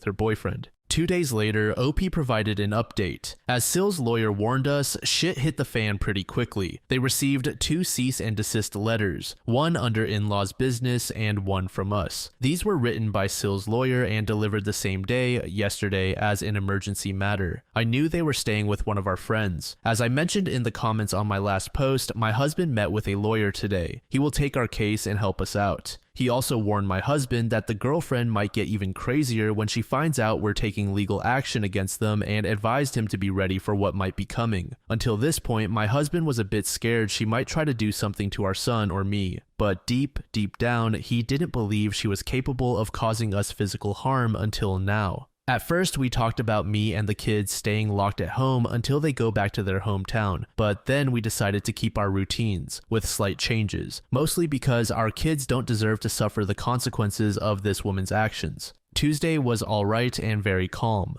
But today I was driving out of the garage to take our daughter to her dance lesson when the girlfriend crossed my path. I almost ran over her because I didn't see her. She wasn't screaming, but she said stop. I screamed sorry for my little ones, but couldn't help it. I froze because what the hell was she doing there? How the hell did she find out where we live? Our toddler was like, yeah, whatever, but our daughter was terrified. The GF moved to my side of the car and I think she wanted to talk, but I really didn't pay attention and couldn't hear her because Moana was playing on the radio, my daughter was crying, my son was starting to freak out, and I just kept driving in reverse to get the hell out of there. Now I'm thinking about a bunch of things I could have done, but in the moment it was all chaotic and I just wanted to run away. I called the police when we were far from the house and went back a few minutes later. I was shaking. Then I called my husband and I took our daughter to the rest of her classes so she could be distracted. It worked for her, but not for me. Jesus Christ. At least in the studio, we were safe and surrounded by people. I asked our mutual friends if they had given her or him our address, but everyone swears on their lives that they didn't. I believed them. Yesterday, they had a reunion to which my husband and I were invited, but we refused to go because it was meant to catch up with the former friend and his GF. She didn't show up and our mutual friends told me the atmosphere was weird, to say the least. According to what they said, the former friend asked if I was coming, didn't ask about my husband, and kept discreetly bringing me up throughout the night. He only wanted to talk about this mess, asked if I was mad, and dared to say things could go back to normal if I were to do the test. He then proceeded to insult my husband, saying he was controlling me. Now, listen, friends said maybe they misunderstood, but they think he implied my son could be his. I want to throw up. They shut him down because he was upsetting everyone and told him he was being lame. Or so they say, that's what happened. So the reunion ended earlier than expected. We weren't there, but I am angry. My husband is extremely angry, saying if he sees him, he's going to beat the crap out of him. I'm extremely worried for our son now. One of my female friends told me the girlfriend texted her asking if the former friend was actually at the reunion with them and requested proof, to which my friend refused to send anything. I now realize it was around the same time she was messaging us on social media, insulting me and telling my husband how she was sure her BF was banging me. I can't with this level of disrespect. Mind you, I was in my pajamas lying on the sofa like a couch potato watching TV with my husband at that moment, so jokes on her. It was hard for my husband not to reply, but we are following the lawyer's instructions. We will proceed to sue her for defamation. It is very easy to prove our son was conceived when we were out of the country, but if needed, we'll do the paternity test only if requested by the court or if it helps to fix this sooner. We tried for a PO on Tuesday. We will try again to get one tomorrow, and after the girlfriend showed up at our house and we filed the police report, our lawyer says we will get it for sure as an emergency resource. Legally, she can't visit the coffee shop either. We're staying at my Sil's place tonight. None of my friends know we're here, and they don't even know where she lives. The kids are all right. They know something is going on, but they seem to be at peace. Our daughter was back to normal after her dance lessons. She is excited because she gets to have a sleepover with her cousin. Our son was mad because he missed his bed. He gets to sleep with mom and dad tonight, though I don't think I'll be able to sleep. My husband is out installing a Ring camera at our house just in case she, he, or both show up. His dad is helping him, so he's not alone, but I will feel more at peace when he comes back to us. We decided I'm staying here with our son tomorrow. I work from home, so it's not a problem for me. My husband will take and pick up our daughter from school. I'm not scared anymore, but I really am. I'm mostly very angry at both of them, but I am remaining calm for my baby. I'm just focusing on the fact that we are safe at the moment, and that's working to ease my mind. Once my husband gets back to us, I'll be totally at peace. Right now, all I want to do is cry and be with my husband and our kids. Ciel and Mill and my mom keep telling me it's like a stress release, and hormones are making it way worse for me. It's Wednesday. They're supposed to leave on Friday or Saturday, I don't know, but during this weekend. Not having them physically near us will be a great relief. I just want this to end. User Adventurous Basis 280 said, when I read your first post, I could see she was only going to escalate. You need to be very, very careful. She obviously has mental health issues and a restraining order may just make her madder. Not that you shouldn't get one. You need to continue to take this serious. It sucks to have to put your life on hold for something that isn't your fault, but you may need to in order to protect yourself and your family. Under this comment, OP said the following: "Yes, that's what the two lawyers told my husband. That's why we're staying at Esail's house and I'm not going out with our son. For now, our daughter is leaving the house only to go to school, and my husband fixed his schedule so he can be the one taking her and picking her up. School is safe and the principal and teachers know there's a situation, but if we sense anything, she stays locked at Esail's house with me. I'm not staying alone with our kids either. Sil or Mill will be with me until my husband comes back from work and he will try to leave earlier. Yes, it sucks, but I prefer this if it means we're safe, and I'm thankful Sil is giving us a place to stay." User Such Detective 6709 said, "It kind of sounds like your former friend has convinced himself that something may have happened between you, or he's somehow invested in presenting it that way. To go around at a party of your mutual acquaintances and imply there's that possibility, utterly bizarre. And shaking at seeing you pregnant and with your kid the first time is giving me Gatsby vibes. Like, in his head, you're still the teenage girl he was in love with, and being presented with evidence that you've moved on and procreated with someone else wasn't a reality to him until he saw it for himself. The GF isn't stable, but he might have more to do with that than he's going to admit." User Mr. Meowsevelt said, "Sounds like you are making all the right moves, taking legal action, and keeping your family safe. Here is my theory. This is an elaborate lie that your former friend accidentally escalated. Maybe when he and GF first started dating and talked about their history, he exaggerated your relationship. Maybe he cheated on her and then told her it was with you in order to avoid saying who it really was with. Maybe he even spun it as, you know, I had a crush on her forever and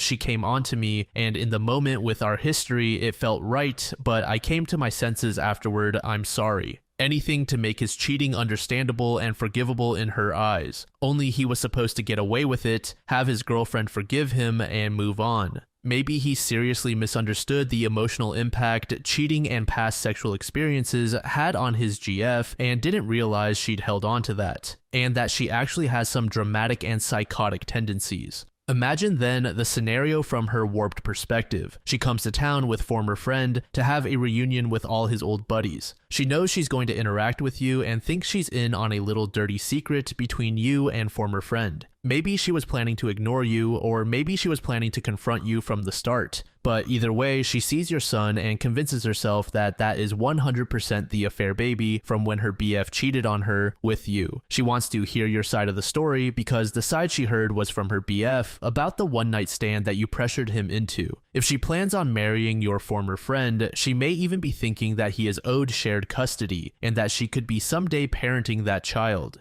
She might be looking at your son and thinking that he is somehow her son or stepson by proxy. Your former friend knows he lied about the whole situation, but he's in too deep with his lies. For some reason, he can't just tell his GF that you and he never slept together. Why is that? He needs her to believe you slept together. Otherwise, his cheating comes under scrutiny again. But he doesn't need your son to be his kid for this lie to work. He just needs you to prove that he's not the dad. And then he'll have hard proof to show his GF, and she will calm down and he can get away with all his lying again. Anyway, that's my imaginary scenario, something to that effect. This next story was made in the same subreddit by a user named Rorofosho. The post is titled, "I finally showered for the first time in 2 months and now I'm crying. I know I'm gross, I know it's disgusting, but my depression has been so bad for the past months I haven't been able to get in the shower and do the whole thing. It felt so overwhelming. I would usually wipe myself off with alcohol and wet wipes every day and wear my hair in a bun every day because my hair was so knotted I couldn't brush through it. Not that I would want to because it was just a frizzy oily mess. But today I did it. I've been cleaning all day. My roommate moved out recently and I have another one moving in and I've gotten so much done today. I'm supposed to meet my new roommate in a couple of hours to give him the key and help him get situated. I hate the smell of cleaning products and my clothes were covered in them. So I just said, F it, it's time. I took a warm towel out of the dryer and wrapped myself in it while I brushed my hair for the first time in forever. It took almost an hour and I lost so much hair, but I haven't been able to run my fingers through it in months, so it was a relief to see I still have most of it on my head. I put on a good video essay to watch and listen to while I'm in the shower, and I did the whole damn thing. washed and conditioned my hair with a deep conditioner, exfoliated my whole body. Holy crap, there was so much dead skin. Scrubbed everything, shaved, did my hair routine that I haven't done in months. I know it's pathetic and stupid to be proud of myself for something so gross, but I'm crying seeing my curls again for the first time in forever. Actually having my hair down, my skin feels soft, and I put on some sweatpants and a shirt that were still warm from the dryer, and it just feels heavenly. I'm typing this with blurry vision from the tears in my eyes, and I just wanted to tell someone. No one in my life would understand, and they would probably just think I'm insane. So I'm just gonna be happy with myself here. I'm gonna go get ready to meet up with my new roommate now. User Thick Avenger said, reminder that a temporary situation is not your identity. Not taking a shower in a long while may be morally or socially disgusting, but you as a person are not. I'm sorry whatever you've been going through has kept you down, but I'm glad an opportunity popped up that pretty much forced you back in the right direction. I hope this little feeling inspires you to choose self-loving habits over self-loathing ones. Proud of you, please keep your head up. User Hello Skunky said, I know this feeling and I am proud of you. A lot has happened in the past few months that started with losing my mother very unexpectedly, and it's just been downhill since. I've been forcing myself to shower because I have to keep my job, but if I didn't have to be here almost every day, I would be in the same boat as you. Do the little things you can and don't worry about the rest. One baby step at a time. You'll climb this hill. User Plain Sport3465 said, it's not pathetic or gross and neither are you. I understand. It's so easy to just let days, even weeks, drift by in a fog. Once your head clears and you look around, everything seems so overwhelming you just say, screw it, and let the fog slip back in. Days drift by and it goes on and on and on and on. I don't know you, but I'm proud of you. User Half Sugar Milk Tea said, stop feeling all the guilt and shame and stop apologizing to us for thinking you sound gross. Words literally cannot describe how proud I am of you. I know what that's like, and I've seen my loved ones go through it and worse, and I know how hard it is to endure, but how strong you have to be to get yourself out of it. I swear, you are your own superhero. This story was created in the Infidelity subreddit by a throwaway account. The post is titled 26 Years Down the Drain. This is going to be a long one. So here's my TLDR summary. Wife of 26 years cheated and for the past 2 years has been trying to reconcile and refusing to divorce me. I understand that we're not allowed to give out names, but I'm guessing maybe full names. I read a lot of posts to try to get the gist of them, but I can't write like them, so vague and to the point. I don't know. I'll try my best. My name is Hector and I'm a 47-year-old Puerto Rican. My STB ex-wife Debbie and I were married for 26 years. We were together for 30. We got married in our senior year of high school when she got pregnant with our firstborn. I was lucky enough to get a job at UPS right after graduation. We struggled in the beginning. She's from a traditional Irish family and they hated me at first, but I won them over, especially her father. I made sure she didn't have to work. By the time we were 27 years old, we had 5 kids, 4 girls and a boy. I was just fortunate that the boy came out first. We had our arguments over money, discipline methods, and me complaining about the lack of sex.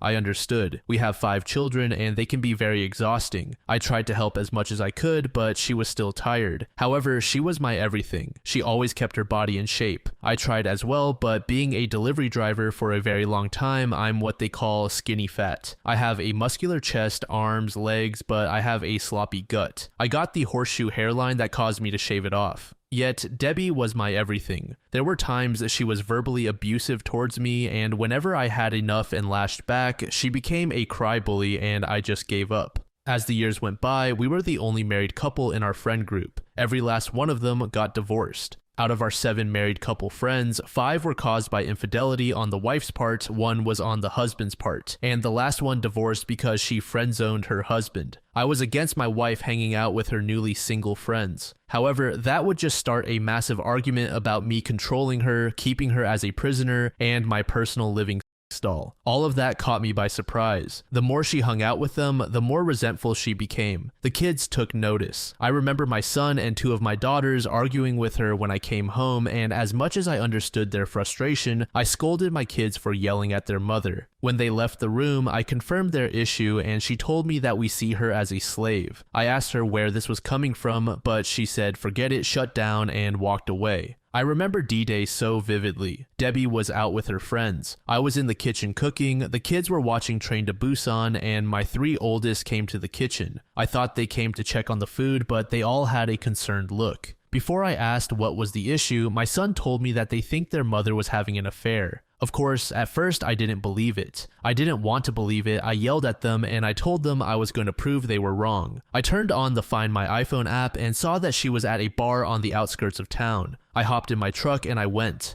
When I arrived at the bar, it was crowded, but I saw her circle of friends in the corner booth acting like drunk idiots. When I approached them, they all turned pale and that unsettling feeling hit my stomach. Since I didn't see her in the bar, I went outside and walked around the parking lot. There was a car in the back corner. It looked like the man in the driver's side was sleeping. A man who I thought was my friend. I approached the car to ask him if he had seen my wife, but when I got closer, it was obvious that he was getting a BJ, and the closer I got, the more I recognized the woman in the car. I was practically standing by the driver's side window and none of them noticed me. I lost my temper. I broke the window, dragged him out, and I wasn't civil. Debbie was screaming sorry over and over. I was yelling at her while kicking him. Cops showed up soon after that, and I was arrested for assault and battery. I spent a week and a half in county. I had to go into the infirmary because I thought I was having a heart attack, but it turned out I was suffering from broken heart syndrome. The news of what I did spread like wildfire. Eventually, my father-in-law bailed me out. The man was practically in tears when I stepped through those gates. He profusely apologized to me for his daughter's actions. During the drive home, he told me he spoke to my manager and union rep about the situation so I could still keep my job. He said that the kids had been staying with him and Debbie was waiting for me in the house. He said he knew what was going to happen, which was why he brought the truck. He was right. When we got to the house, Debbie ran to me crying and tried to hug me, but I shoved her so hard that she fell to the ground. She looked at me with shock. I told her to get her shit out of my house and I wanted a divorce. She tried to fight it, but her father convinced her otherwise. An hour after they left, my mother-in-law came with the kids and I hugged them all for dear life. She apologized for her daughter's actions as well before leaving. Now, in my state, there's mandatory couples counseling before granting the divorce, which in my opinion is complete BS. I don't understand why I have to go to counseling if she cheated. At the beginning of the sessions, I just sat there, listening to her drivel. That is exactly what it was, drivel. Blame shifting on the fact we were young parents and she never experienced the wild lifestyle, the freedom, and she got carried away. She got lost in it and her friends encouraged it. Soon she felt like she was missing something and she started a fling.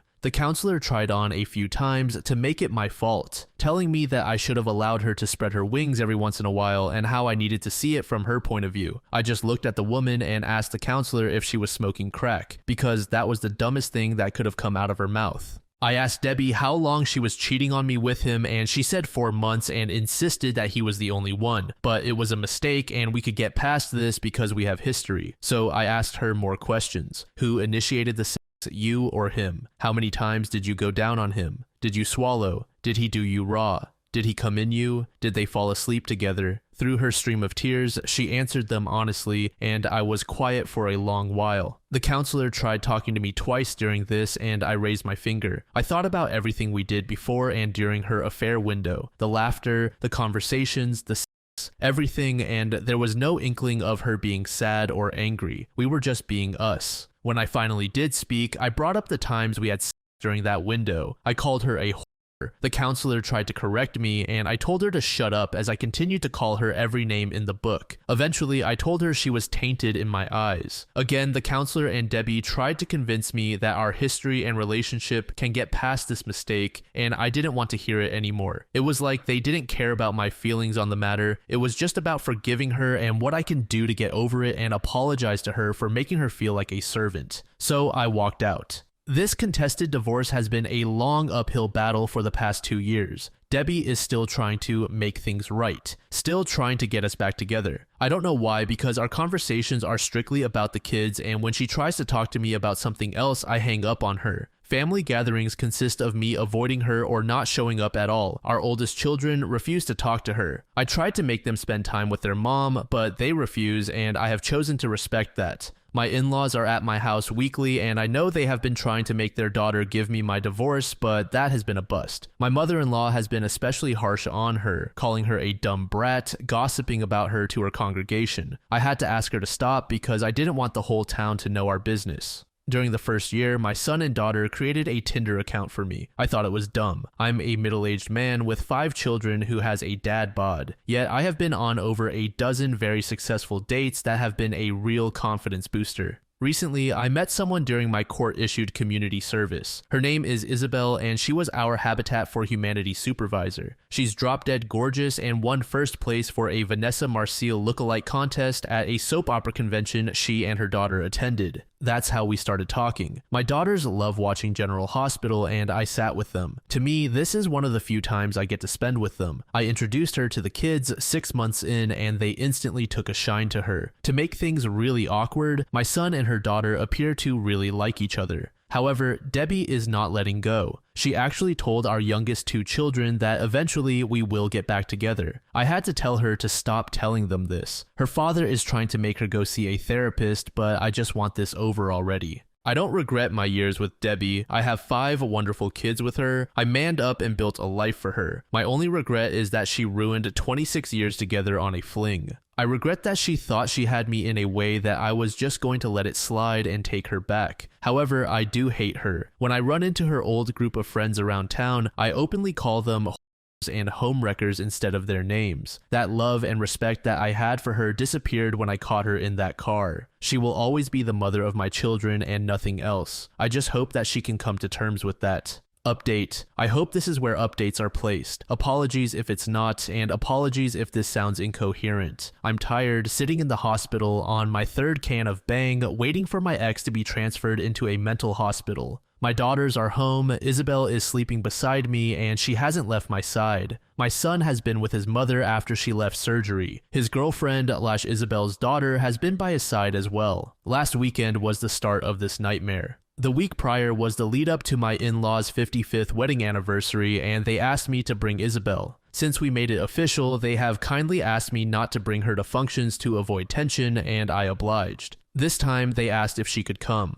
For the past month, my ex has been a bit erratic. She had several physical altercations with her old friends. One of them got a broken nose, one had a busted lip, and the last one was shoved out of a Circle K. Each time the police were called, and considering how small our county was, they just took her to her parents' house. I tried telling my in-laws that she should be taken to the hospital for evaluation. It even blew up into a shouting match, but in the end, I conceded. I should have fought harder. On Saturday, we all showed up at my in-laws' anniversary party, and to me, Debbie appeared off. I pulled her to the side, and it was the first time I had actually spoken to her. I asked her if she was alright, and she faked a smile, trying to tell me that she was okay, but I called her out on it, and she cried a little. She told me how sorry she was. She told me that she couldn't understand why she didn't tell her old friends to back off, or why she gave in to the peer pressure. She told me that she destroyed our family, and seeing how I am with Isabel only made her miss me more and wish she had appreciated what she had. When she said that, I felt fear in the pit of my stomach, or maybe it was anxiety. I should have kept asking if she was alright, but I was blindsided when Debbie formally apologized to Isabel for her actions and asked her to keep me happy because I'm a good man who deserves a good woman.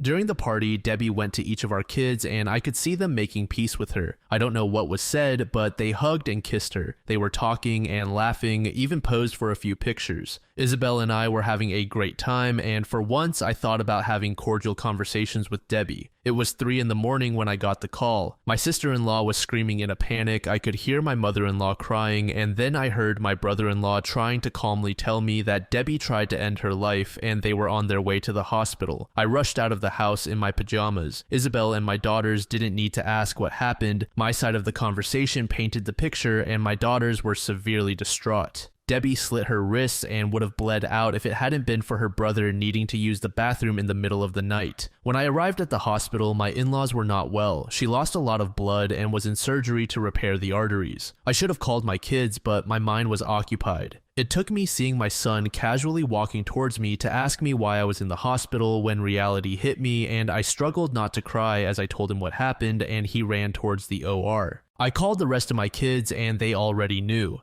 My youngest called them and they were almost at the hospital. She was in surgery for 6 hours. My father-in-law and I donated our blood for her since the hospital was short on her blood type. My son couldn't be a part of the operation, but he observed the surgery. All of my daughters were not doing well. My eldest daughter especially, all she kept talking about was the could've, should've, would've, and I told her to just focus on the now and not the past. My younger 3 daughters were pacing around, and when my son left the OR, he told us that she was going to be fine, and when I hugged him, he collapsed into my arms crying. I wanted to cry as well, but I had to be strong for them. Late Sunday, my mother-in-law found the notes. She wrote one for each of the kids and a thick one for me. In my envelope were the signed divorce papers and an 8-page letter of apology. The letter just reinforced that she was never unhappy about our marriage. She just gave in to the peer pressure and what she called being brainwashed into thinking she was a servant by her so-called friends. She stated that she was so sorry for how she treated me, the kids, and for having that affair. I'm paraphrasing it though. When Debbie woke up, at first she refused to talk. She would just stare out the window. For 2 days it was like that, and it was around that time I asked about how to update. I needed a distraction. Then she slowly began acknowledging everyone, but she was distant, almost as if she was disappointed that she was still alive. As the days passed, she didn't get better, although she was more conversational.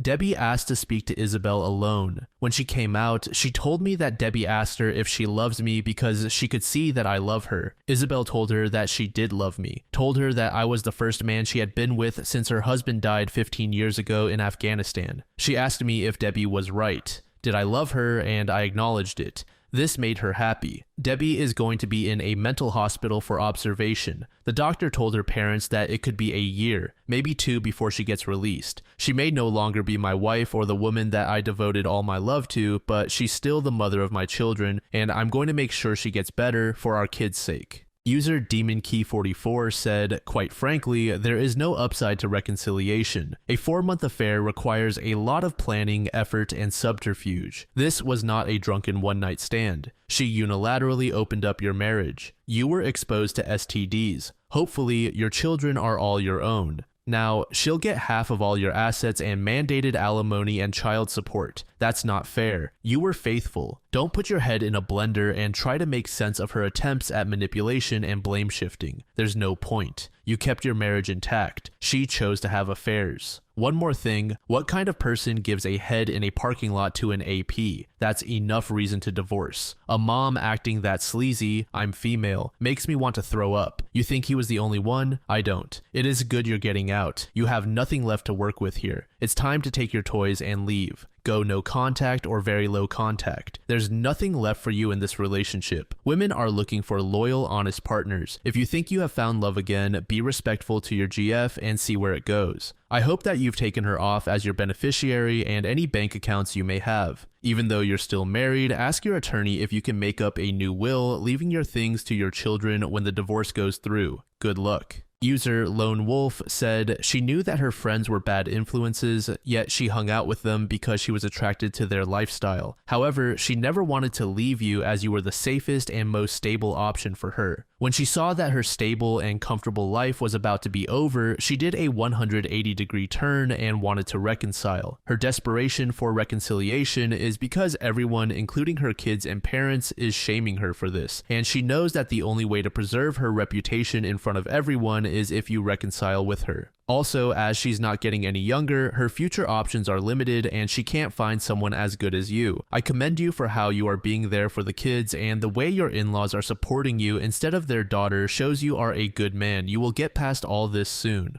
All the best for your healing journey. User Basic Advance 7627 said, my brother, I caught my wife of 27 years in an affair with a former friend I grew up with. We have 3 kids. She left me for him. He's a meth-toothed alcoholic piece of trash. Once I found out about this affair, I found out about others. I was crushed. I begged like an idiot. Gave her everything to win her back. You did the right thing. The only difference is she has weaponized my kids against me. I was and am a good dad, hardworking and always attend church and have tried to be a good example and good person. After a year of abuse from her, I was able to move past her, meet a wonderful woman, and remarry. Someday I know she'll pay and the kids will come back to me. Anyway, you aren't alone. How could anyone blow up their family for this? User Independent Idea 190 said, "It sounds like you've got some really great kids, man. I would have done the same thing in your situation. Since infidelity is not illegal, which I personally think it should be given the damage it does to a family, every husband should be encouraged to kick the shit out of the AP to put the fear of God in anyone considering being with a married woman. If you're scared to do it yourself, there's always a friend in the bunch who's mean enough to do it for you." Hearing about these women going out for some strange like their miserable friends, getting caught and realizing they just ruined their lives for nothing. Her friends are the same lonely, desperate women you see all over TikTok. I doubt your STBX will ever be able to look at them the same after going through all this turmoil. No matter how much you try and keep the affair in the family, before long it's all over town. Women have a real hard time living with shame and guilt, and the only way they think they will ever feel better about themselves is if their husband forgives and takes them back. That is asking someone to do the impossible. They will forever be tainted. Dirty hoes to us. And unfortunately, if there are kids involved that are old enough to know what went down, they will never look at their mother the same. That's the only part that I feel a little compassion about. She'll never recover from that one. Good luck to you. I hope you find yourself a good woman to spend the rest of your life with.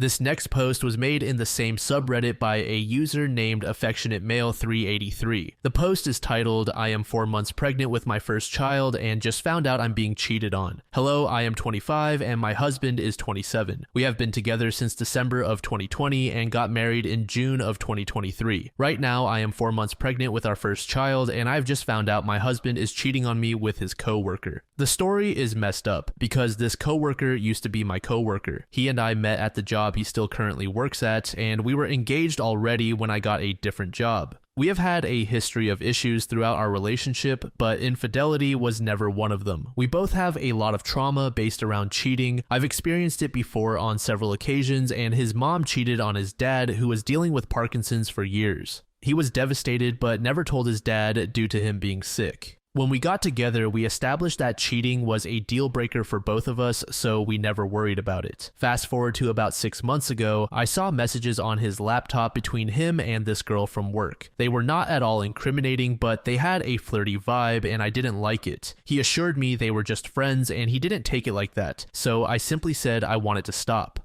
A few weeks later, I saw messages again, this time being a little more flirtatious, to which I said he needs to stop this completely and make it known this isn't happening. He agreed and had exchanged words with her at work the following day. Apparently, she blew up and caused a scene at their job, telling everyone bad things about me and him to the point where my old coworkers were reaching out to me about it, so she and I ended up exchanging some not so nice words. 3 months later, he sits me down and tells me she sincerely apologized to him for everything and was wanting to apologize to me, to which I said, no thank you. That began an argument about how he wanted to rekindle a friendship with her. We argued about this for 2 weeks, and at this point we already were aware I am pregnant, and I found it a coincidence she's apologizing now that I'm pregnant. I simply said I am not okay with them texting or being more than just co-workers, so act accordingly. Fast forward to the last few days, I work a healthcare job that I don't get off until 2:30 a.m. I got home the other night and my husband was in the shower. When I went to set my phone on the nightstand to charge, I saw a notification from this girl through Snapchat. When I opened the messages, they were sexting and she had sent him nudes. I flipped out and began to pack a suitcase, clearly losing my mind, and he talked me into staying and said he would tell me everything. I had been told that it was just texting for a few weeks and it was stupid. He was being stupid. We have been discussing this and what we want for the next steps to be for days. I have been leaning towards making things work with him, but had a gut feeling to speak to her. So I made him aware I was going to talk to her, to which he tried to talk me out of, and I didn't care. Once he knew I was going to no matter what, he broke down and told me that they would go to a private room at work on their lunch breaks and only make out, and this happened only 3 times. I had asked him numerous times if they had been physical, to which he said they had not been. I feel like I could have worked it out with him if I had known everything from the start and he was honest with me, but at this point I don't know anymore. Divorce is not scary to me. I am perfectly fine with leaving, I just don't want to. I love him and have envisioned my entire life with this man. He has not been excited or happy about this pregnancy, but we had agreed to keep it because I have always wanted to be a mom and was told by doctors there was a chance I wouldn't be able to. He has been very vocal about how he doesn't want this kid and then went and cheated on me as well. I don't know what to do because I feel like this kind of damage isn't something that anyone can bounce back from.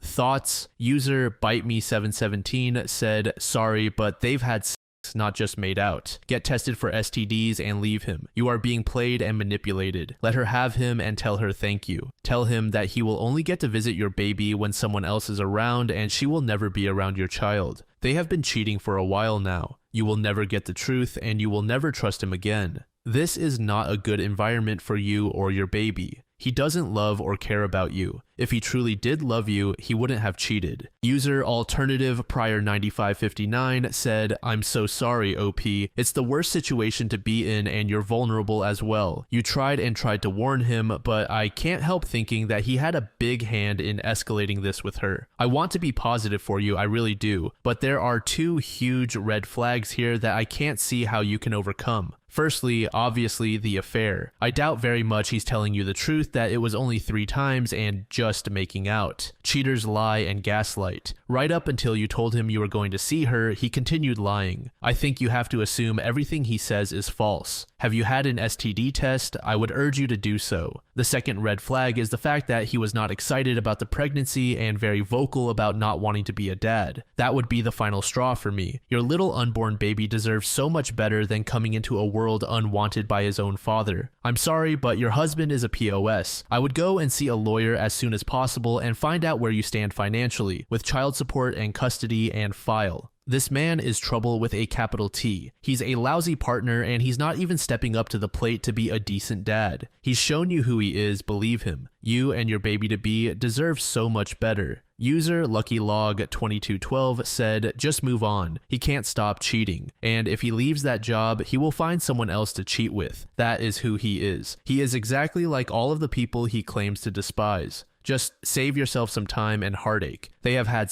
because he is just trickle-truthing you. He is just giving you a little more each time you threaten his relationship with her. So there is more. Just save yourself some time and start the divorce proceedings. After the baby is settled, leave that lying sack of excrement, but only on your terms and at your schedule. He has a problem with being truthful. That is the cause of your marriage's demise, not his cheating. That is just a byproduct of his not being truthful. That is the point that you need to make perfectly clear to him. Best of luck with the baby and moving forward. User WinterBlueberry232 said he chose her again and again and again after he knew you weren't okay with the relationship. You weren't okay with the way they were talking. He knew and didn't care enough to stop it, for whatever reason. Then he lied to you about it. He's probably done much more than making out. If you want answers, ask her, and ask for proof if you need it. I wouldn't be able to come back from that, and I wish I'd left when I was pregnant and found out. This story was created in the Off My Chest subreddit by a user named Ogre in Distress. The post is titled, Girl from Friend Group falsely accused me of assaulting her to the rest of my close friends. They cut contact with me without even confronting me about it. A year later, they regret taking her side after learning the truth about her. I don't know why I'm writing this because this is all behind me, but I feel like I should get this off my chest anyway, because I haven't really talked about this with anyone.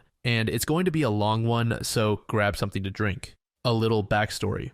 I was 16 years old when I became close to a group of 4 friends online that were a few miles away from the town I grew up in. I've always had trouble making friends at school because I couldn't find someone who had the same interests as me, so I guess I was sort of the weird kid in class and was the odd one out. I've always kept my interests to myself because they're so different from everyone else's. Anyway, after I met these 4 friends from a meme group on Facebook, as I remember, we became close and we made our own friend group where we talked about a lot of personal things and didn't really try to hide our different lives. For context, 2 of the friends were the same age as me, one was 2 years older, and the other one was 2 years younger than us. It felt like we were a family of brothers, and I've never really had someone to count on like I did with them, not even now. They were great. Then we met another group of friends online, but they were girls and had their own friend group. They were all the same age as me, and we bonded really well. I would be lying if I said I didn't have a crush on one of them, but that quickly faded as I learned we would be better off as friends. Now, for the sake of the readers, I'll skip all this and delve straight into the main things. But first, I'd like to add that the girl who accused me of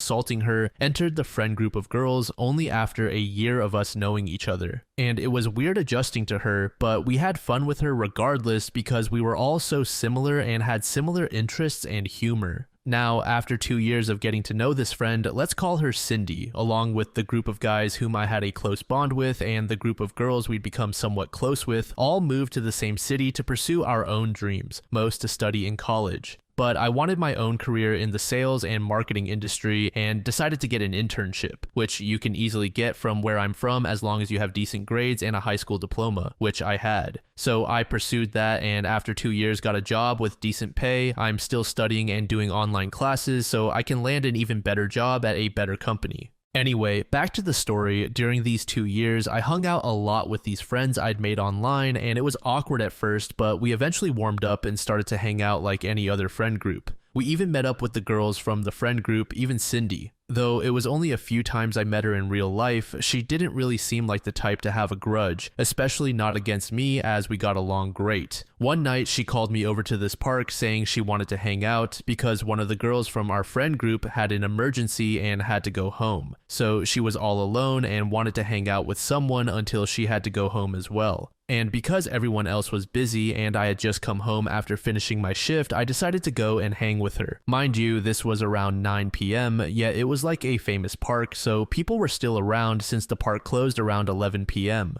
Anyway, we hung out for 2 hours talking and laughing while calling our other friends and taking pictures, usual goofy friend stuff. After that, she wanted to go home and asked if I wanted to come home with her and drink some coffee and hang out until midnight, which was weird, but I said, sure, why not? And then she proceeded to tell her roommate that she was going to be over and that she was bringing a guy and wanted to know if any of her friends were over at their apartment. I didn't think much about it at first, as I thought she was making sure it wouldn't be awkward to hang out in their apartment while her roommate had other friends over. The roommate then proceeded to say no, so Cindy says okay and hangs up. We walked to her apartment and got in as we saw what I guess was the roommate leave from her apartment, which weirded me out a little, but still, I didn't think much of it. We proceeded to hang out, have some fun, and drink coffee she made. We even took some snaps to show to our other friends. Anyway, after 30 minutes of hanging out and laughing, she asked me if I wanted to go home. I said no because I was a bit tired since we had basically speed walked to her apartment from the park, which was a km away. Then after talking a bit, I proceeded to leave and say goodnight to her, and all was well for the night. The next day, she was acting really awkward and closed up, as if she were depressed about something. Then a few days later, out of the blue, one of my closest friends from the friend group had suddenly left the group chat. It was a shock to the rest of us, and I thought something must have happened at home because he wasn't the type to leave the group chat unless something really depressing had happened to him. I pursued him in his messages, but he ignored me. After a few days, I checked our chat again to see that I had now been blocked. I told my other friends to check what happened, and they said they were going to. Slowly but surely, one by one, they had left the group chat and blocked me except for the guy who was 2 years older than us. Even the girls from the separate group chat we were all in had left and blocked me, even Cindy. I found out later from the 2 years older friend that Cindy had accused me of trying to essay her while I was at her apartment. And this took me by complete surprise and utter confusion. Apparently, she had told all my friends one by one that when I went to her apartment that night, I tried to grab her inappropriately and tried to come on to her. She even made the claim that she had told me to leave, but I resisted and said I wasn't going to, and that I had only left after she threatened to call the police. My friend told me all this and asked me if any of this was true, and I explained to him how the whole night went in full detail. He said he believed me and that he was going to tell my side of the story to the rest, but I told him no. I told him I've seen how this is going to play out and that they're going to believe Cindy regardless of my side of the story, and that if these so-called friends were just going to block me without even confronting me about it or hearing my side of the story, then they don't deserve to be called my friends. I thanked him for sticking by me and hearing my side of the story, and that was it. I moved on, although heartbroken and extremely sad to the point where I couldn't trust anyone ever again. I kept my composure and moved on with my life. I knew the only reason she didn't file a case against me is because she couldn't prove it. Instead, she told my friends to cut contact with me and pretended to be for several weeks, which I learned recently. So after a few years of no contact with me, one of the girls from the friend group reached out asking if any of the things Cindy had told them were true. At first, I laughed at the text and asked her why she wanted to know now all of a sudden. She just kept asking me, and so I told her how that whole night went down. She was in shock and was really sorry she ever believed that B word. I asked her why she wanted to know all about this all of a sudden, and she said it was because Cindy had shown her true colors to them and they saw how much of a narcissistic, disgusting pig she was. I don't exactly remember what she had done, but it was somewhere along the lines of Cindy sleeping with multiple people and the girls from the friend group finding out in different ways. She was basically a street gardening tool, but there were so many lies and betrayals from her that they decided to completely cut her off. I myself was surprised and didn't understand the extent of just how much of a POS she really was. The girl that reached out kept saying sorry to me, and I told her that I had already forgiven her and the rest of the girls because we weren't that close. So I understand them taking Cindy's side over mine. But I said that I can never forgive the other three because they were my closest friends and that I at least expected them to confront me about it, and that them not doing so made me realize that I can never trust them again.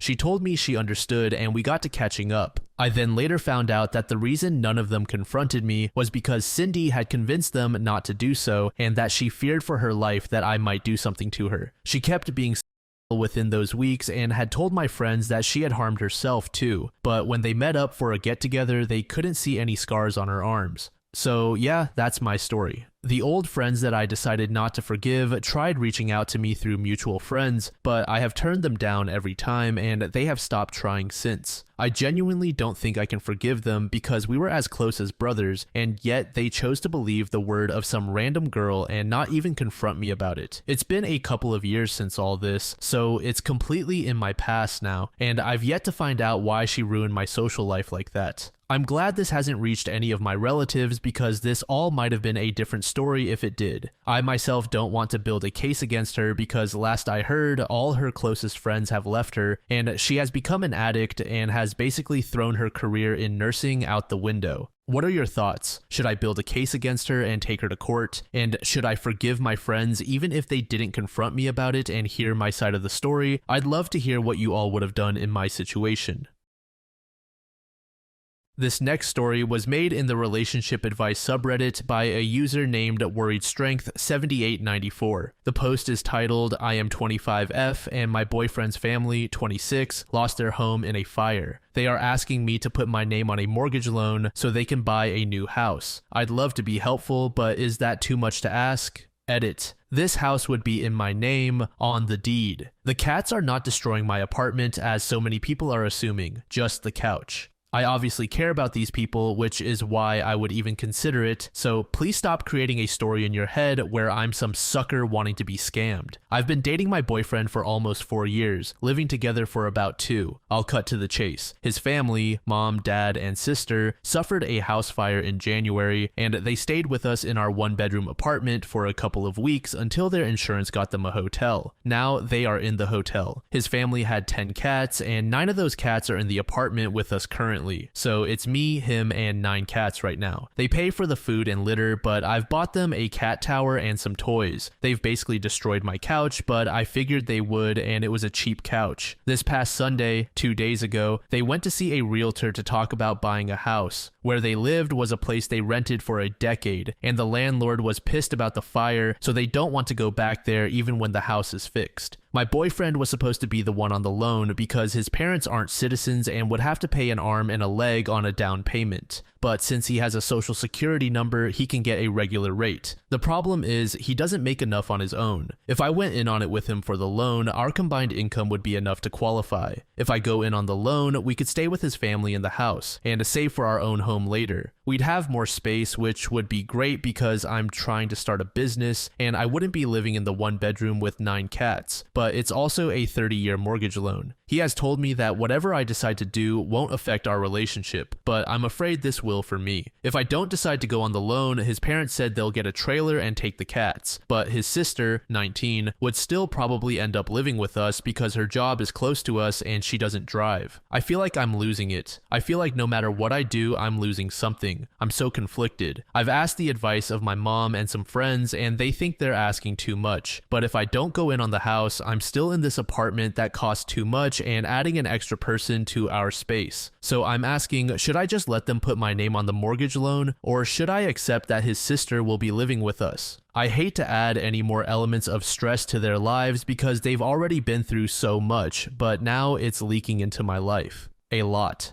TLDR, my boyfriend's family suffered a house fire and is asking me to go on the loan with him so they can get a house. If I don't, they'll get a trailer for themselves and their 10 cats, and his sister will live with us. Help me pick my poison? Edit. So this got a lot of attention fast. I'd like to clear up that they aren't pressuring me, but it's obviously a tense situation for them because, it's their housing on the line. They're just kind of at the mercy of insurance paying for their hotel. It's a desperate situation and a desperate ask. I will talk to my boyfriend today about different options. I spoke to my mom, who is a homeowner, and she advised against this, but seeing all of your reasons as well, like not being able to get a second mortgage because of this one, is a nail in the coffin. I'll suggest his sister stay with us as long as she is looking for another place of her own, and encourage her to maybe look to roommate with a good friend of hers maybe. I knew this would be a risky move, but seeing how much it really takes from me, just no. I will update later, but have peace of mind that I will not be taking out a mortgage for his family. User Jamusi Birchin said, don't do it. I'm sorry for your BF's family, but don't do it. This can easily get you trapped. If you consider it, meet with a lawyer and get a contract that is for your benefit and doesn't leave you with the costs for all this. What if you do it and your BF leaves anyway? Anyway, that sounds very fishy to me. If you were my client, I would tell you as an accountant to stay away from this. You are just the girlfriend, and you are in a position easily to abuse and use. User usually right to said no on the mortgage and no on the sister moving in. If you put your name on that mortgage, you will not be able to get another until it's paid off or refinanced in someone else's name. If you and this boyfriend break up, you can't just get out of the mortgage. If they stop paying, you are the one who has to pay. If your BF wants to sign up for this shit show and himself financially, that's fine. Stupid, but fine. Don't you do it to yourself though. And also, if you two won't be living there, the mortgage rates will be different as well. And why would you want to live with his family? If you feel guilty for saying no to the mortgage and to sister moving in, that's okay.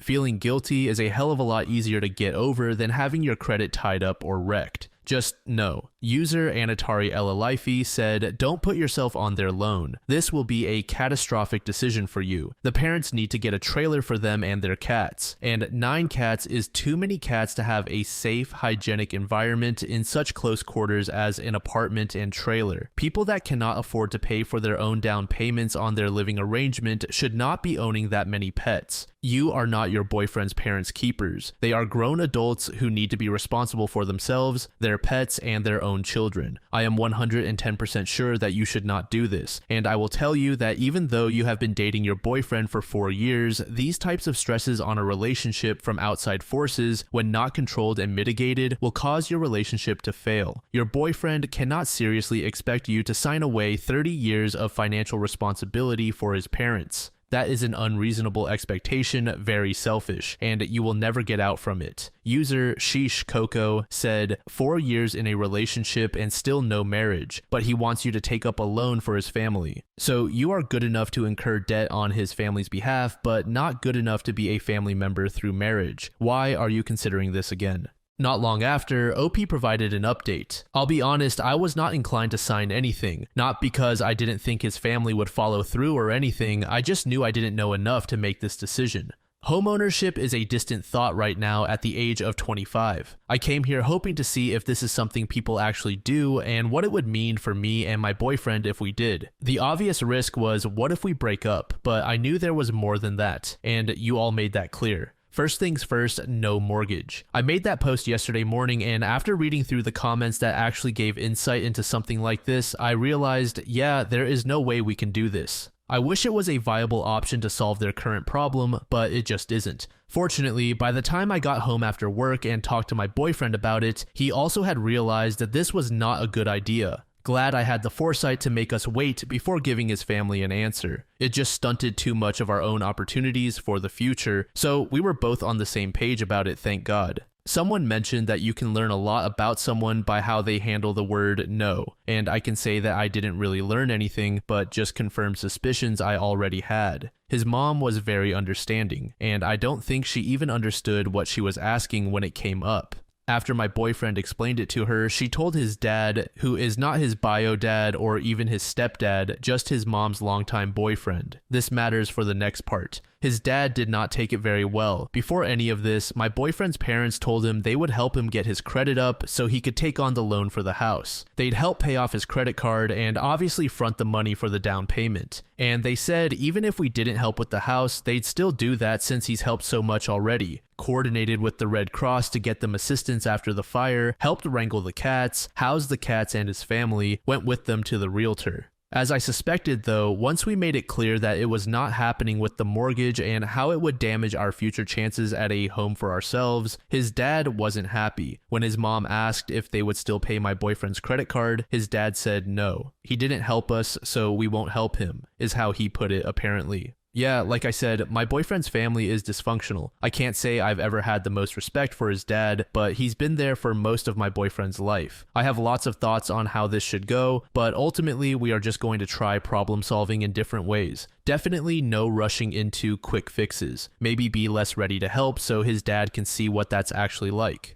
Also, a note to you all as a collective. I understand that the world is full of cruel people, but I think a lot of you miss the context of this situation when you cast judgment on his family's intentions. This is a family who has been displaced in a house fire. They are immigrants who aren't completely and perfectly savvy to all the logistics of buying a home. The reality for a lot of immigrants is that they do rush into terrible solutions because they don't always think they have another option. They know they have fewer resources because they lack citizen status, and it's not uncommon for children to help their parents in extreme ways. And that doesn't just apply to immigrants. There are people all over the world taking extreme risks to try and better their situation, but since they have lived so long needing to think on their feet, they don't always feel like they can afford to look for other options. All that to say, practice a bit more compassion. I understand that this was too much of a risk for myself, but that's not going to stop me from helping them where I can. Thanks for your help. User PM Me Your Chihuahuas said, as a child of immigrants, I get some of the concerns. However, my parents bought and sold houses several times before they became citizens, including new builds. It's not impossible for immigrants if they have legal status here. More difficult, yes, but non-citizen immigrants buy homes in the US all the time. Under this comment, OP said, oh, for sure. My mom is an immigrant and her parents owned a home before becoming citizens here. With my mom's help, I'm pretty sure. I think she would send them money sometimes. I know it's not impossible for immigrants to be savvy, but I've met plenty who are not. My mom currently works with families who have recently moved to the US to help register their kids for school, so I meet a lot of people in a variety of situations. It was funny seeing comments of people saying, that's too many people in one apartment. I've met people who share a one-bedroom apartment with a whole other family. 2 families in one apartment. All I know is that some people have to work with what they've got, and I can't knock them for trying. User Gen5872 said, I'm glad that his mom took it well at least. Having said that, I understand that they were displaced by a fire, but they were renters, hopefully with renter's insurance, and tried to turn that into buying a home instead of finding a new place to rent.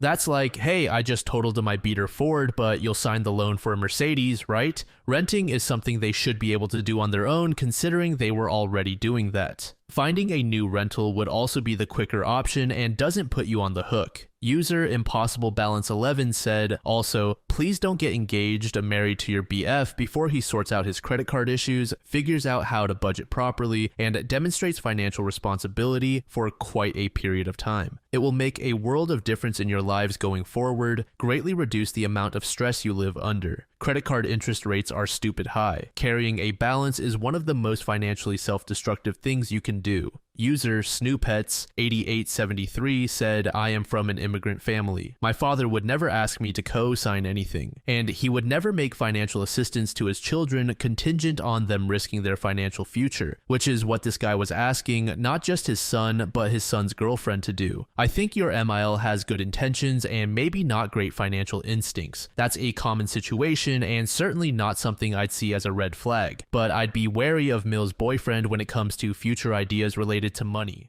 This story was created in the Off My Chest subreddit by a throwaway account. The post is titled, My Sister's Life is Falling Apart and I Am Happy. I, 40F, have been a longtime lurker on Reddit, never shared my story. This is a typical Reddit story you will hear, but I wanted to scream it to the world. Thank God for Reddit. So my sister, 43F Ursula, has always made my life a living hell. She is extremely manipulative and a narcissist. Ursula will be nice to me when she needed anything, but then will ignore me. Growing up, I always thought that we were really good sisters. We did not have the typical sister fights of one being jealous of the other. Now, as an adult, when I think about it, I think she has hated me. She would always give me backhanded compliments like, "Your face looks better with your glasses," or "You have a boy crush? I thought you were a lesbian. I used to be a tomboy." Growing up, I always strived to be like her. She was everyone's favorite. She was helpful and kind. Or at least that's how she made us believe. She would always make me feel insecure about my looks and people I date. The first boyfriend I had when I was 17.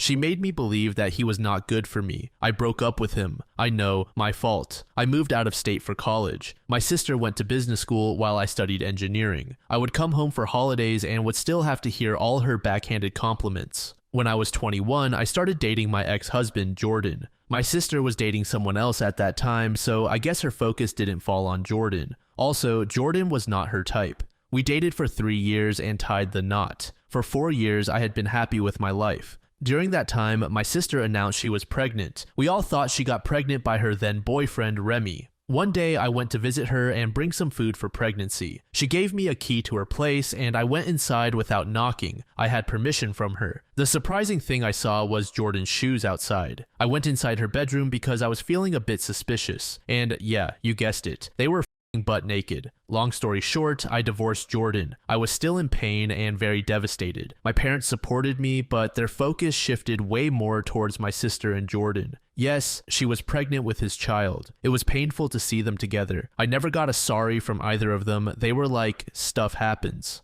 I moved away from home. 8 years ago, I got a contract to work in England. I moved there. It was a fresh start of my life. I met Peter, who was a single dad. We fell in love and got married and have a son together. I don't have contact with my sister. I have very low contact with my dad, who gives me all the insight. Jordan and Ursula got married and had 2 more kids. That's all I knew about them until recently. Jordan cheated on Ursula, and they are having a nasty fight. The cherry on top is that 2 of their kids are not Jordan's, so Ursula hasn't been faithful at all. My dad told me it is a mess. Jordan and Ursula will get a divorce, but she is pressing for alimony. I hung up the phone and made myself a drink. I am glad I am thousands of miles away from all that drama. My mom had called me too and said that she needs me. I am not sure if I will go or not. As much as I enjoy seeing Ursula's life going to hell, I am not sure if I want to engage in that drama. Edit. Since people are curious and want to know everything, I wanted to add more details. My sister was cheating on Remy.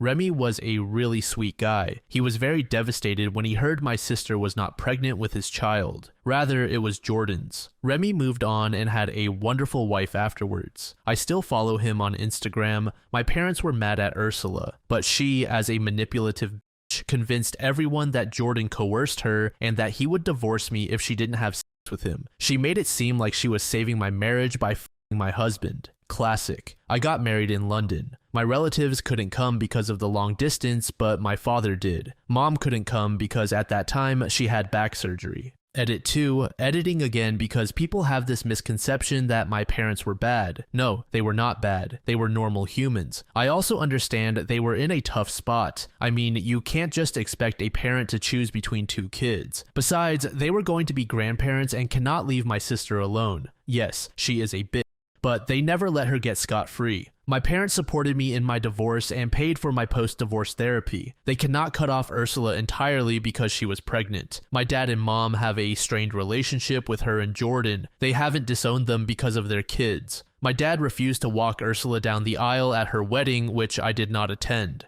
I did keep them in contact after I moved to England. They were supportive of me. The reason my mom couldn't come to my wedding, as I mentioned, was that she had back surgery. My mom is in her 60s, so she has a lot of health issues. My dad attended. My mom hardly could fly, but she did visit me after my honeymoon. She was devastated because she couldn't meet my son because flying was difficult, and then we had COVID. I am going to my hometown for some business. I would have gone either way regardless of the phone call. I haven't seen my mom and dad for 4 years now. I miss them. I do hate my sister, but I do not hate my parents. User Ed Geen said, if your date is cheating on their partner, they will cheat on you when they become your partner. People never learn. I'm happy you have a happy life and are seeing your sister's pot boil over from hundreds of miles away. Stay clear of that thunderstorm and make yourself some popcorn. Under this comment, Use Yuffie is a thief said, yup, especially if they're so casual about it. I dated a guy who said he was single, turned out he had a girlfriend. They did break up because he was a cheating asshole. We still hang out because we had a nice, friendly connection as well. But he was really surprised when I told him I didn't want to date him because of his past behavior.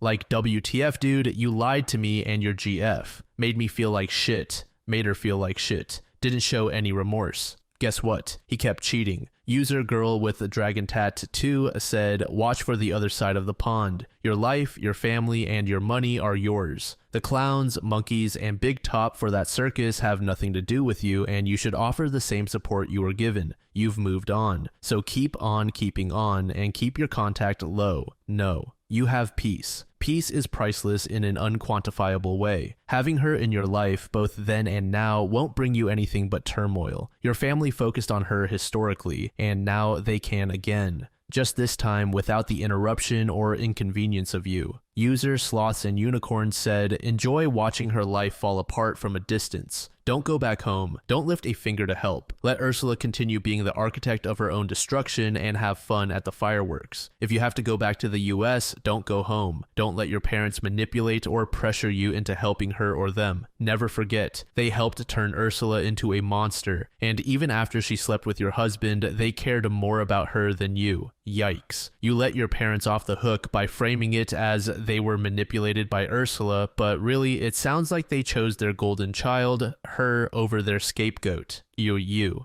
I'm sorry, you deserve better parents and a better sister. Under this comment, OP said, I think I gave the wrong impression of my parents. They are not bad people. Yes, they love both of their kids, but I don't think they sidelined me. My dad and Ursula's relationship is still strained. He is only involved because of the grandkids, my mom as well, and I never demanded to cut her off because she needed them, but I kept my distance. They still hate Jordan and Ursula. My dad refused to walk her down the aisle when she married Jordan. I distanced myself for my own reasons. I took a job in the UK and traveled Europe, which I always wanted to do. I am settled in my life with my 4-year-old son and husband and my stepdaughter. My mom and dad are still in touch with me. I haven't gotten a chance to meet mom in 3 years because of COVID and other issues. I might have to visit my hometown now because of a project, and also I miss them. About 2 weeks later, OP provided an update. So I have landed on the soil of my home country with my husband and son. My mom and dad received me at the airport. I was so happy to meet them after so many years. Their faces look pale as if they haven't eaten or slept for a long time.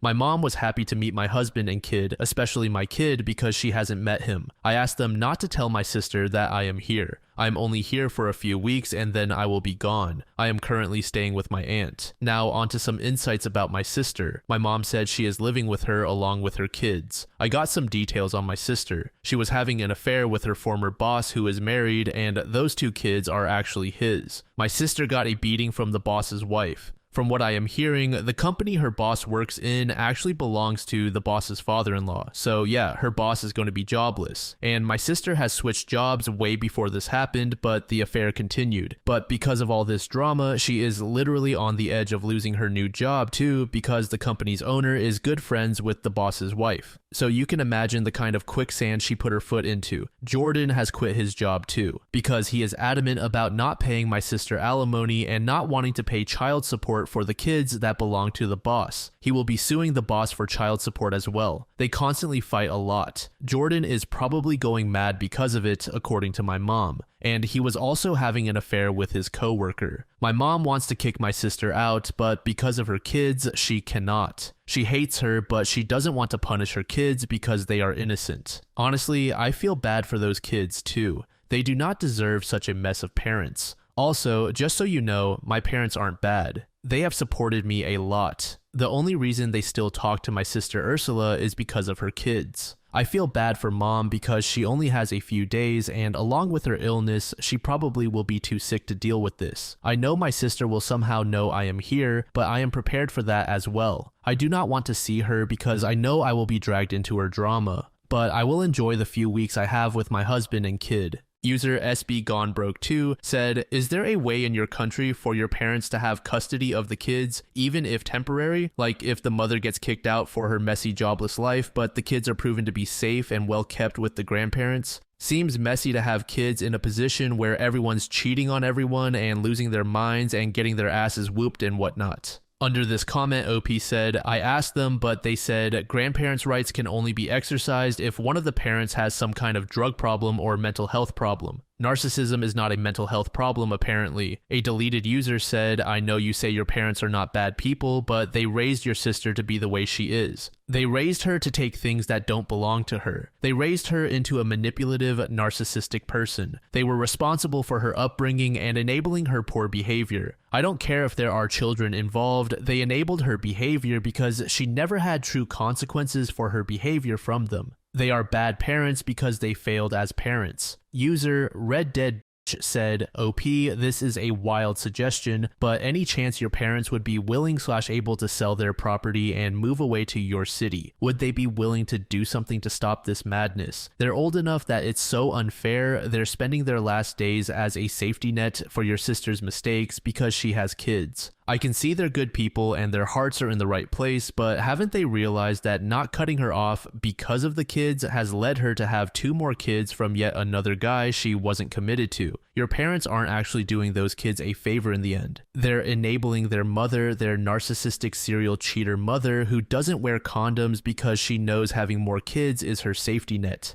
As sad as it is to face it, your sister is a narcissist, so she understands that your parents won't punish her if she is pregnant, and she won't change at all as long as she has other people to clean up her mess like she has. I'm so sorry that they are stuck in this situation, but it seems to me it's not getting any better without your parents removing that safety net for her. Not for the kids, it's not their fault, and they shouldn't lack anything because of their parents, but you need to remember that eventually your parents will be gone, and then who is going to be there for those kids? Who's going to be your sister's safety net? Where are they even going to live after they're gone? How is she going to support herself and those kids after years and years of people doing it for her? Would they see things any other way? Would your sister be the kind of person to say they can't see the kids anymore? Would they be willing to try some things like threatening to cut her off the will if she doesn't play ball and speed up the divorce process according to how your parents want? I imagine they probably don't think it's fair for Jordan to pay child support for Ursula's children with the ex-boss. So maybe they could threaten to cut her off the will unless she drops the alimony pursuit and helps Jordan get the child support from the right person. Something like that, because the way things are, it is a bit like putting band-aids on bullet holes. Your parents should be enjoying their golden years, not patching people up stuck in a custody battle.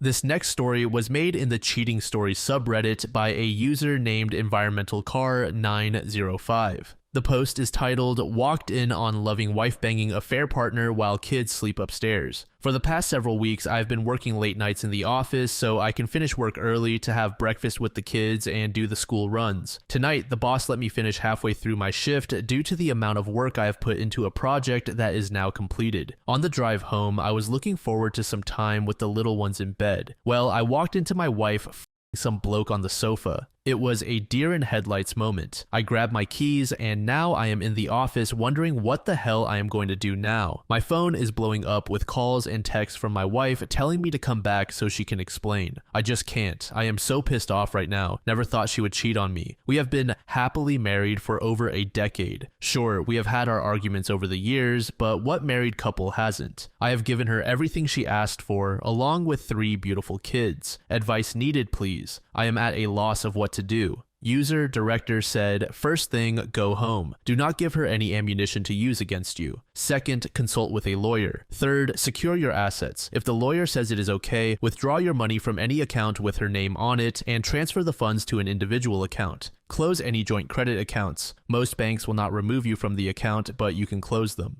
Freeze your credit reports with the 3 credit bureaus. There is a small fee, but it will prevent her from opening new lines with your name on it. If you are in the States, find out if you live in an at-fault state. If you do, gather evidence of the affair. It will help you with custody, child support, and alimony. Gathering evidence in a no-fault state is not worth your time. Also, find out about when you can file for divorce. I had to wait 12 months, but that doesn't mean you can sit around doing nothing. Things are going to get nasty, so be prepared." User alternative Mark 834 said her explanations will look something like this. You're never home. I was lonely, he took advantage of me, and I drank a little too much that night. This was the first time, it wasn't planned. I feel like shit for hurting you. I'm ready to go to therapy or counseling or whatever you want me to do. I'll do it, anything just to give me a second chance. Please do it for our family. User LJ973 said, don't drink or take any drugs. Have you got a mate you can go stay with? You need to go no contact for now. Find someone you can talk to and then think about your next steps. Personally, for me, there is no coming back from cheating, and I would be talking with a lawyer in the morning. There is no excuse and no explaining it. Realize that you will not get the truth, especially straight away. For now, just find somewhere you can stay and someone to talk to. Almost 2 weeks later, OP gave us an update. Although it's only been 9 days since I posted about catching my wife having with her affair partner on the sofa, I know a lot of you have asked to be kept updated. Before I update you, I would like to thank you all for your advice and support. Unfortunately, I wasn't able to respond to your comments due to the chaos that is currently happening until now. Well, as you can imagine, the shit has now hit the fan and I have no idea where to start. I am currently off work and will be until I am ready to go back. A few of you asked why I didn't smash the guy's face in. It's mainly because if I got arrested, then social services would have gotten involved in the event of a divorce, which would be used against me. I took your advice to get all bank accounts in order and removed my wife from the kids' trust funds and my own account straight away in case she tried to empty them. She has her own account for her money she earns from work. Well, she did indeed try to empty all of them 2 days after my visit. FYI, I had already paid the bills for the house and cars days before this mess happened. I have been to the doctors to be checked for STIs literally days after I posted and have been given the all clear. This was followed by a long meeting with a team of divorce lawyers to find out what is to happen next. Being a computer technician, I have remote access to my home computer and secondary laptop that the kids use for schoolwork, and I have found that my wife has left herself logged into Facebook, and I stumbled across message upon message to her affair partner. Photos, sexting, paid bills for hotels and meetup arrangements, etc. Turns out this affair has been going on for 7 years now. Her affair partner is her best friend's little brother, and she has been sleeping with him since he was 19. All this has been given to the lawyers as there is no going back now. I have to wait for a few months to start the process as there is currently a backlog due to the pandemic. Also, all trust in her has been completely destroyed, and no amount of couple counseling will save this marriage. I returned home 4 days ago, packed her bags, and kicked her cheating ass out. The kids are with me, and after a difficult conversation with all 3 of them, they are now fully aware that Mummy is not coming back, but also that they can all still see her. While I am angry with her, I won't be that parent who holds the kids for ransom. My in-laws and family are fully aware of what their daughter's sister has done. Her relationship with her family is now strained. Her best friend criticized me on Facebook about walking out on her and the kids, and my brother-in-law posted the link to Reddit on Facebook, so now everyone knows, and the post was taken down. As for my wife, I haven't spoken one word to her since that night, and all communication will be through the lawyers now. I have text messages from her basically saying that she is going to ruin me in court, saying things like I was controlling, abusive, etc. The lawyers have all copies. I have deleted Facebook due to her small circle of friends sending vile messages for ruining her life. I am currently awaiting results of the paternity test to see if the kids are mine. The affair partner demanded to be tested in case the younger 2 are his, but for now they are with me as my wife is living with her affair partner. User Estonian Soldier said, check with the lawyer about getting cash from your ex since she was spending the family money on meetups with this guy. You actually have the evidence on the computer. It may not be worth it at this point, but at least have them take a look to see what's up. Maybe you should copy and paste some of your wife's interactions on that page where the best friend is trying to blame you. Let everyone know exactly what she did. You've got all the posts, texts, and pictures to back up any doubt they'd have. Under this comment, OP said the following. My brother-in-law posted my original Reddit post on her friend's comment and everyone saw it. Her friend deleted the post within a day, probably under my ex's orders. Also, the friend has backed off after my lawyer sent her a politely worded letter basically stating she will be liable for slander if she continues, so at the moment she has gone quiet. Unfortunately, it's her own money from her account she uses for the meetups. When we got married, we signed a prenup so that she has her own money and pays a monthly contribution to the joint account for bills, which we split. User Mr. Chili Butcher said, OP, I am sorry that you are going through this. But now first, you should take care of yourself. It should be the first priority. As for your ex, once the paternity test comes back and if the younger two are not your kids, you can sue the affair partner for damages if you live in the States. Check whether it's a no-fault state or fault state. As for your ex, she is just a lost cause. Don't entertain her, just let your lawyers handle it. Her bestie and her narcissistic and self-centered friends were well aware of the ongoing affair, though I am not sure about this, and by posting about it on Facebook, she was afraid that it would go viral. Don't worry, even if they are together after all the drama, just remember relationships which start with cheating will always end up with one person betraying the other. For now, just focus on yourself. Under this comment, OP said, "To be honest, until the results are in, I can only hope and will deal with the fallout when I cross that bridge. At the moment, I am strictly sticking to the lawyer's advice." As for her best friend, she has deleted the post and blocked me. Thankfully, she has stopped due to being threatened with being taken to court for slander. A deleted user said, "Dang, I'm sorry to hear that, and I pray all the kids are yours. I'm sorry you didn't find out about this sooner, and as for her friends, fuck them. I don't know how it is you ruined her life when she is the cheating whore. You are an amazing, strong person, and you will get through this. Just remember that the person you fell in love with wasn't real. She was a lie, a manipulation. The person that you see now is the real her. Know that she is a broken, selfish person. You did nothing to deserve this. She will get her karma. When she does, she will be begging to be back with you. Be strong and know she doesn't/didn't love, care, or respect you. You are doing the right thing. Good luck, and please keep us updated about the kids and divorce." To this, OP said, "There's simply be no return for her. She has made her bed and now shall lay in it." Another week later, OP gave us the final update. After 2 tests, the first was due to a contamination issue. I received the results 2 weeks ago, and well, I have gone from having 3 kids to 1 biological child, the eldest. In those 2 weeks, my ex's affair partner's parents managed to get emergency custody of the younger 2 due to the fact I am not a blood relative. I tried so hard to fight for them in court. I am trying to be strong for my son, but the rug has been fully pulled from under our feet. I have put the house on the market to sell and am currently renting a small 2-bedroom apartment because I can't live there anymore. Everything reminds me of the kids. Both my son and I are currently in therapy together. He is working through trust issues with his mother, and not seeing his siblings every day has taken its toll. User C. John said, "I don't understand how the court granted the AP's parent emergency custody."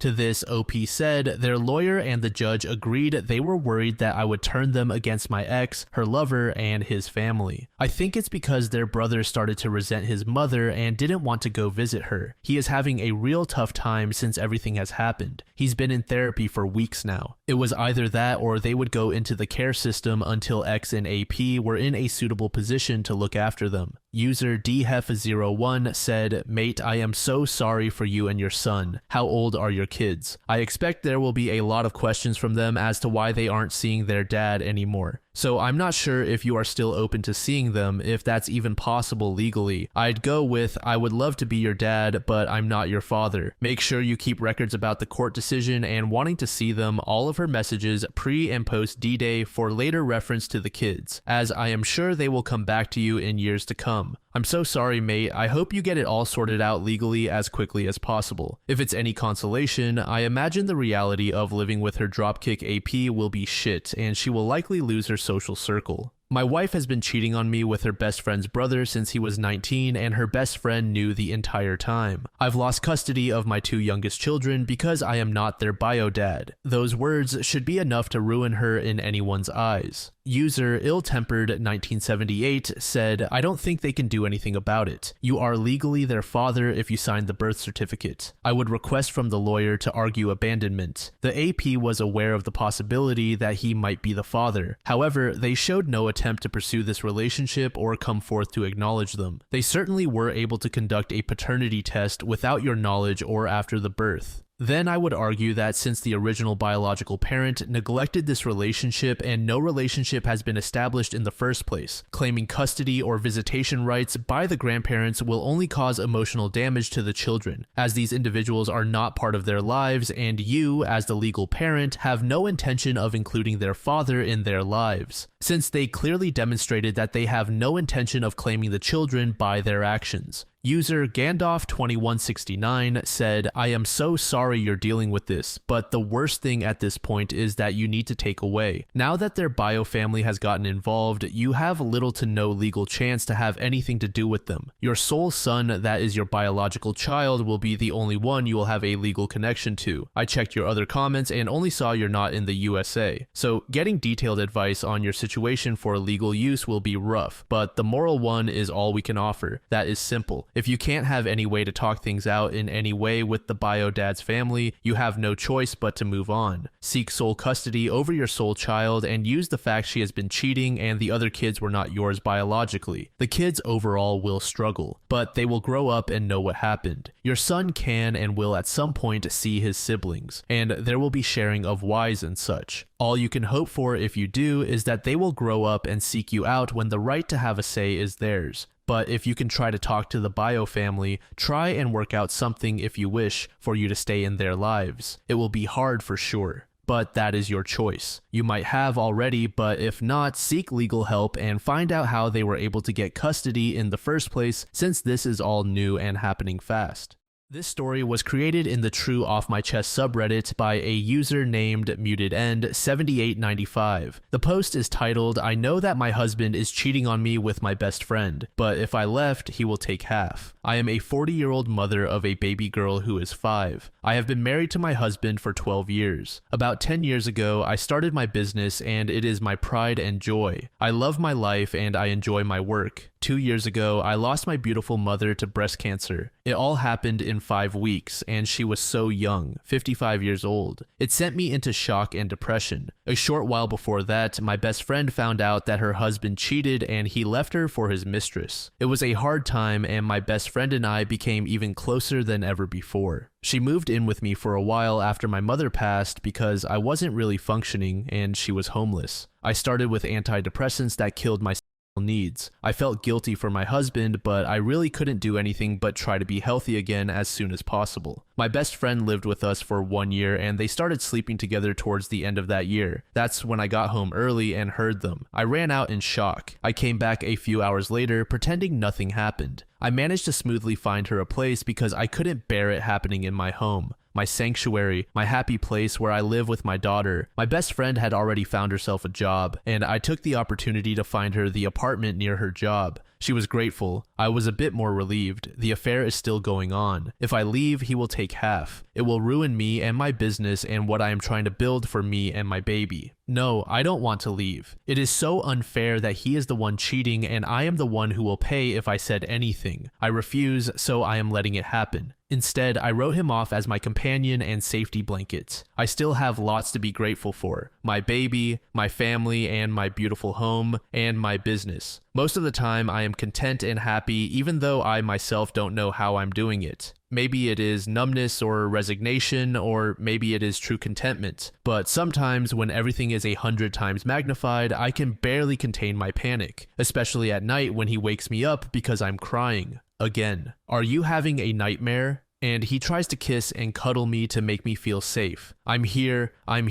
you're safe. I wish I could tell him that my nightmares are my escape from my reality with him and that his shoulders aren't safe. He rarely asks why I am crying. He probably thinks it is mom, because that's what I tell him. But sometimes I feel like he knows or that he can't help himself wondering. What's going on behind those eyes? What do you mean? I can't read your face anymore. See, you are silent again. When I look at him, he immediately looks away, scared he will turn into stone, and says, I miss you. That's all. My panic has increased more these past few months since he started paying me attention again. The first period after mom's passing, he never bothered me out of courtesy, I suppose, never asked for intimacy. Then he had her, so he didn't need me. But now, I don't know what changed. They're still together, so what does he want from me? Is he testing me? I never understood why they're doing what they're doing either. I have seen their texts. There's no love there, no respect, no warmth. Not what I would expect from two people who are sleeping together, especially not when the stakes are so high. You would think that they love each other so much that they're willing to pay the price in case they're caught. No, there's a lot of anger, fighting, and resentment. A lot of guilt and self-hatred. He calls himself and her disgusting and shells of human beings. Is that too some sort of love? I don't know why I am writing here. I googled about infidelity and self-help, and I ended up in this community, and I read tens of similar stories. Maybe I would feel better writing my own down. Please don't think too ill of me. I know that I am pathetic, but I used to have more dignity. User Worldly Mirror 1555 said, "My nightmares are my escape from my reality with him. That's not okay. At least have a conversation with a couple of divorce lawyers before you assume you're going to lose half of everything. You probably have more rights than you realize, especially if you find a really good attorney."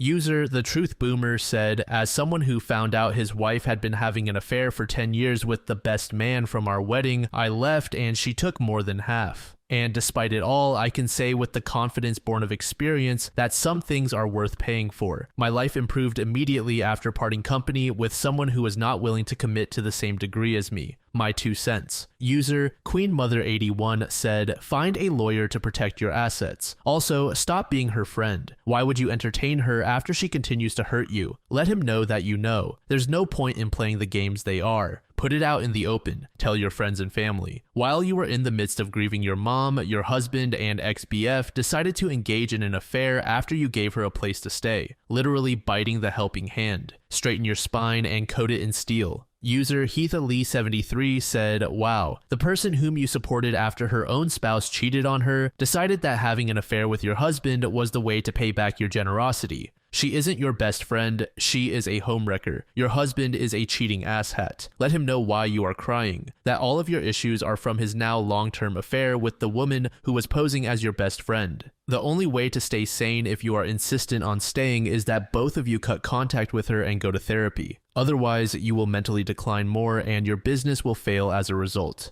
Be honest with him about why you have nightmares. Right now, you are showing your daughter that it's okay to be treated the way your husband and his AP are treating you. What are your plans if he decides he wants to be with her and divorces you? Have you prepared yourself for that yet?" User Wise Consequence 4005 said, "Tell him that the only way you'll forgive him is if he's willing to sign a post-nuptial agreement that he'll not touch your business or anything that's in your name and ensure to have it notarized. Suggest couples therapy because some courts aren't willing to agree until all options to resolve are done. It also gives you time to prepare for divorce." User Stony2723 said, "I think you're processing and in a lot of pain. You're smart not to do anything yet. I know it doesn't feel like it, but you have the power here. You should talk to a lawyer first and foremost. Lay the cards on the table and see what your options are. There may be some things you can do to protect yourself, your business, and your child. Cheating tends not to be looked upon well in court. Get your ducks in a row. The more you do, the more in control you will feel, and the less you will continue to take this treatment. I also hope you know that you deserve better from both of them. For her to do to you what has happened to her is deplorable, especially after you opened your home to her. Ultimately, it's up to you how you want the rest of your life to look. What you're doing now, I don't think is sustainable for you. Maybe install a Ring camera on your house. It may give you peace of mind about your own home staying a sanctuary. You have to stop feeling sorry for yourself. What would you want your daughter to do in your shoes? Would you tell her to roll over and accept this treatment? Why are you?" A couple of months later, OP made an update. "Hi everyone, I have made a post previous to this a few weeks ago. Thank you for the support and the many suggestions. If you want the details, please read that one first. I promise that I will make this one very short and simple. I have taken 2 measures to protect myself and my daughter when my husband and I get a divorce to protect my assets and my daughter's future. I am sure many will find my methods to be dubious, and honestly, it is fine with me. All's fair in love and war, and this is a bit of both. I told my father everything. He was horrified, but a bit relieved that he finally found out what's been hurting me. We have discussed the possibility that he could buy into my business in case I need to divide. So he and I have the bigger share and still can make the decisions. Then I agreed to my husband's suggestion of seeing a marriage counselor. He talked about my mom's passing and how it affected me and my mentality. He kept talking about me building walls and being distant and how he was longing for me to come back to him. I just wondered while he talked what he would do if I told him that I knew. Would he still complain about my walls or finally understand them? I opened up about my mom's illness and how it affected me, not only the losing her part, but the fact that my grandmother and great-grandmother passed the same way. It kept me thinking that I have inherited this and passed it down to my daughter, and the guilt and fear that I've been feeling. I chose to have my daughter fully aware of the risks. What was I thinking? Since the counseling, we have been talking more in our day-to-day, and I just honestly told him that my business was one of the stressors in my life. That I am always worried that if I didn't fix our marital issues and he wanted to leave me, it would change my career and future, while his wouldn't because he is a government employee. This was 2 weeks ago. The day after, he sat me down and told me that he wanted a post-nuptial agreement to make me feel more secure. He wanted me to be with him because I wanted to, not because I had to. I talked in my first post about my house, etc., but I really don't care about that anymore. Everything else can be marital property, and honestly, I started to hate this house and I can't wait to leave it. So the next move is starting the separation. I am aiming for the end of this year, and then only the hardest part is left. Telling my daughter that mommy and daddy won't be living together anymore. I'm not looking forward to that part. User Substantial Youth 9106 said, "Do not start the separation until you have an ironclad postnuptial agreement made by a lawyer and signed by him. All of your assets and wants need to be listed. I would even make him sign an infidelity clause that he loses everything and hire a private investigator to get solid proof of his infidelity with your ex-BFF before the postnuptial agreement. You need to be smart about everything and protect your bases." User Choice Intention 926 said, "I'm glad that you reached out to your father for help. It must have been so isolating that the two people you would have gone to for comfort are the two people who were causing you pain. Get the postnup done so you can move on. Once that's done, you can file for divorce. This isn't dubious at all, or it's less dubious than the activity he is engaged in. After your ducks are in a row, you should break it to him in couples counseling that you are divorcing him and what you saw. When he says sorry, you stand firm that he wasn't so sorry that he stopped. He wasn't so sorry that it never started. Not so sorry that at the lowest point in your life, he wouldn't betray you." User Comfortable Ad 2223 said, "What a poss your friend is, honestly. I'm not saying your husband isn't. Obviously, both of them are. But your friend after you helped her when she was going through the same thing. I'm the kind of person that if someone helps me at my worst, when I'm better, they have unlimited credit with me for anything. If I can help back, I will if they need it, but if they don't need anything, I would be giving presents, offering my help or supplies if they have gatherings. I'm a pastry chef, so this mostly means giving the cake for every birthday. I just don't get how people can be this horrible." This next story was posted in the infidelity subreddit by a user named RA Kind of Lost Here. The post is titled, "Planning to ghost him after finding out he's cheating on me. I found out my boyfriend was cheating a few weeks ago. I've been spiraling since, literally only running off of vengeance and pure disgust. I got this weird gut feeling and checked his phone while he was asleep. Those 20 minutes locked in the bathroom felt like years, and the shame keeps me from talking to anyone about it. I moved across the country to be with him, so I'm all alone. No friends or family here. He woke me up the next morning with kisses and breakfast and has been doing so a lot lately. Probably the guilt. He even bought me flowers for the first time ever, after me hinting at wanting them for years. He thought my quiet crying was out of happiness. He even brought up buying a house for us, something with enough space for potential future children. I'm still going through the motions, making his breakfast and protein shake every day, packing his lunch, making sure dinner is almost ready when he comes home from the gym. What makes me the angriest is that I really, genuinely thought he wouldn't do something like this. He watched his father cheat on his mother and father children out of their marriage, all while she struggled with infertility her entire life. My partner isn't her biological son, and never had her own. She dedicated her life to the two of them and passed away of ovarian cancer shortly before we met. Sometimes I think about whether she regretted staying with her husband or not. We have a small shrine in her honor, and something makes me look at it and expect guidance. I love the man she raised and hate the one her husband did, but they're both him, and he's a grown-ass man more than capable of self-control, so I decided to walk away. Next week, my car will be picked up and shipped back home, and I got first-class tickets for me and my dog on his dime. He'll come back home from work, and everything I brought will be gone, along with me. The only thing I think I might regret is not somehow being able to see his reaction when he walks through the door and realizes what's going on." User FutureAd8467 said, I'm sorry you're going through this. It's the hardest thing to let go. As hopeless as it can feel sometimes, it does get better. Take your time in the beginning, but I think it's therapeutic to confront him eventually. Ghosting doesn't provide closure for you. In my experience, confronting the problem head on gave me a sense of closure. I try to take everything that happens as a life lesson. Good luck with everything. Under this comment, OP said, I personally don't believe in closure. I got all that I needed when I realized he was untrustworthy. User SuspiciousBear6634 said, if he can go after you, you should probably leave a note or a sign that you're leaving him because of his cheating. Seeing that you up and left without a known reason from his POV might push him to follow you home. If he knows the reason and knows that he has no chance in hell of getting you back, it might delay a possible confrontation.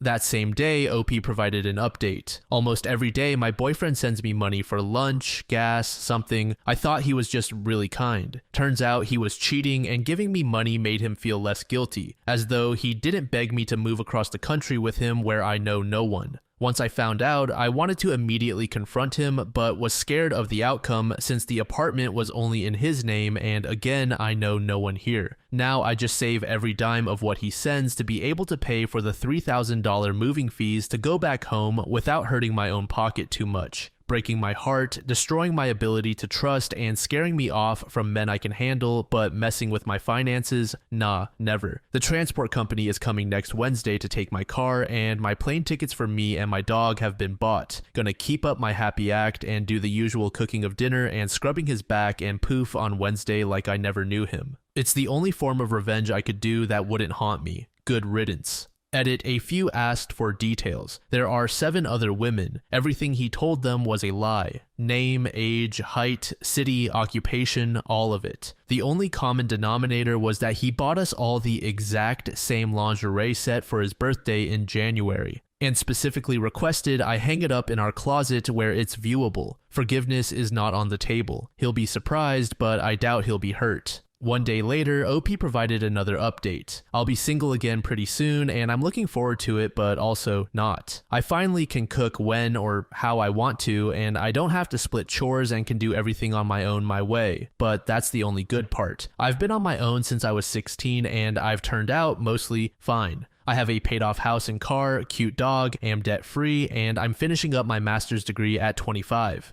It could be worse, but I'm lonely. I'm not on speaking terms with my family and had a huge fallout with my lifelong friends a couple of years ago. I haven't tried making friends since because part of me hopes one day I can find a way to fix that friendship. Plus, I'm moving around so much that making friends is pointless. I'm not good at long distance anything. I never prided myself on romantic relationships. Sure, they're cool, but a loving group of women was always where I found the most peace and understanding, and that's what I want the most. I guess I'm just going through things right now, and I really wish I had people I trust to talk to. Friend breakups hurt the most. User Doofus Broth said, the math for time and money isn't working out on this end, but there is also a lot of info that is missing. It took me 7 years to pay off my house, and I was contributing to it like it was an emergency. Qualifying for a home and paying it off in that amount of time without help seems nearly impossible. I'm so curious about the formula here. I need a lesson in finance from OP.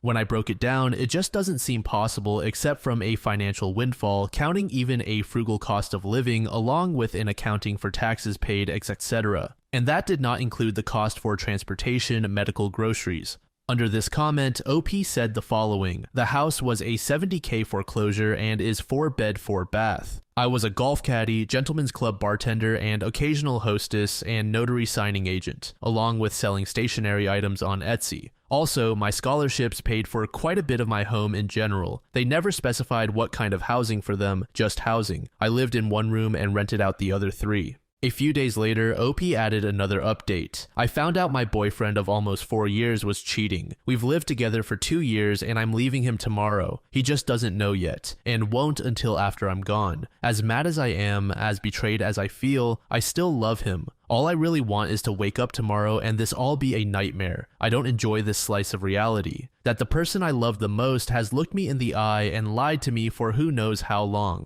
And every time I do it, I'm left wondering how many times he did it. How many times did he wine, dine, and other women and come home to me? How many times have I been the stupid girlfriend who trusted her boyfriend blindly? How many times have I been some woman's laughingstock? Did he fuck us back to back? Did his friends know? Did they look me in my eye and really not say anything? Did he love them? How many times did he tell me he loved me and mean it? When did he stop meaning it? Did he ever even mean it the first time? I'm not a master manipulator. Unlike him, I'm just composed because I've never had any other choice. Emotions got you beat or worse when it came to my parents, and I'm more than aware I have a shitload of trauma to unpack, but I can't. Not in the self-pity, woe is me, it's too hard, but no, I probably just can't. Therapists here are wildly westernized, and once I start with the short list, they'll probably just charge me double, maybe triple. And the last time I tried, he kept trying to convince me I enjoyed my own assault. Maybe I got cheated on because I'm emotionally inept. My intimacy levels are quite limited. The few times he asked about my childhood, I either brushed him off or told him one thing I thought wasn't that bad, and he was so shocked I held out on the actually bad parts. And that's where the hate comes in. He knows what it's like to grow up feeling unwanted. He knows what it's like to lose your parents young. He knows what it's like to feel like your entire life has been horrible event after horrible event. But he still did this to me, and I don't get how he could. I could never cheat on anyone, let alone someone who shared such personal things with me. I haven't so much as made eye contact with another man since we met. Other people were just other people, and we were us. I don't know, I just don't see being able to date again. I had deep-seated trust issues long before this, and growing old by myself with 30 cats genuinely sounds nice. Hell, great even. At least I won't always be wondering when the betrayal will come. Then about another week later, we got another update. Transport company came and picked up my car, sold whatever big furniture I brought for low prices, took his dog to the park and played with him a bit, got him a dog cupcake, and took him back to the apartment. Movers started coming for the rest of my stuff, and I hadn't prepared for our property manager, thinking we were both moving out and we hadn't given them the required vacancy notice. She came to talk to me right as my Uber was coming, and I told her what was going on. Unfortunately, they had already called him because only his name was on the lease. He's called and texted me a few times, but I haven't replied. His workday won't be over for a couple more hours. I left my apartment keys and anything he's ever bought for me that I hadn't sold already. Didn't feel like taking that stuff with me. While packing, I remembered we bought a pet camera that shoots treats on the entertainment center and turned it back on. I promised myself I'll disconnect from it by midnight tomorrow, but I have my own predictions about how he'll react, and I just gotta know for sure. Yeah, it's up. Sue me. I actually forgot to leave a note and was running out of time before my Uber came and just left the lingerie set he was so obsessed with on the bed. He'll figure it out eventually, or not. I'm at the airport now with my dog and just waiting on my flight. I wish I could say that I feel free, but I don't. Just tired. Thank you all for the well wishes, and thank you more to all of the other women who reached out with similar stories. I think I might have caved and stayed if you all hadn't. 4 days after this post, OP gave us her final update.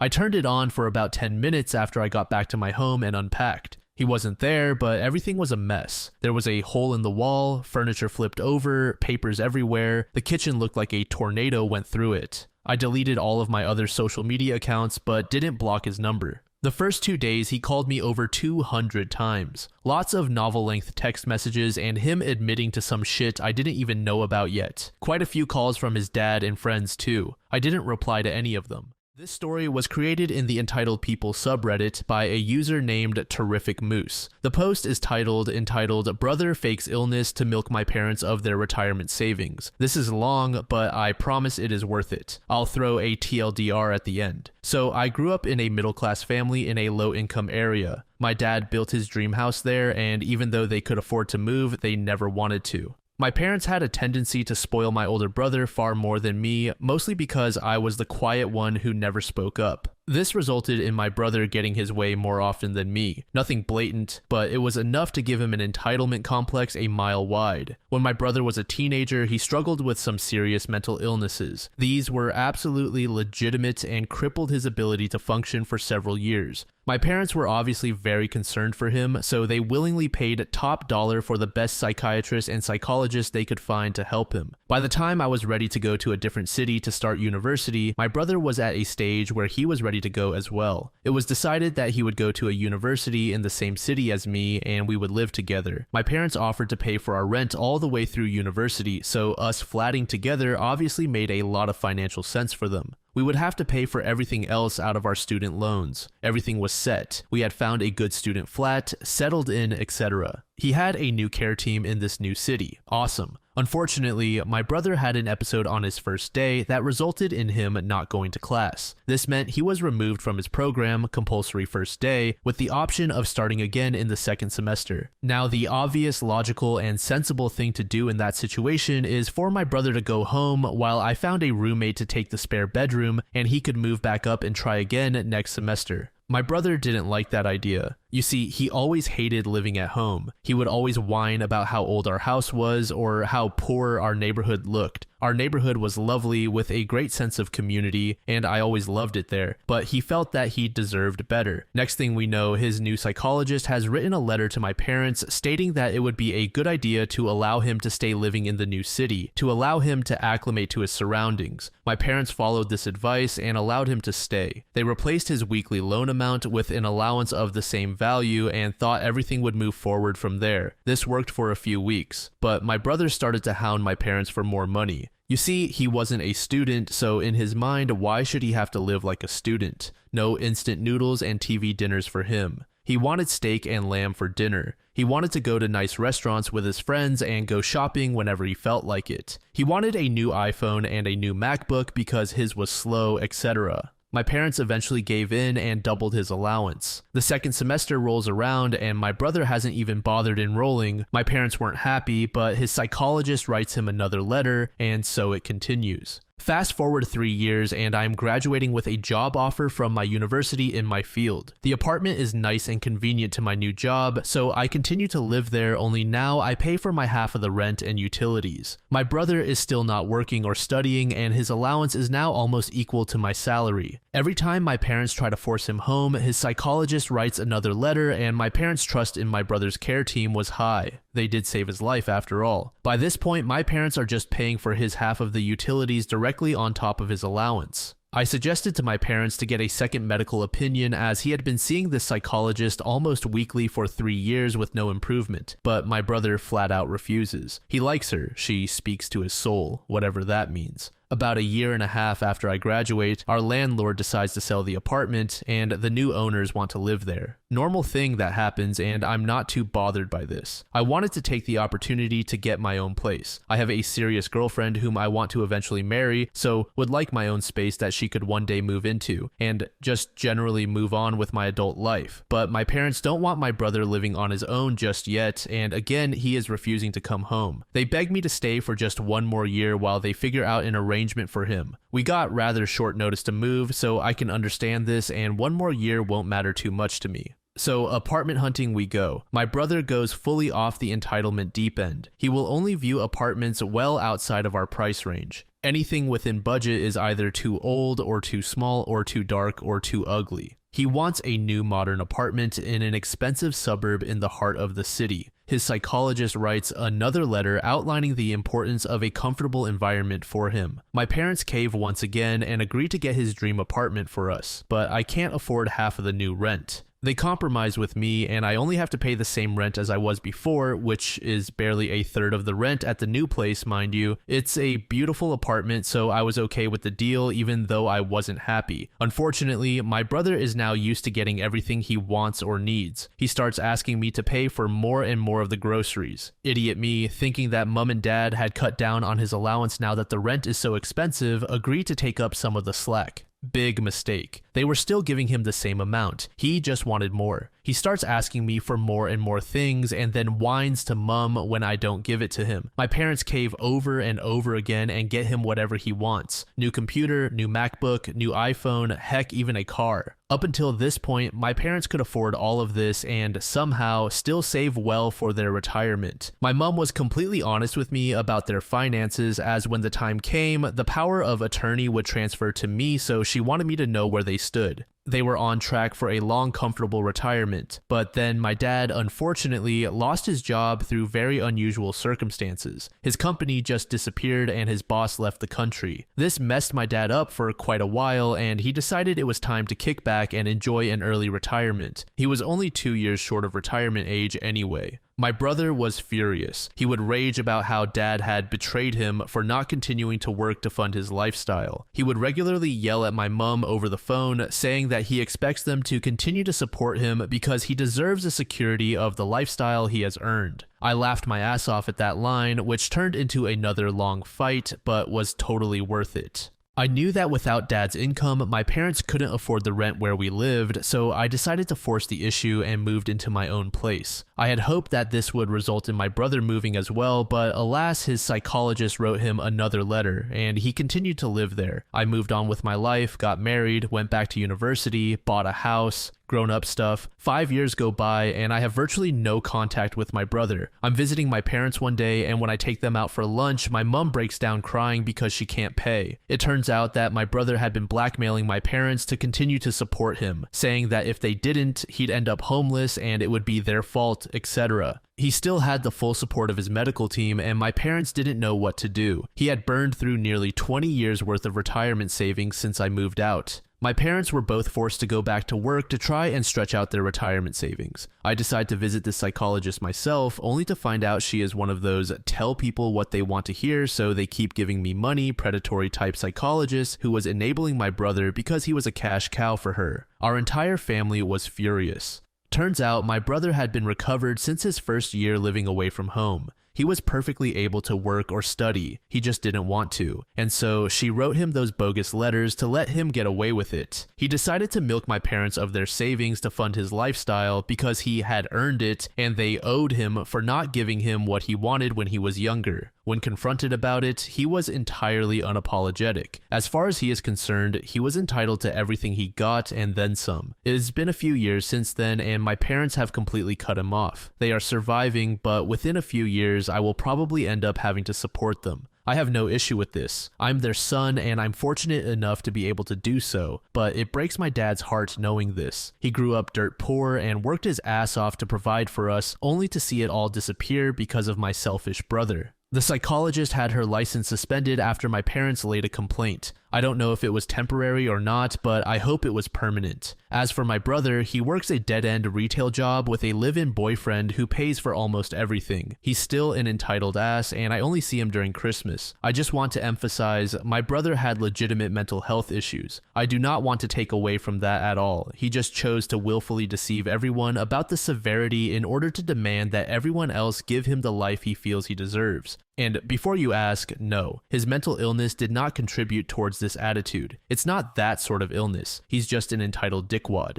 TLDR, my brother faked the severity of his mental illness to milk my parents of money for over a decade. Now their retirement is in jeopardy and he is still convinced he did nothing wrong. User Sherhatin said, I am so sorry that you and your parents had to suffer through that. It is really easy to be judging from the outside, but most don't realize how hard it is to stand up to a narcissist. Your parents did everything right raising you, because despite living with and enduring a manipulative sibling, you have turned out great. Compassionate, caring, and responsible. Hopefully, you and your parents can recover from that as a family and enjoy being together for a long time to come. As for your brother, he can go kick rocks. May his beer always be stale and sauce never cling to his pasta. Under this comment, another user said, I was thinking narcissist too. They normally have no problems taking money or cheating people and end up getting their way due to their charm or pity. I consider myself a fairly smart person, but ended up with one for 5 years and am in debt now. Had to get a nice apartment for us, had to cover the rent, my cash started missing. Eventually, after all that, it was physical abuse that finally was the straw that broke the camel's back, not the money. Anyway, narcissists get what they deserve, but in their mind, they always deserve the best. User Santa did 911 said, it's crazy how two people from the same environment can turn out so differently. Under this comment, OP said the following, honestly, that's what confuses me the most out of the whole thing. I know how he was raised because I was raised the same way. Both my parents came from really disadvantaged backgrounds and made something of themselves. They taught us the value of hard work. He is virtually everything my parents taught us not to be. User IkeBit said, having illnesses and or disabilities and being a douche don't contradict. An asshole becoming sick is now a sick asshole. I'm glad you found your own life and have a good relationship with your parents. Continue to stay away from assholes, family or otherwise.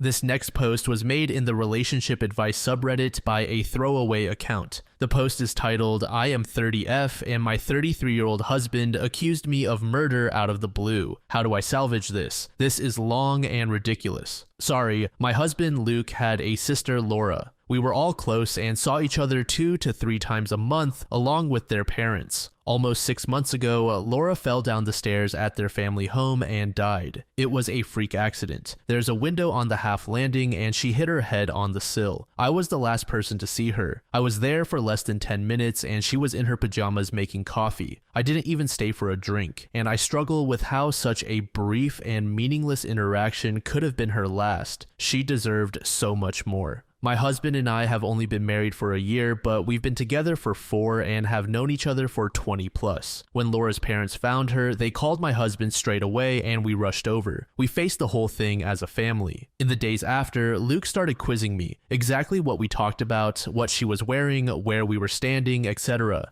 It progressed to saying I was providing conflicting information on tiny details he was deliberately misunderstanding, and accusing me of withholding information because I couldn't tell him things like what pajamas she was wearing. This escalated quickly but lasted for less than a week as I lost my cool and made it clear that I was done answering questions. He didn't bring it up again and I wrote it off as a grief quirk. His behavior was generally that of a normal grieving person. Last Friday, he outright accused me of murdering her in front of his parents out of the blue. We were all stunned. There was an inquest which recently concluded, and there was never any doubt the verdict would be accidental death. He said it was completely obvious and he couldn't believe that no one else could see it. He claims I went through his phone and found his messages with Laura. I have absolutely no idea what messages he's talking about. I have never looked at his phone, and that I went over to confront her and things got out of hand and I pushed her downstairs. By the end, he was shouting about going to the police and getting the inquest overturned and how I wasn't going to get away with it. Let me be clear, Laura and I had a great relationship. We all did. I have no idea where this has come from other than these messages I haven't seen,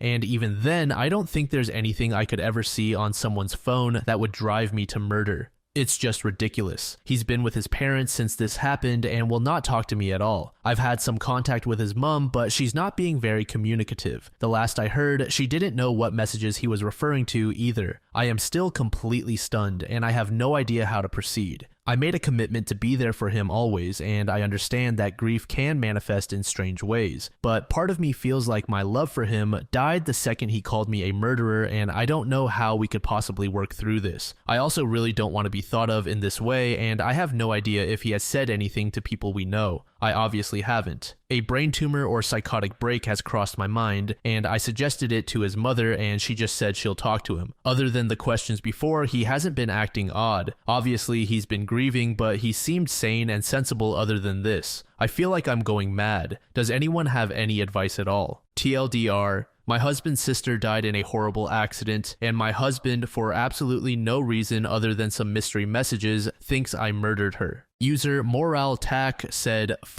no, you don't salvage this, you get a lawyer and get the f out." Best case scenario, he has just admitted to sending messages with his sister that he thinks would make you angry enough to kill her over them. I have some ideas about what those might be, and they're all bad. How did the parents react when he did this? Under this comment, OP said, when he first laid out the accusation at his parents' house, both his mother and I just kept asking him about the messages, and all he would say was that I know exactly what messages he was talking about. She was as stunned as me, and his father just said he didn't understand what he was talking about. He's a man of few words, but there was plenty of head shaking. The whole thing was surreal. No one knew how to react. I honestly don't know what kind of lawyer I would even speak to about this. From what I'm aware, the coroner's decision can't be appealed and the police can't launch an investigation into an accidental death. I don't think I'm quite ready for divorce. We haven't spoken since his accusation, and I walked out about 5 minutes after he threw it out, and I have no idea what his frame of mind is. User WonderfulPrior381 said, "You need to get a lawyer to protect yourself in case he goes to the police. I would write down everything you can remember that happened him that day and keep it just in case. He may be having a psychotic break. As stated, don't talk to him, his immediate family, or your friends without someone present, or preferably by text or email. Save everything. You need to take his accusations seriously and cover your ass. To this comment, OP said the following: I was interviewed by the coroner's office after her death as I was the last person to see her. She died about 3 hours after I saw her, and I'd been to the supermarket and was home by that point. It's all verifiable and was a recorded interview. I haven't spoken to anyone but his mother, and that's only been over messages. She's never been a big texter, but she has seemed very cagey over the past few days. I don't know if this means she's seen the messages. I've asked and been ignored. The very next day, OP gave us an update. I'm in a bizarre and complex situation with my husband. I have broken the law and I feel I have no choice but to do so again for my safety. I don't know what type of solicitor I need or what the next steps should look like. We're in England and I'll try not to editorialize too much. My husband's sister died suddenly at the start of the year. Her death was an accident and there was no suggestion to the contrary. The inquest was recently concluded and a verdict of accidental death was returned. I was the last person to see her, but her time of death, which was almost immediate due to her injury, was confirmed to be hours after I had left the house. All of this was verified at the time. In the immediate aftermath, my husband behaved strangely and kept trying to trip up my story of the last time we saw each other, which was a brief interaction. Last week, months after this was first and last mentioned, he outright accused me of murder in front of his parents. He says I saw his messages with his sister and confronted her, and that he's going to have the coroner's decision overturned and have the police investigate. I haven't seen or heard from him since. Today is day 9. I posted for advice on Reddit. I am pretty desperate at this point, and it has spooked me, quite reasonably I think, but also led to me committing a crime and planning another. My husband's iCloud credentials were saved on an old iPad in his office, and I downloaded his backup last night. I have read all of his messages with his sister, and there is absolutely nothing like he describes. I understand this is illegal, and I'm concerned about the possible ramifications. I am also waiting for a callback from a locksmith to change the locks on the home we own together, which I believe is also against the law. So this leads to my actual questions. I feel justified in what I've done for my safety, but is there a degree of pragmatism under the law for these issues because of the situation, or am I shooting myself in the foot? I am resigned to the fact my relationship is over, but his parents don't seem to be taking this seriously and they're icing me out. I believe this is a serious mental health issue which may put people, namely me, at risk. Can I do anything about this when all I have is the fact I'm being accused of murder? I feel he needs to be detained and this should be investigated as a full-blown psychotic break. Sorry, this is all a bit mental. In addition, what type of solicitor do I need? My understanding is that a coroner's decision can't be appealed. Is that correct? Are his accusations going to go anywhere? Can I protect myself from this or stop him escalating to telling others? We live in our hometown and everyone knows everyone. This could follow me forever and it's either a lie or a delusion. Any advice would be greatly appreciated. User No Firefighter 9257 said, "You are jumping ahead of yourself and playing out situations that have not occurred. If your husband reports you to the police for accessing his data and you are subsequently arrested or taken in for questioning, then obtain the services of a criminal solicitor for advice. With respect to changing locks or ending your marriage, seek a solicitor that deals with family law and divorce. If you feel that you are at risk from your husband, talk to a domestic abuse helpline. If you feel you are at an immediate risk of harm, then call the police. If you think your husband is mentally ill and presents a risk to himself or others, call the police." Under this comment, OP said, "I don't think that's a fair assessment. Being accused of arguably the most serious crime to exist has most definitely occurred. My understanding of the law is that something is illegal whether you are reported to the police or not. Those messages are evidence as far as I'm concerned that his accusations are false. They were apparently the trigger to me literally murdering someone I was extremely close to. I have illegally accessed them and I don't think it's unreasonable to inquire as to the potential impact of that. I am fully aware that I need a solicitor, but as you're probably aware, today is Sunday. I don't know if I need to seek someone out based on a divorce, which honestly, if this is a mental health issue, is not going to be something I go for, or a criminal solicitor, or someone who deals with the Mental Health Act, as my absolute priority preference is getting him assessed. My only exposure to the legal system in my entire life was through the inquest, and that is obviously completely different to any of this. I'm not educated in this area. About 1 week later, OP gave us another update. Firstly, thank you to those who helped me get to my husband's iCloud backups through an old iPad. I wasn't expecting much from Reddit, but I got valuable practical advice before my post was locked, and I appreciate it. There were no crazy or even suspicious messages. I've searched for over 100 terms and scrolled back over years. I saw a side of them both I wasn't expecting, but nothing that explains the claim I murdered Laura over their chats. Nothing to suggest he was cheating, absolutely nothing to suggest incest. I repeat, no incest. No weird gaps where deleted conversations or a switch to another app would fit. Just siblings making plans, sending memes, and gossiping. They said unexpectedly horrible stuff about a few people, but not me. It was a sort of relief, but it raised more questions than it answered. I sought legal advice also from Reddit after posting here. Turns out my options are divorce him or sit down. I contacted my community mental health team who said they'd reach out, but made it clear it wasn't urgent. I then called his mom and said that if I didn't hear from him by this weekend, I would get a solicitor and ask for a mental health assessment as part of the divorce. In response, he made a ridiculous post to Facebook, which neither of us has used in years, and everything blew up. I'm going to try to keep this succinct. On Friday night, he made a long accusation on Facebook with new information. He said he'd been planning to leave me for months with his sister's support, and I found the messages and murdered her. The coroner has reopened the case, and the police are preparing to arrest me, and he needs to make sure people know before the trial stops him talking about it. It was well written and seemed vaguely plausible. He messaged people links, so it got some attention. We live in our hometown and have a large circle of friends because we've been here all our lives.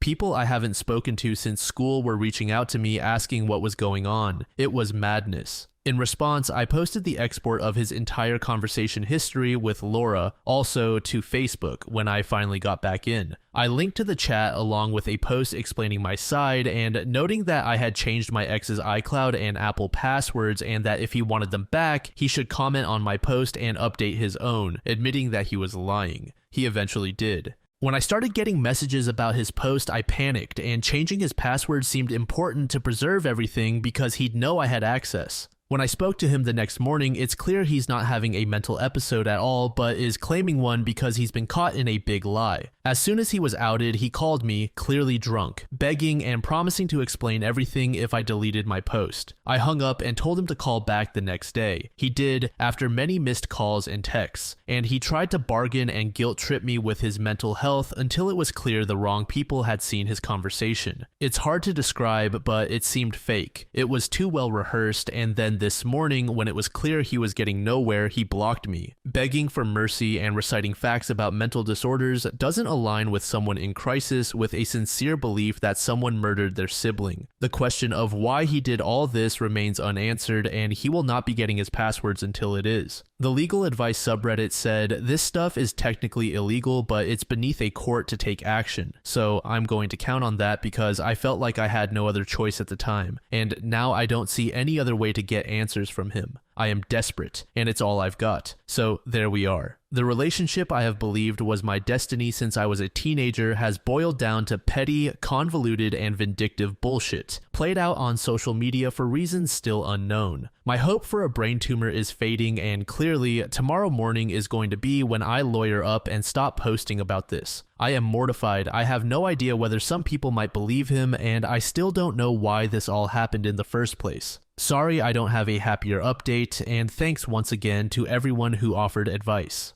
User Sacred and Bound said, I'd be worried about my safety. The husband has clearly lost the plot and might try to do something crazy. OP is also not thinking straight, but given the situation, I'm not surprised. User Existential Chaos said, this honestly is nuts. I hope it's down to a psychotic break and he needs something to blame because there wasn't a reason for his sister's death. It was just an accident, and I didn't kill her to cover up some shady incest affair or something. I watch too much crime TV. If it's the psychotic break, I hope he can get the help he needs, but getting sectioned in the UK is so difficult, and even then there is a lack of beds for patients because the NHS is User Forsaken Woodpecker 1 said, I personally am noticing that OP seems to be getting further and further into a spiral and is repeating things without seeming to accept that anything needs to actually be done to have things happen. Asking about what kind of lawyer, I mean, how many times does that need to be asked? Honestly, I'm wondering about her mental state and how elastic it's become. The part about her in-laws icing her out is odd. Imagine you have 2 adult children, one dies in a sudden and tragic accident, the other starts accusing his wife of murder to your utter astonishment. He claims to have steadily exchanged emails and texts with his sister that would incite his own wife to murder your daughter. You think he might be having a mental break. Your DIL agrees.